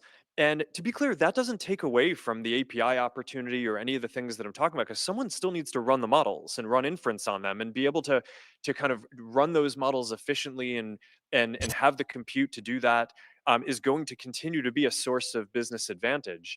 So I don't really think that these things are necessarily at odds.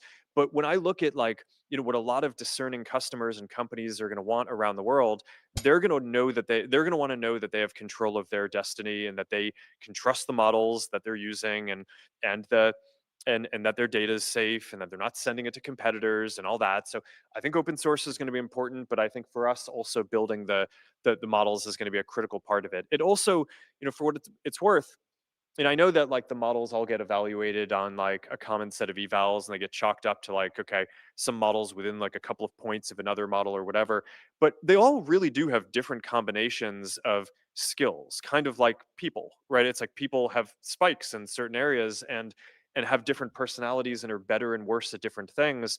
And if you're trying to build personal super intelligence for people, or you're trying to build a business agent for small businesses, that needs to have potentially some different skills than what the other labs are tuning. And just like being able to do the full stack work on Instagram recommendations or on our ad system is how we've gotten the results there over time. I believe that building the kind of full stack model is going to be a lot of the advantage over time in how we build personal superintelligence agents, business agents, all these different use cases for all of the different customers that we want to serve. So in addition to the distribution that we have and the ability to reach all these people and scale products that work, I think this is a lot of the durable advantage, is that you build something that is kind of specific to that use case and excellent at those use cases. And I mean, look, I get that this is a big investment and it's a big bet. We see the technology working. We're happy with the trajectory of the lab. I'm excited about the products that are coming, and we believe that this is going to be a big thing. So, I mean, I get that this is sort of a big bet across the industry. My personal bet is that the people who invest in this are going to be rewarded and feel very good over time. Ken, I'll just quickly answer your second question. When we refer to focusing on 2026 and 27 capacity, there are really two factors. One is we are today and expect to be in the sort of foreseeable future demand constrained. And that really includes our core business too, where there are, we still have numerous ROI positive places that we would put compute toward if we had it. And the second, of course, is just the uncertainty over long-term constraints on building capacity. And we talked about some of the sort of the need to build out more of the supply chain earlier in my comments. So, I think beyond 27, when we look into 28 and further than that, the world is going to evolve a lot. Our own internal demand will evolve. We'll have turned over a lot of cards by then. And so when we think about planning today for 28, we're really focusing on flexibility. That's just giving us kind of the ability to have land and power, but to really make the actual decisions about buying chips and other big ticket items further in the future. So for now, I think we know we have a lot of good use cases for capacity in 26 and 27, and that's really what we're building toward. Great. Thank you for joining us today, and we look forward to speaking with you again soon. This concludes today's conference call. Thank you for your participation, and you may now disconnect.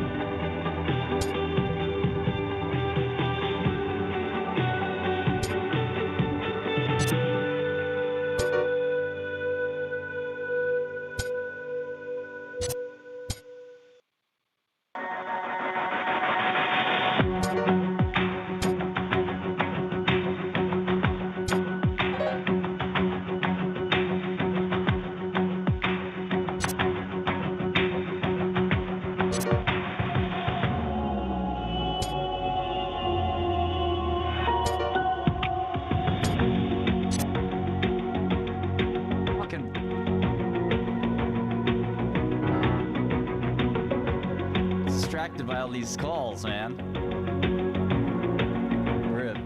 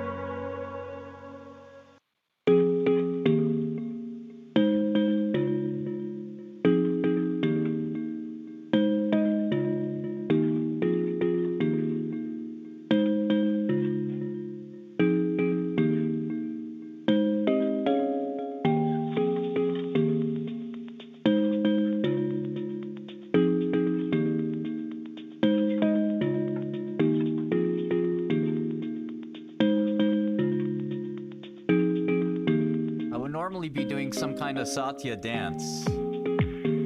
Is this call live? Customers increasingly Oh shit! use it as the database for AI workloads.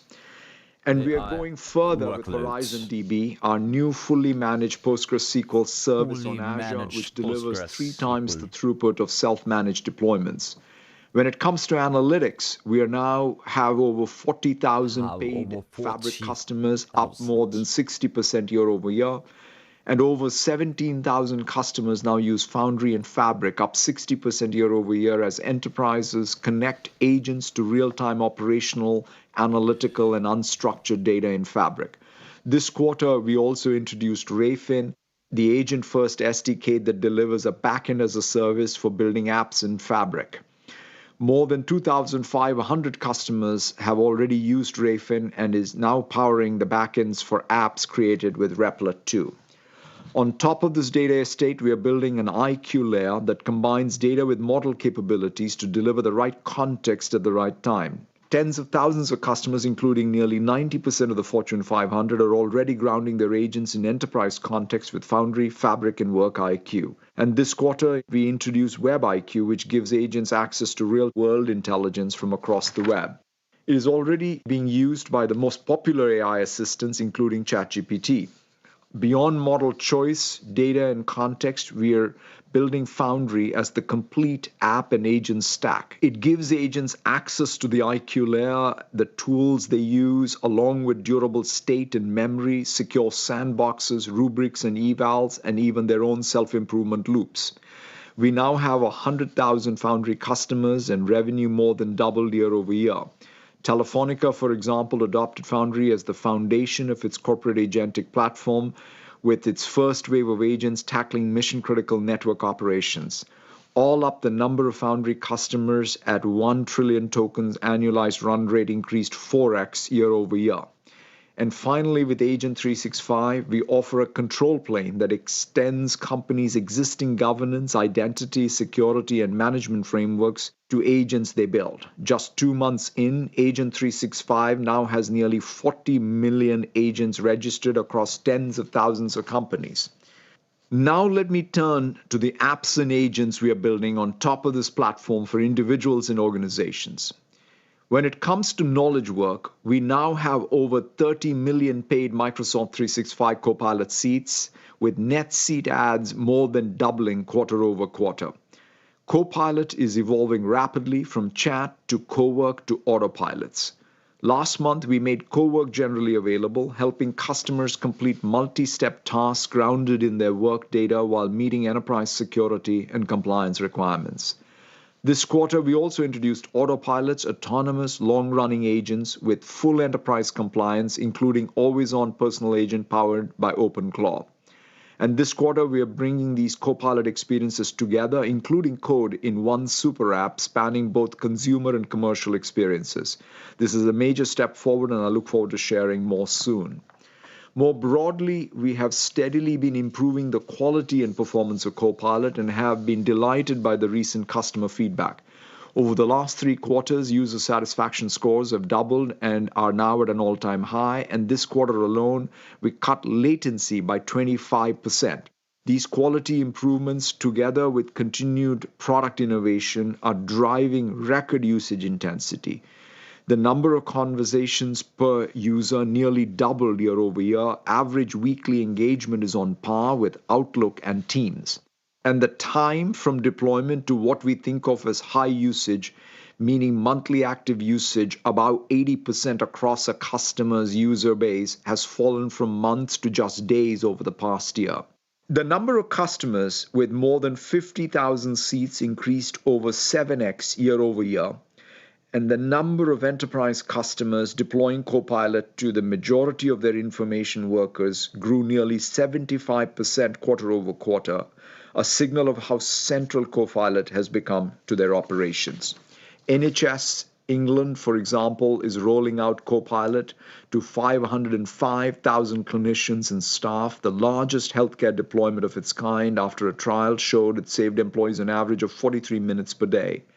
KPMG is expanding its deployment across its global workforce of more than 276,000 professionals, and HSBC committed to 200,000 seats to accelerate its workforce transformation. AstraZeneca, Boeing, Infosys, Coke Inc., Procter & Gamble, Stellantis, Tata Consulting Service, University of Pittsburgh Medical Center, Wells Fargo, and Wipro each purchased 60,000 or more. And we have been encouraged by the response to our new E7 suite as customers increasingly go all in on an integrated AI offering that brings together Copilot, E5, Entra, and Agent 365. Just 2 months after launch, hundreds of enterprise customers have already purchased millions of seats, and this quarter, EY deployed E7 to 400,000 employees in our largest win to date. In addition to this, we are also evolving our business model beyond per seat to per seat plus consumption, further expanding our TAM and delivering more customer value.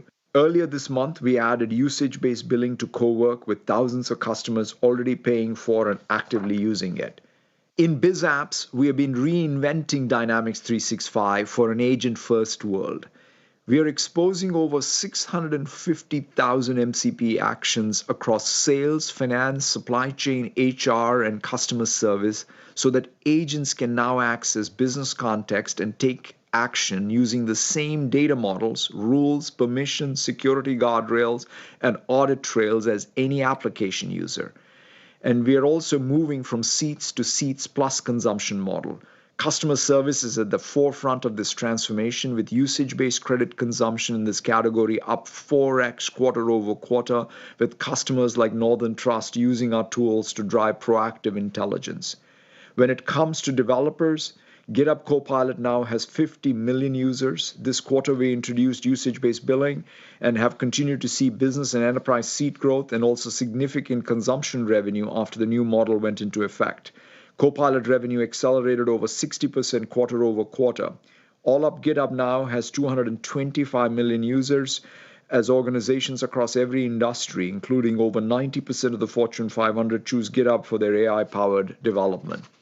The agentic era is being built on GitHub. Every major coding agent runs on the platform, and 1 in 3 pull requests on GitHub now involves an agent.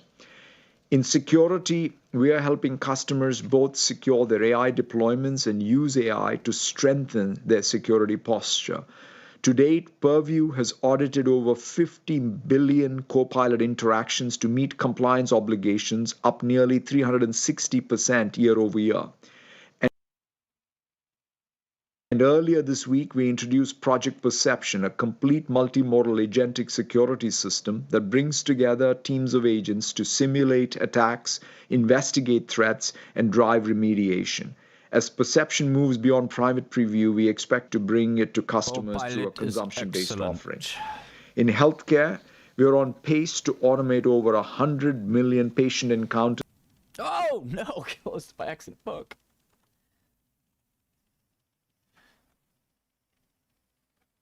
$100 million patient encounters with fungible data centers. I have to stand in for him for a second here. We are reporting on Leopold and situational awareness. We are hearing that his firm is down more than 50% this month, possibly as much as down 80%. That's what we've heard. We've also heard that he was up 200% at one point and is now down over 30% for the year. We've also heard Gold is inside each. Also had Goldman Sachs has liquidated some of his positions. We wish him well. We don't wish anyone ill will. We're just reporting the news. Godel is a news terminal. We want every one of our clients and non-clients to win. So no ill will towards anybody. Hope everything works out for them and their investors and everyone else. Just reporting. 6,000 industry and engineering experts with customers to co-design, co-innovate, and continuously improve AI systems at scale. We've been testing this model over the past year, completing over 330 projects across 164 customers, including many of the world's leading companies across industries. For example, our FDE teams worked with Novo Nordisk to build an agent that helps analyze clinical data while meeting its strict compliance requirements. And we partnered with LSEG to embed AI into LSEG Workspace, helping finance professionals ask complex questions and quickly find answers across structured and unstructured financial content. Finally, let me talk about devices and consumer. When it comes to Xbox, we are making the necessary decisions required across our content portfolio, platform, and operations to reset the business for long-term growth. We have the best IP in the industry and talented studios around the world, and believe we can bring these strengths together and expect to return the business to growth in fiscal 2027. In Windows, we are investing to ensure that it has the best quality and fundamentals, while also ensuring it's the best place to run secure edge AI. We see significant opportunity for Windows to become the offload for unmetered intelligence, combining powerful on-device compute with enterprise-grade security. In search and advertising, Bing and Edge have both taken share for 5 straight years. And LinkedIn continues to see strong engagement across the platform with double-digit member growth for the 5th consecutive year. Recruiters at over 20,000 companies are now using our AI-powered solutions to reduce time to hire and improve candidate matching. Seats increased to 140% quarter over quarter. In closing, I'm energized by the opportunities ahead. I've never been more confident in Microsoft's opportunity to drive durable long-term growth and ensure the benefits of AI flow broadly. With that, let me turn it over to Amy to walk through our financial results and outlook. Thank you, Satya, and good afternoon, everyone. This fiscal year, we delivered over $331 billion in revenue, with growth accelerating to 18%, driven by strong demand across both the Azure platform and our first-party AI applications and services. Operating income growth outpaced revenue growth, increasing 21% to more than $155 billion, as we invested in long-term growth while continuing to expand operating leverage. This quarter, revenue was $90 billion, up 18% and 17% in constant currency. Gross margin dollars increased 15% and operating income increased 18%. Earnings per share was $4.74, an increase of 23% when adjusted for the impact from our investment in OpenAI. And FX was roughly in line with guidance. Several discrete items impact our financial results in the quarter when compared to our forward-looking guidance provided on our April earnings call, resulting in a benefit of 27 cents on diluted earnings per share. These included a $3.2 billion gain from our investment in Anthropic and lower than expected expenses related to the voluntary retirement program, which were partially offset by severance expense and impairment charges in Xbox. When adjusting for these items, we exceeded expectations across revenue, operating income, and earnings per share due to strong demand and execution in the quarter. Company gross margin percentage was 67%, down year over year, driven by sales mix shift to Azure, as well as continued investments in AI infrastructure and growing product usage, partially offset by ongoing efficiency gains, particularly in Azure and M365 Commercial Cloud. Operating expenses increased 10%, driven by continued investment in R&D compute capacity, talent, and data to support product development across the portfolio. G&A growth was impacted by a low prior year comparable, as well as some of the discrete items mentioned earlier. Operating margins increased slightly year over year to 45%. Total company headcount declined 2% year over year. When adjusted for the impact of our investments in OpenAI, other income and expense was $2.8 billion, driven by the gain on investment in Anthropic noted earlier. Capital expenditures were $41 billion, including the impact from higher component pricing, as noted in our guide. Roughly 2/3 of our CapEx was for short-lived assets, primarily CPUs and GPUs, as customers increasingly build solutions that leverage both AI and non-AI infrastructure. The remaining spend was for long-lived assets. This quarter, total finance leases were $5.6 billion and were primarily for large data center sites. And cash paid for PP&E was $35.8 billion. Cash flow from operations was $55.4 billion, up 30%, driven by strong cloud billings and collections, partially offset by an increase in operating lease payments. And free cash flow was $19.6 billion, reflecting higher capital expenditures. And finally, we returned $10.2 billion to shareholders through dividends and share repurchases, bringing our total cash return to shareholders to over $43 billion for the full fiscal year. Now to our commercial results. Commercial bookings grew 18% when excluding the impact from OpenAI, driven by strong execution in our core annuity sales motions and reflecting broad customer demand across geographies and customer segments. Bookings increased 10% and 11% in constant currency when including Azure commitments from OpenAI. Commercial remaining performance obligation grew 84% to $678 billion. All sequential commercial RPO growth was driven by commitments from customers outside of frontier model companies, and RPO increased 25% when excluding OpenAI. RPO, including OpenAI, has a weighted average duration of 2.3 years, and roughly 30% will be recognized in revenue in the next 12 months, up 37% year over year. The remaining portion, recognized beyond the next 12 months, increased 112%.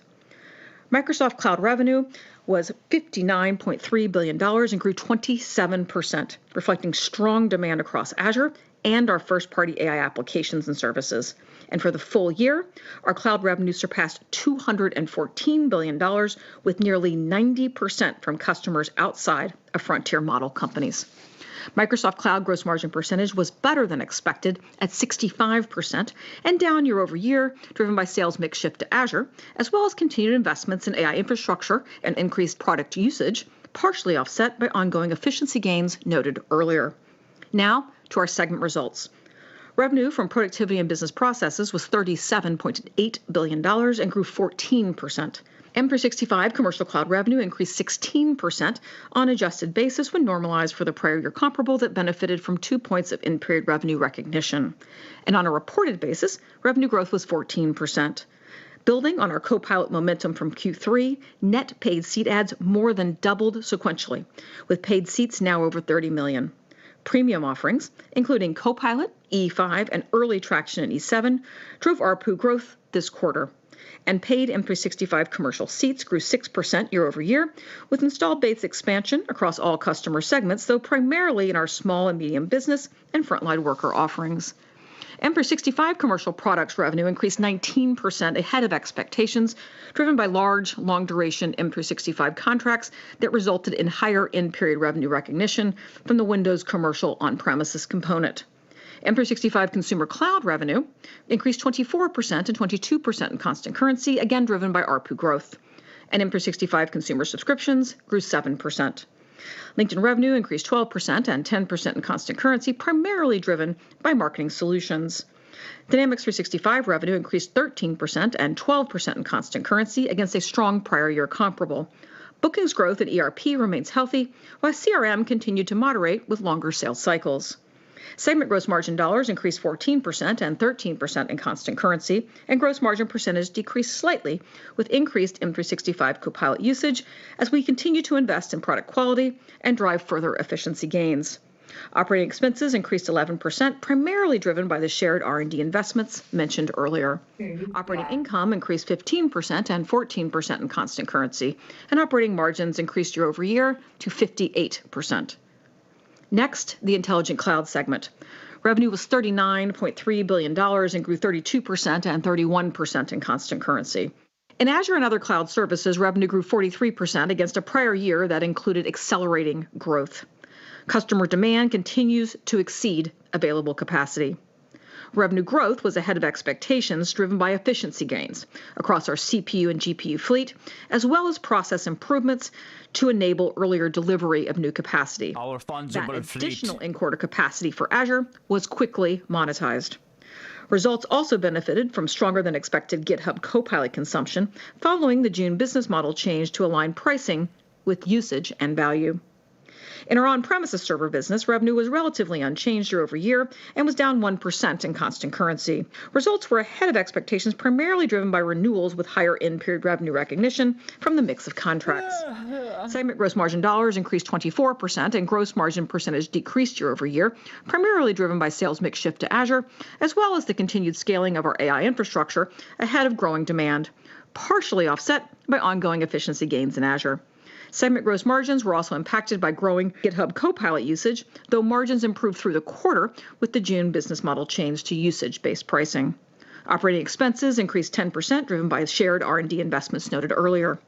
Operating income grew 31%, and operating margins, with a strong focus on efficiencies and investment returns, were relatively unchanged year over year at 41%. Now to more personal computing.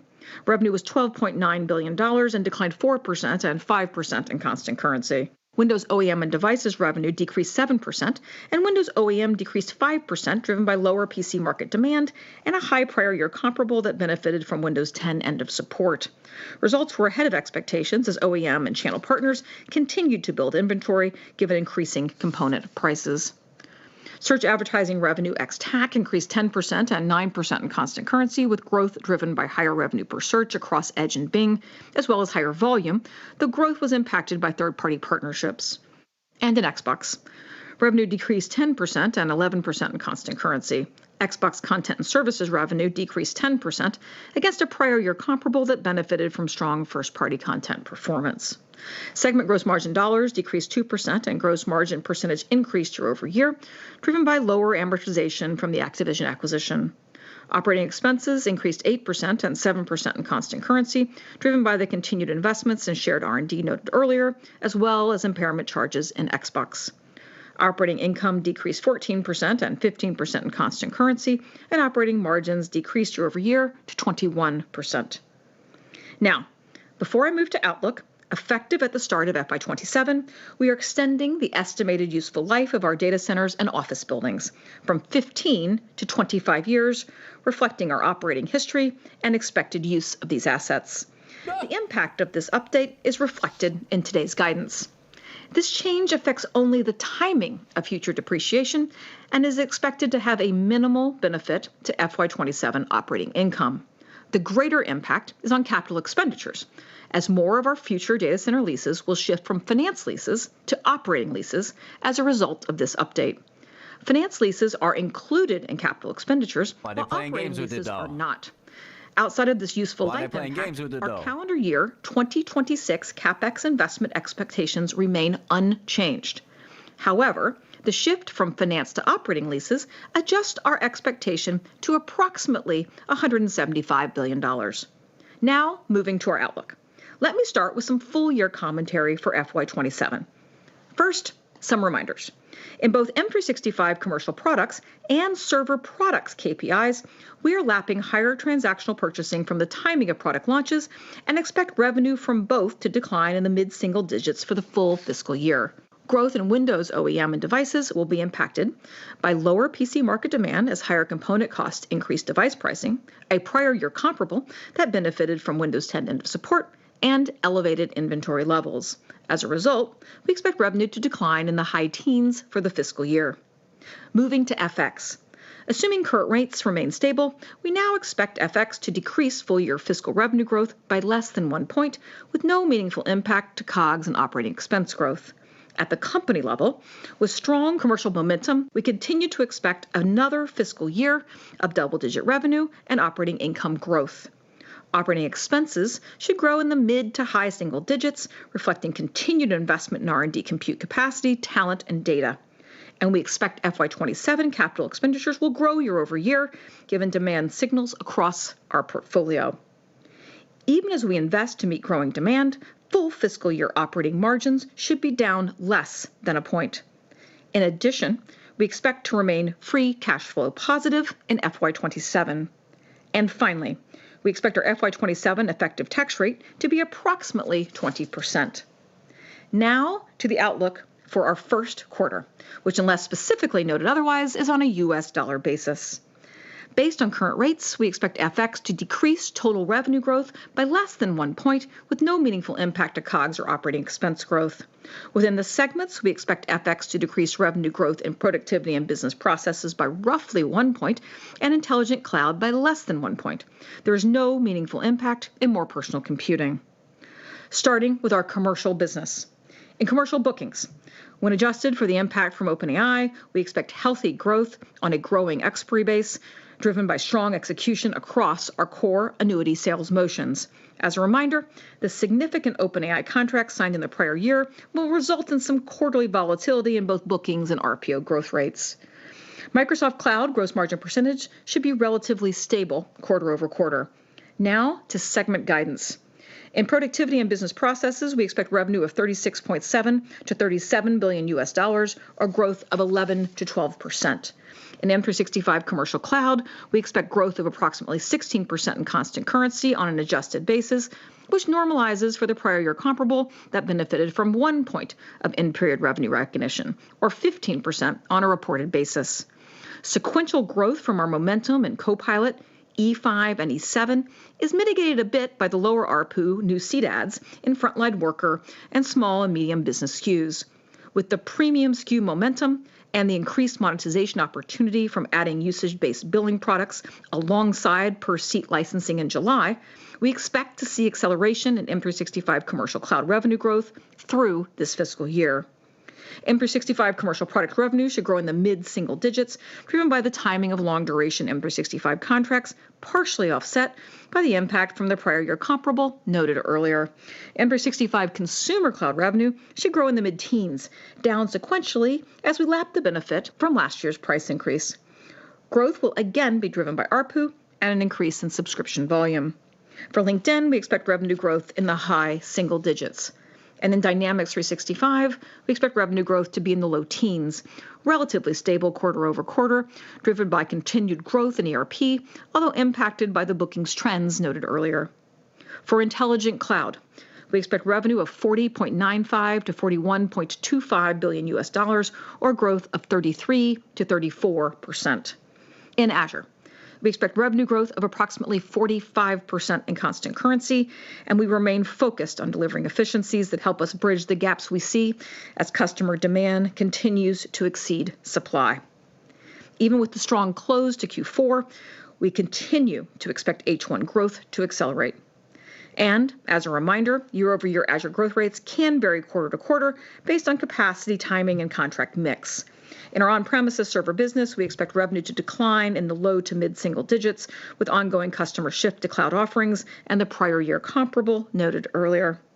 In more personal computing, we expect revenue to be $12.2 to $12.7 billion US dollars as we continue to lap the strong prior year comparables noted earlier and navigate complex PC market dynamics impacted by component prices and inventory levels.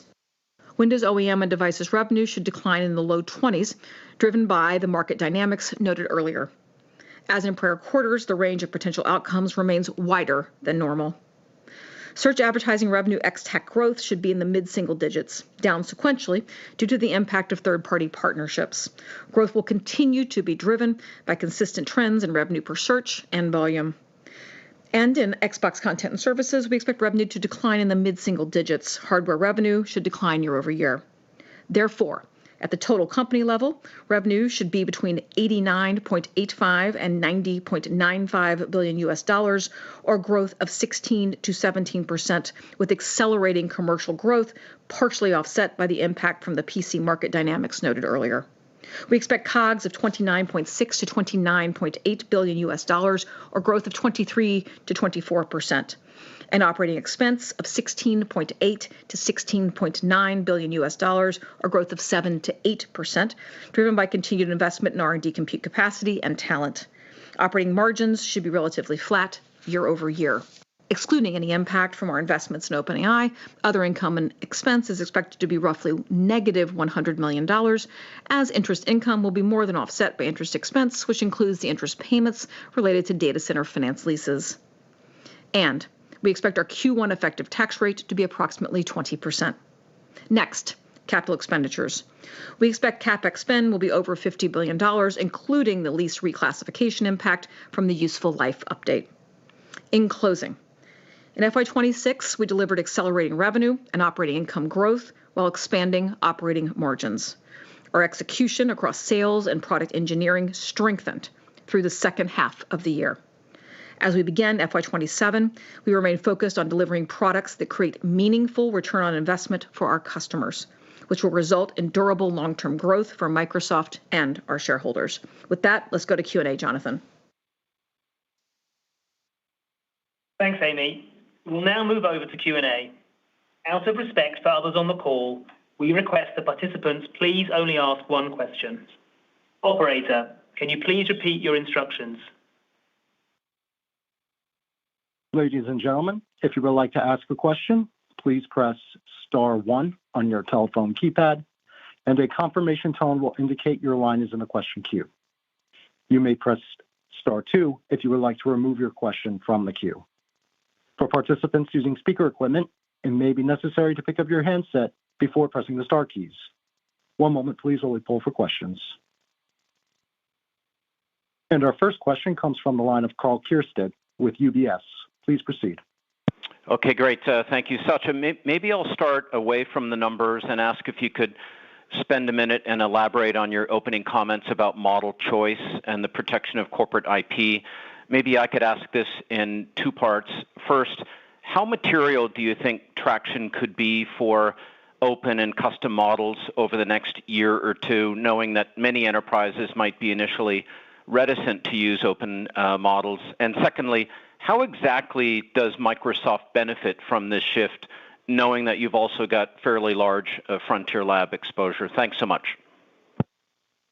Thank you, Karl. So the way we're coming at this is, at the end of the day, the goal is to have the firm be in control of their own destiny in terms of what I describe as building their human capital and their token capital, right? So at the end of the day, if a firm is a learning machine, they need their own learning machine. And that's sort of really the goal. And the models are an input, not some extraction of the knowledge of the enterprise. But in some sense, you have to really, at the end of the day, every firm is going to evaluate who are the providers who are helping them with their outcomes and their knowledge creation.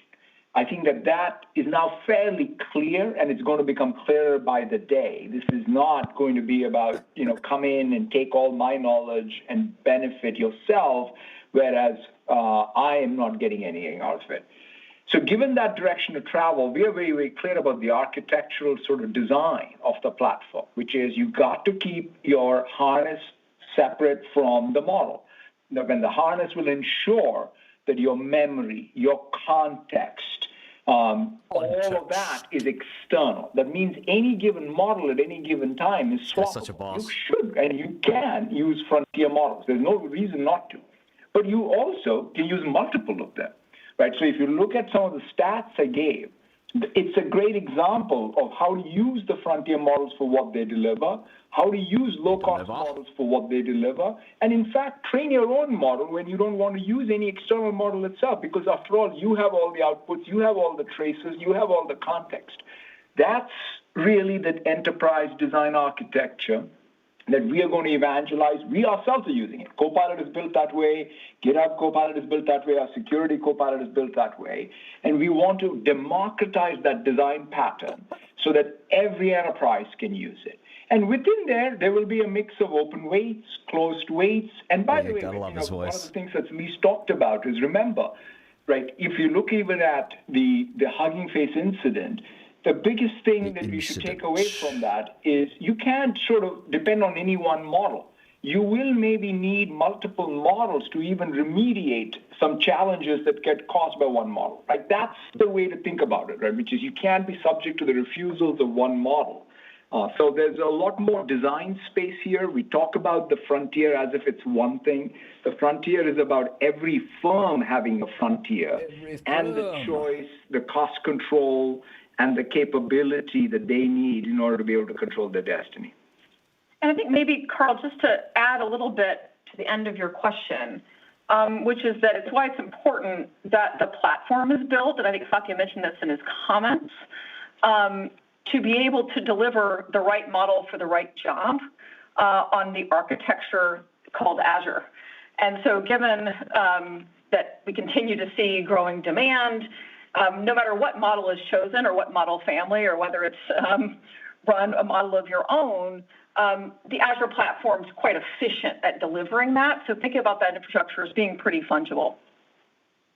Very helpful. Thanks. Thanks, Karl. Operator, next question, please. The next question comes from the line of Brent Thill with Jefferies. Please proceed. Thanks, Amy. Impressive acceleration in Azure, up to 43, going to mid-40s. I guess the the questions around the underlying drivers, what you and Satya are seeing in terms of just what's driving this, and many of the questions around capacity constraints. Are we just still in the same environment, or is this Microsoft just executing better given the constraints we're all seeing? Thanks. Thanks, Brent. First, there are still constraints in the system. I think we've continued to say, I think now for a number of quarters, that demand continues to exceed available supply, and that certainly remains true.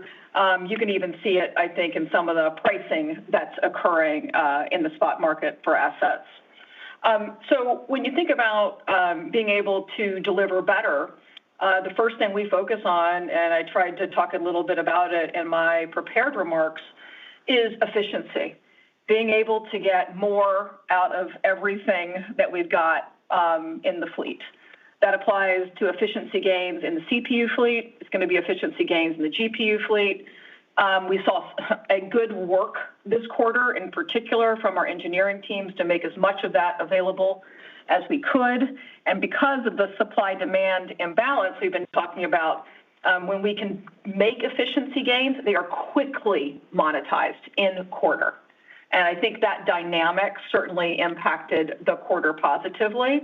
I would also say some of the process improvements we've made to make sure both CPUs and GPUs, just the lead time from how quickly we can get things, to simplify it, tremendously plugged in, was also improved over the past 90 days. And so those improvements, again, are very quickly monetized when we're able to do that. And at the scale that we're operating in terms of across the entire hyperscale fleet, making efficiency improvements that can be quickly monetized does result in acceleration in the quarter. It's part of also what we expect to see and talk about with Q1. Thanks, Brent. Operator, next question, please. The next question comes from the line of Mark Moerdler with Bernstein Research. Please proceed. Thank you very much for taking my question, and congratulations on the solid, really great quarter. Satya, Amy, sentiment around AI remains incredibly volatile, with concerns about oversupply coming, as well as concerns about component pricing increasing, impacting margins. Amy, two related questions. How does Microsoft protect itself if there really is overcapacity and overbuilding of data centers or overbuilding of chips, et cetera? And on the flip side of that, how do you manage through the hardware price increases that we're seeing, the component prices, and that it doesn't just drive you to either massively drive up the price of your offerings or negatively impact your margins? Thank you. Thanks, Mark. The questions are a little bit related, but I'll start with maybe the first. Currently, the situation is obviously that demand exceeds available supply in a sort of relatively extreme moment.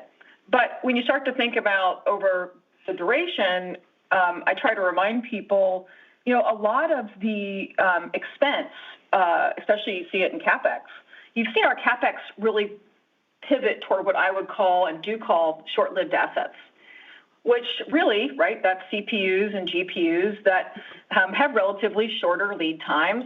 And so if the demand environment changes, you just slow down what is, in fact, the largest component, right, and the driver of COGS. The investment into land and data center builds is actually quite flexible, right? It's a smaller percentage of the overall cost structure, and it can be, timing can be changed on much of that, especially on the builds. Or you can stagger the timing of the build out of, as I was saying, some of the GPUs and CPUs that you plan to put in. And so when you think about being able to manage through that, hyperscalers have been doing that for quite a long time in terms of having the flexibility and the understanding of manage those changes in demand.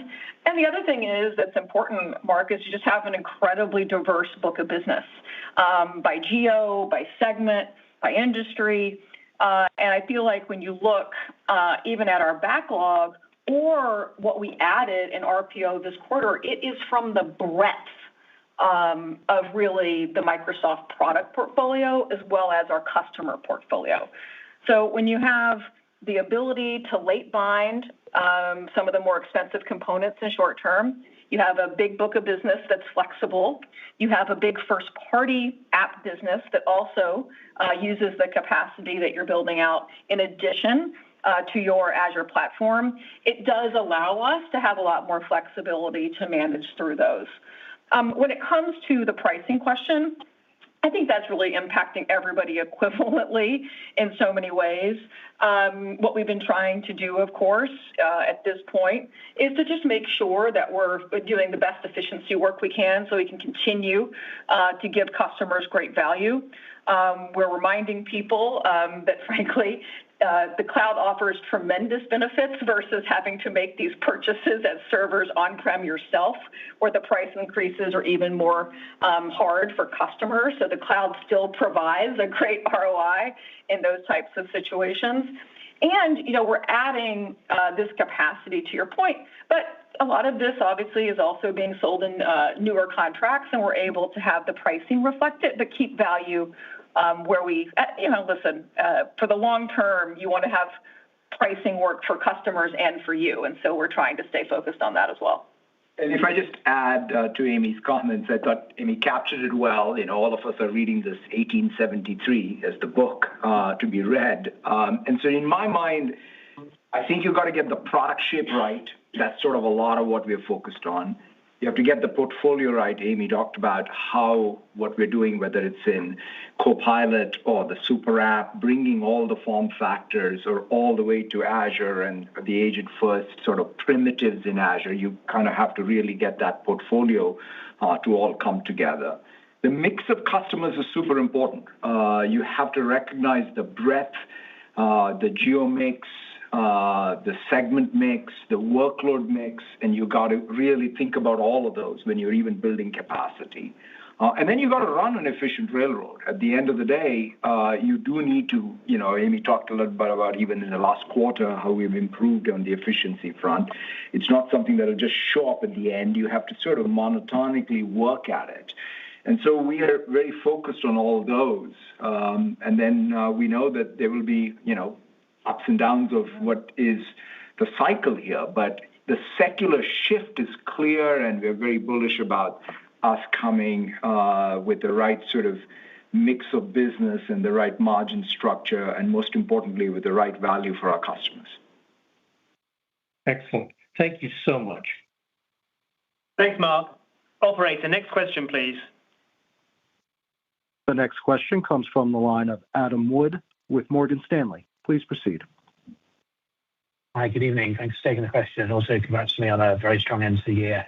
I wanted to maybe just ask about M365 Copilot. Obviously, very strong quarter there with over 30 million paid seats and a strong acceleration. Could you just talk a little bit about how you're seeing customers move from pilots to broader deployments here? Is this still a pilot-driven motion, or are we seeing a lot more broader deployments? And then when we think about the monetization of the product in terms of additional seats, migration to higher value SKUs like E7, and then consumption, what do you see as the main monetization or the main driver of monetization from here, please? Thank you. No, thank you, Adam, for that question. So let me start, and then Amy can add. I think, it starts with, again, that product shape. As you can see, even within the quarter, the product shape has changed pretty dramatically, right? So we now have chat, co-work, autopilot, code all coming to essentially what is going to become this flagship super app that various roles can use it. If you think about even the usage side, that's a place where, again, lots of interesting data there, right? Which is time to usage has, drastically come down. What used to be months is days, right? So from when a license is bought to usage. the usage intensity itself has gone up significantly. I mean, we're talking about a usage intensity that's sort of is the same level of what is an everyday communication tool like Outlook or Teams. The second thing I'd say is the overall enterprise wiring of this, right? So it's not like a tool that's isolated somewhere, but it's wired in, whether it is, you brought up E7, right? So it's wired into the governance pieces with Agent 365 so that you have your IT ops, SecOps, FinOps, all wired in, as well as it's all the business processes. So for example, your CRM system, your ERP system, all of them are just skills and plugins that go into CoWork. So you're able to take that enterprise-wide workflow and wire it into the super app, right? That increases usage, so it all compounds. And then the other one is the business model. So we now have this per seat business model, and so we also now have the usage business model. So it's seat plus usage. So we're already seeing the ARPU growth that comes from things like E7. But really, as we deliver more value to customer and customer outcomes at the enterprise level, in fact, if I think about historically, Office compared to what Copilot is much more narrow. This is the first time where you really have an enterprise-wide tool which has a both per seat and usage-based pricing. So the TAM is much more expansive. We're going to be very, very focused on driving customer value and then expanding with it. Yeah, Adam, and I think I talked a little about it in my prepared remarks, but I do think what we've been seeing is over the course of this year, some of the growth in ARPU was from E5 plus the Copilot license that Satya is talking about. We'll see a little bit more from E7. Really has a lot of interesting value in the Agent 365 component in particular, where Satya is talking about. I mean, having SecOps and FinOps, think about, in general, everyone is going to need both observability of token spend and the manageability of token spend for all business processes. And that is what E7 brings. And so I think it was only in market for a part of the quarter, and I think we were quite encouraged by the value customers saw in that SKU. I think we'll continue to focus on that through the year. And then finally, what Satya is talking about is this building TAM that grows through the year. And as I think about that expanding TAM, that's really where we're talking about this usage and consumption growth. And so as more of those experiences get wired in, and as IT gets more involved in that process, it'll be quite, I think, changing in terms of what people think of the M365 capabilities. It'll be fun for you, Adam. I think one of your colleagues put out an ROIC document. So I took that document to Copilot, which is a PDF, and I said, build me a new sort of Power BI dashboard, essentially. But here is the thing. It built a rich semantic model that went into my Fabric with one lake that brought all the data in from the external sources. In fact, was current with all the SEC filings of all the Mag 7. And then on top of that, the repo itself is in GitHub, but the artifact is sitting in my Copilot as a site. That, to me, is a classic example of an enterprise-wide workflow. I, as a knowledge worker, could go create a dashboard. The data engineer can go to Fabric and find the artifact. The professional developer can go to the repo and find it in GitHub. And by the way, it's all registered with Agent 365, right? That's a little bit of what Amy is describing as the coming together of a new way to work even, while at the same time bringing IT, security, and manageability of it. Very helpful. Thank you. Thanks, Adam. Operator, next question, please. The next question comes from the line of Brad Zelnick with Deutsche Bank. Please proceed. Great. Thank you so much for taking my question. Satya, appreciating cybersecurity is so core to everything Microsoft does. The playing field shifted recently with the latest frontier model releases, and this week you introduced Project Perception. Can you expand on what this moment means for your cyber business explicitly, and also what it means for trust in Microsoft more broadly? Thanks. Yeah, thank you for that question. I think you're right about saying that the overall physics of how both what is needed in terms of the cyber product and even the cyber operations. Because at the end of the day, you kind of have to sort of transform yourself on both the products, but also how you operate as a company to protect yourself have changed pretty dramatically. So what we are focused on is first, again, take the same approach we've taken for knowledge work or coding, which is you got to start with an intelligence-first model-forward approach. And so what we launched with Perception is essentially saying, let's sort of really make sure that you have the red team agents that know how to find, constantly are red teaming and finding the vulnerabilities. Then you have the blue team agent that is constantly going and making sure that you're triaging, and the green team that fixes. So you kind of create your own agentic system that's continuously operating to create the cyber defense you need. It definitely feeds off of all the signals, right? Whether it's the identity intra signal, the defender signal, the network signal, the app security signal, all that sort of helping really do the context so that you can then truly create the protection. The other thing they've also said is, especially in cyber, it becomes critical to have that multi-model approach to sort of the first question that was asked. Not just for cost. In fact, we proved with the MDASH data in CyberGym that essentially you can have Mythos level performance with 50% less cost because of this MAI Cyber Flash 1. And the reason is because 90% of the tasks are done by the Cyber Flash 1 model, and 10% of the tasks you still go to the frontier, right? So this is sort of that mixing of the right model for the right task in what is essentially a pipeline job is a super important characteristic. And so to us, I think this is an important piece. Oh, and the other thing I'd say is from a resilience perspective, right? For whatever reason, if a given model goes away, then you kind of can't be left high and dry. You need to be able to still continue your cyber operations. And that's the other piece. So it's cost and resilience is both an important criteria. And that's what we are trying to build in, whether it's in code, whether it's in cyber, whether it is in knowledge work. We're very excited about Perception and what it means, quite frankly, for our security business going forward. Super helpful. Thank you. Thanks, Brad. Operator, we have time for one last question. And the last question will come from the line of Gabriela Borges with Goldman Sachs. Please proceed. Hey, good afternoon. Thank you. Amy, I wanted to ask you about ROI. And you've given us color on the CapEx side of the equation. You've given us color on the monetization side of the equation.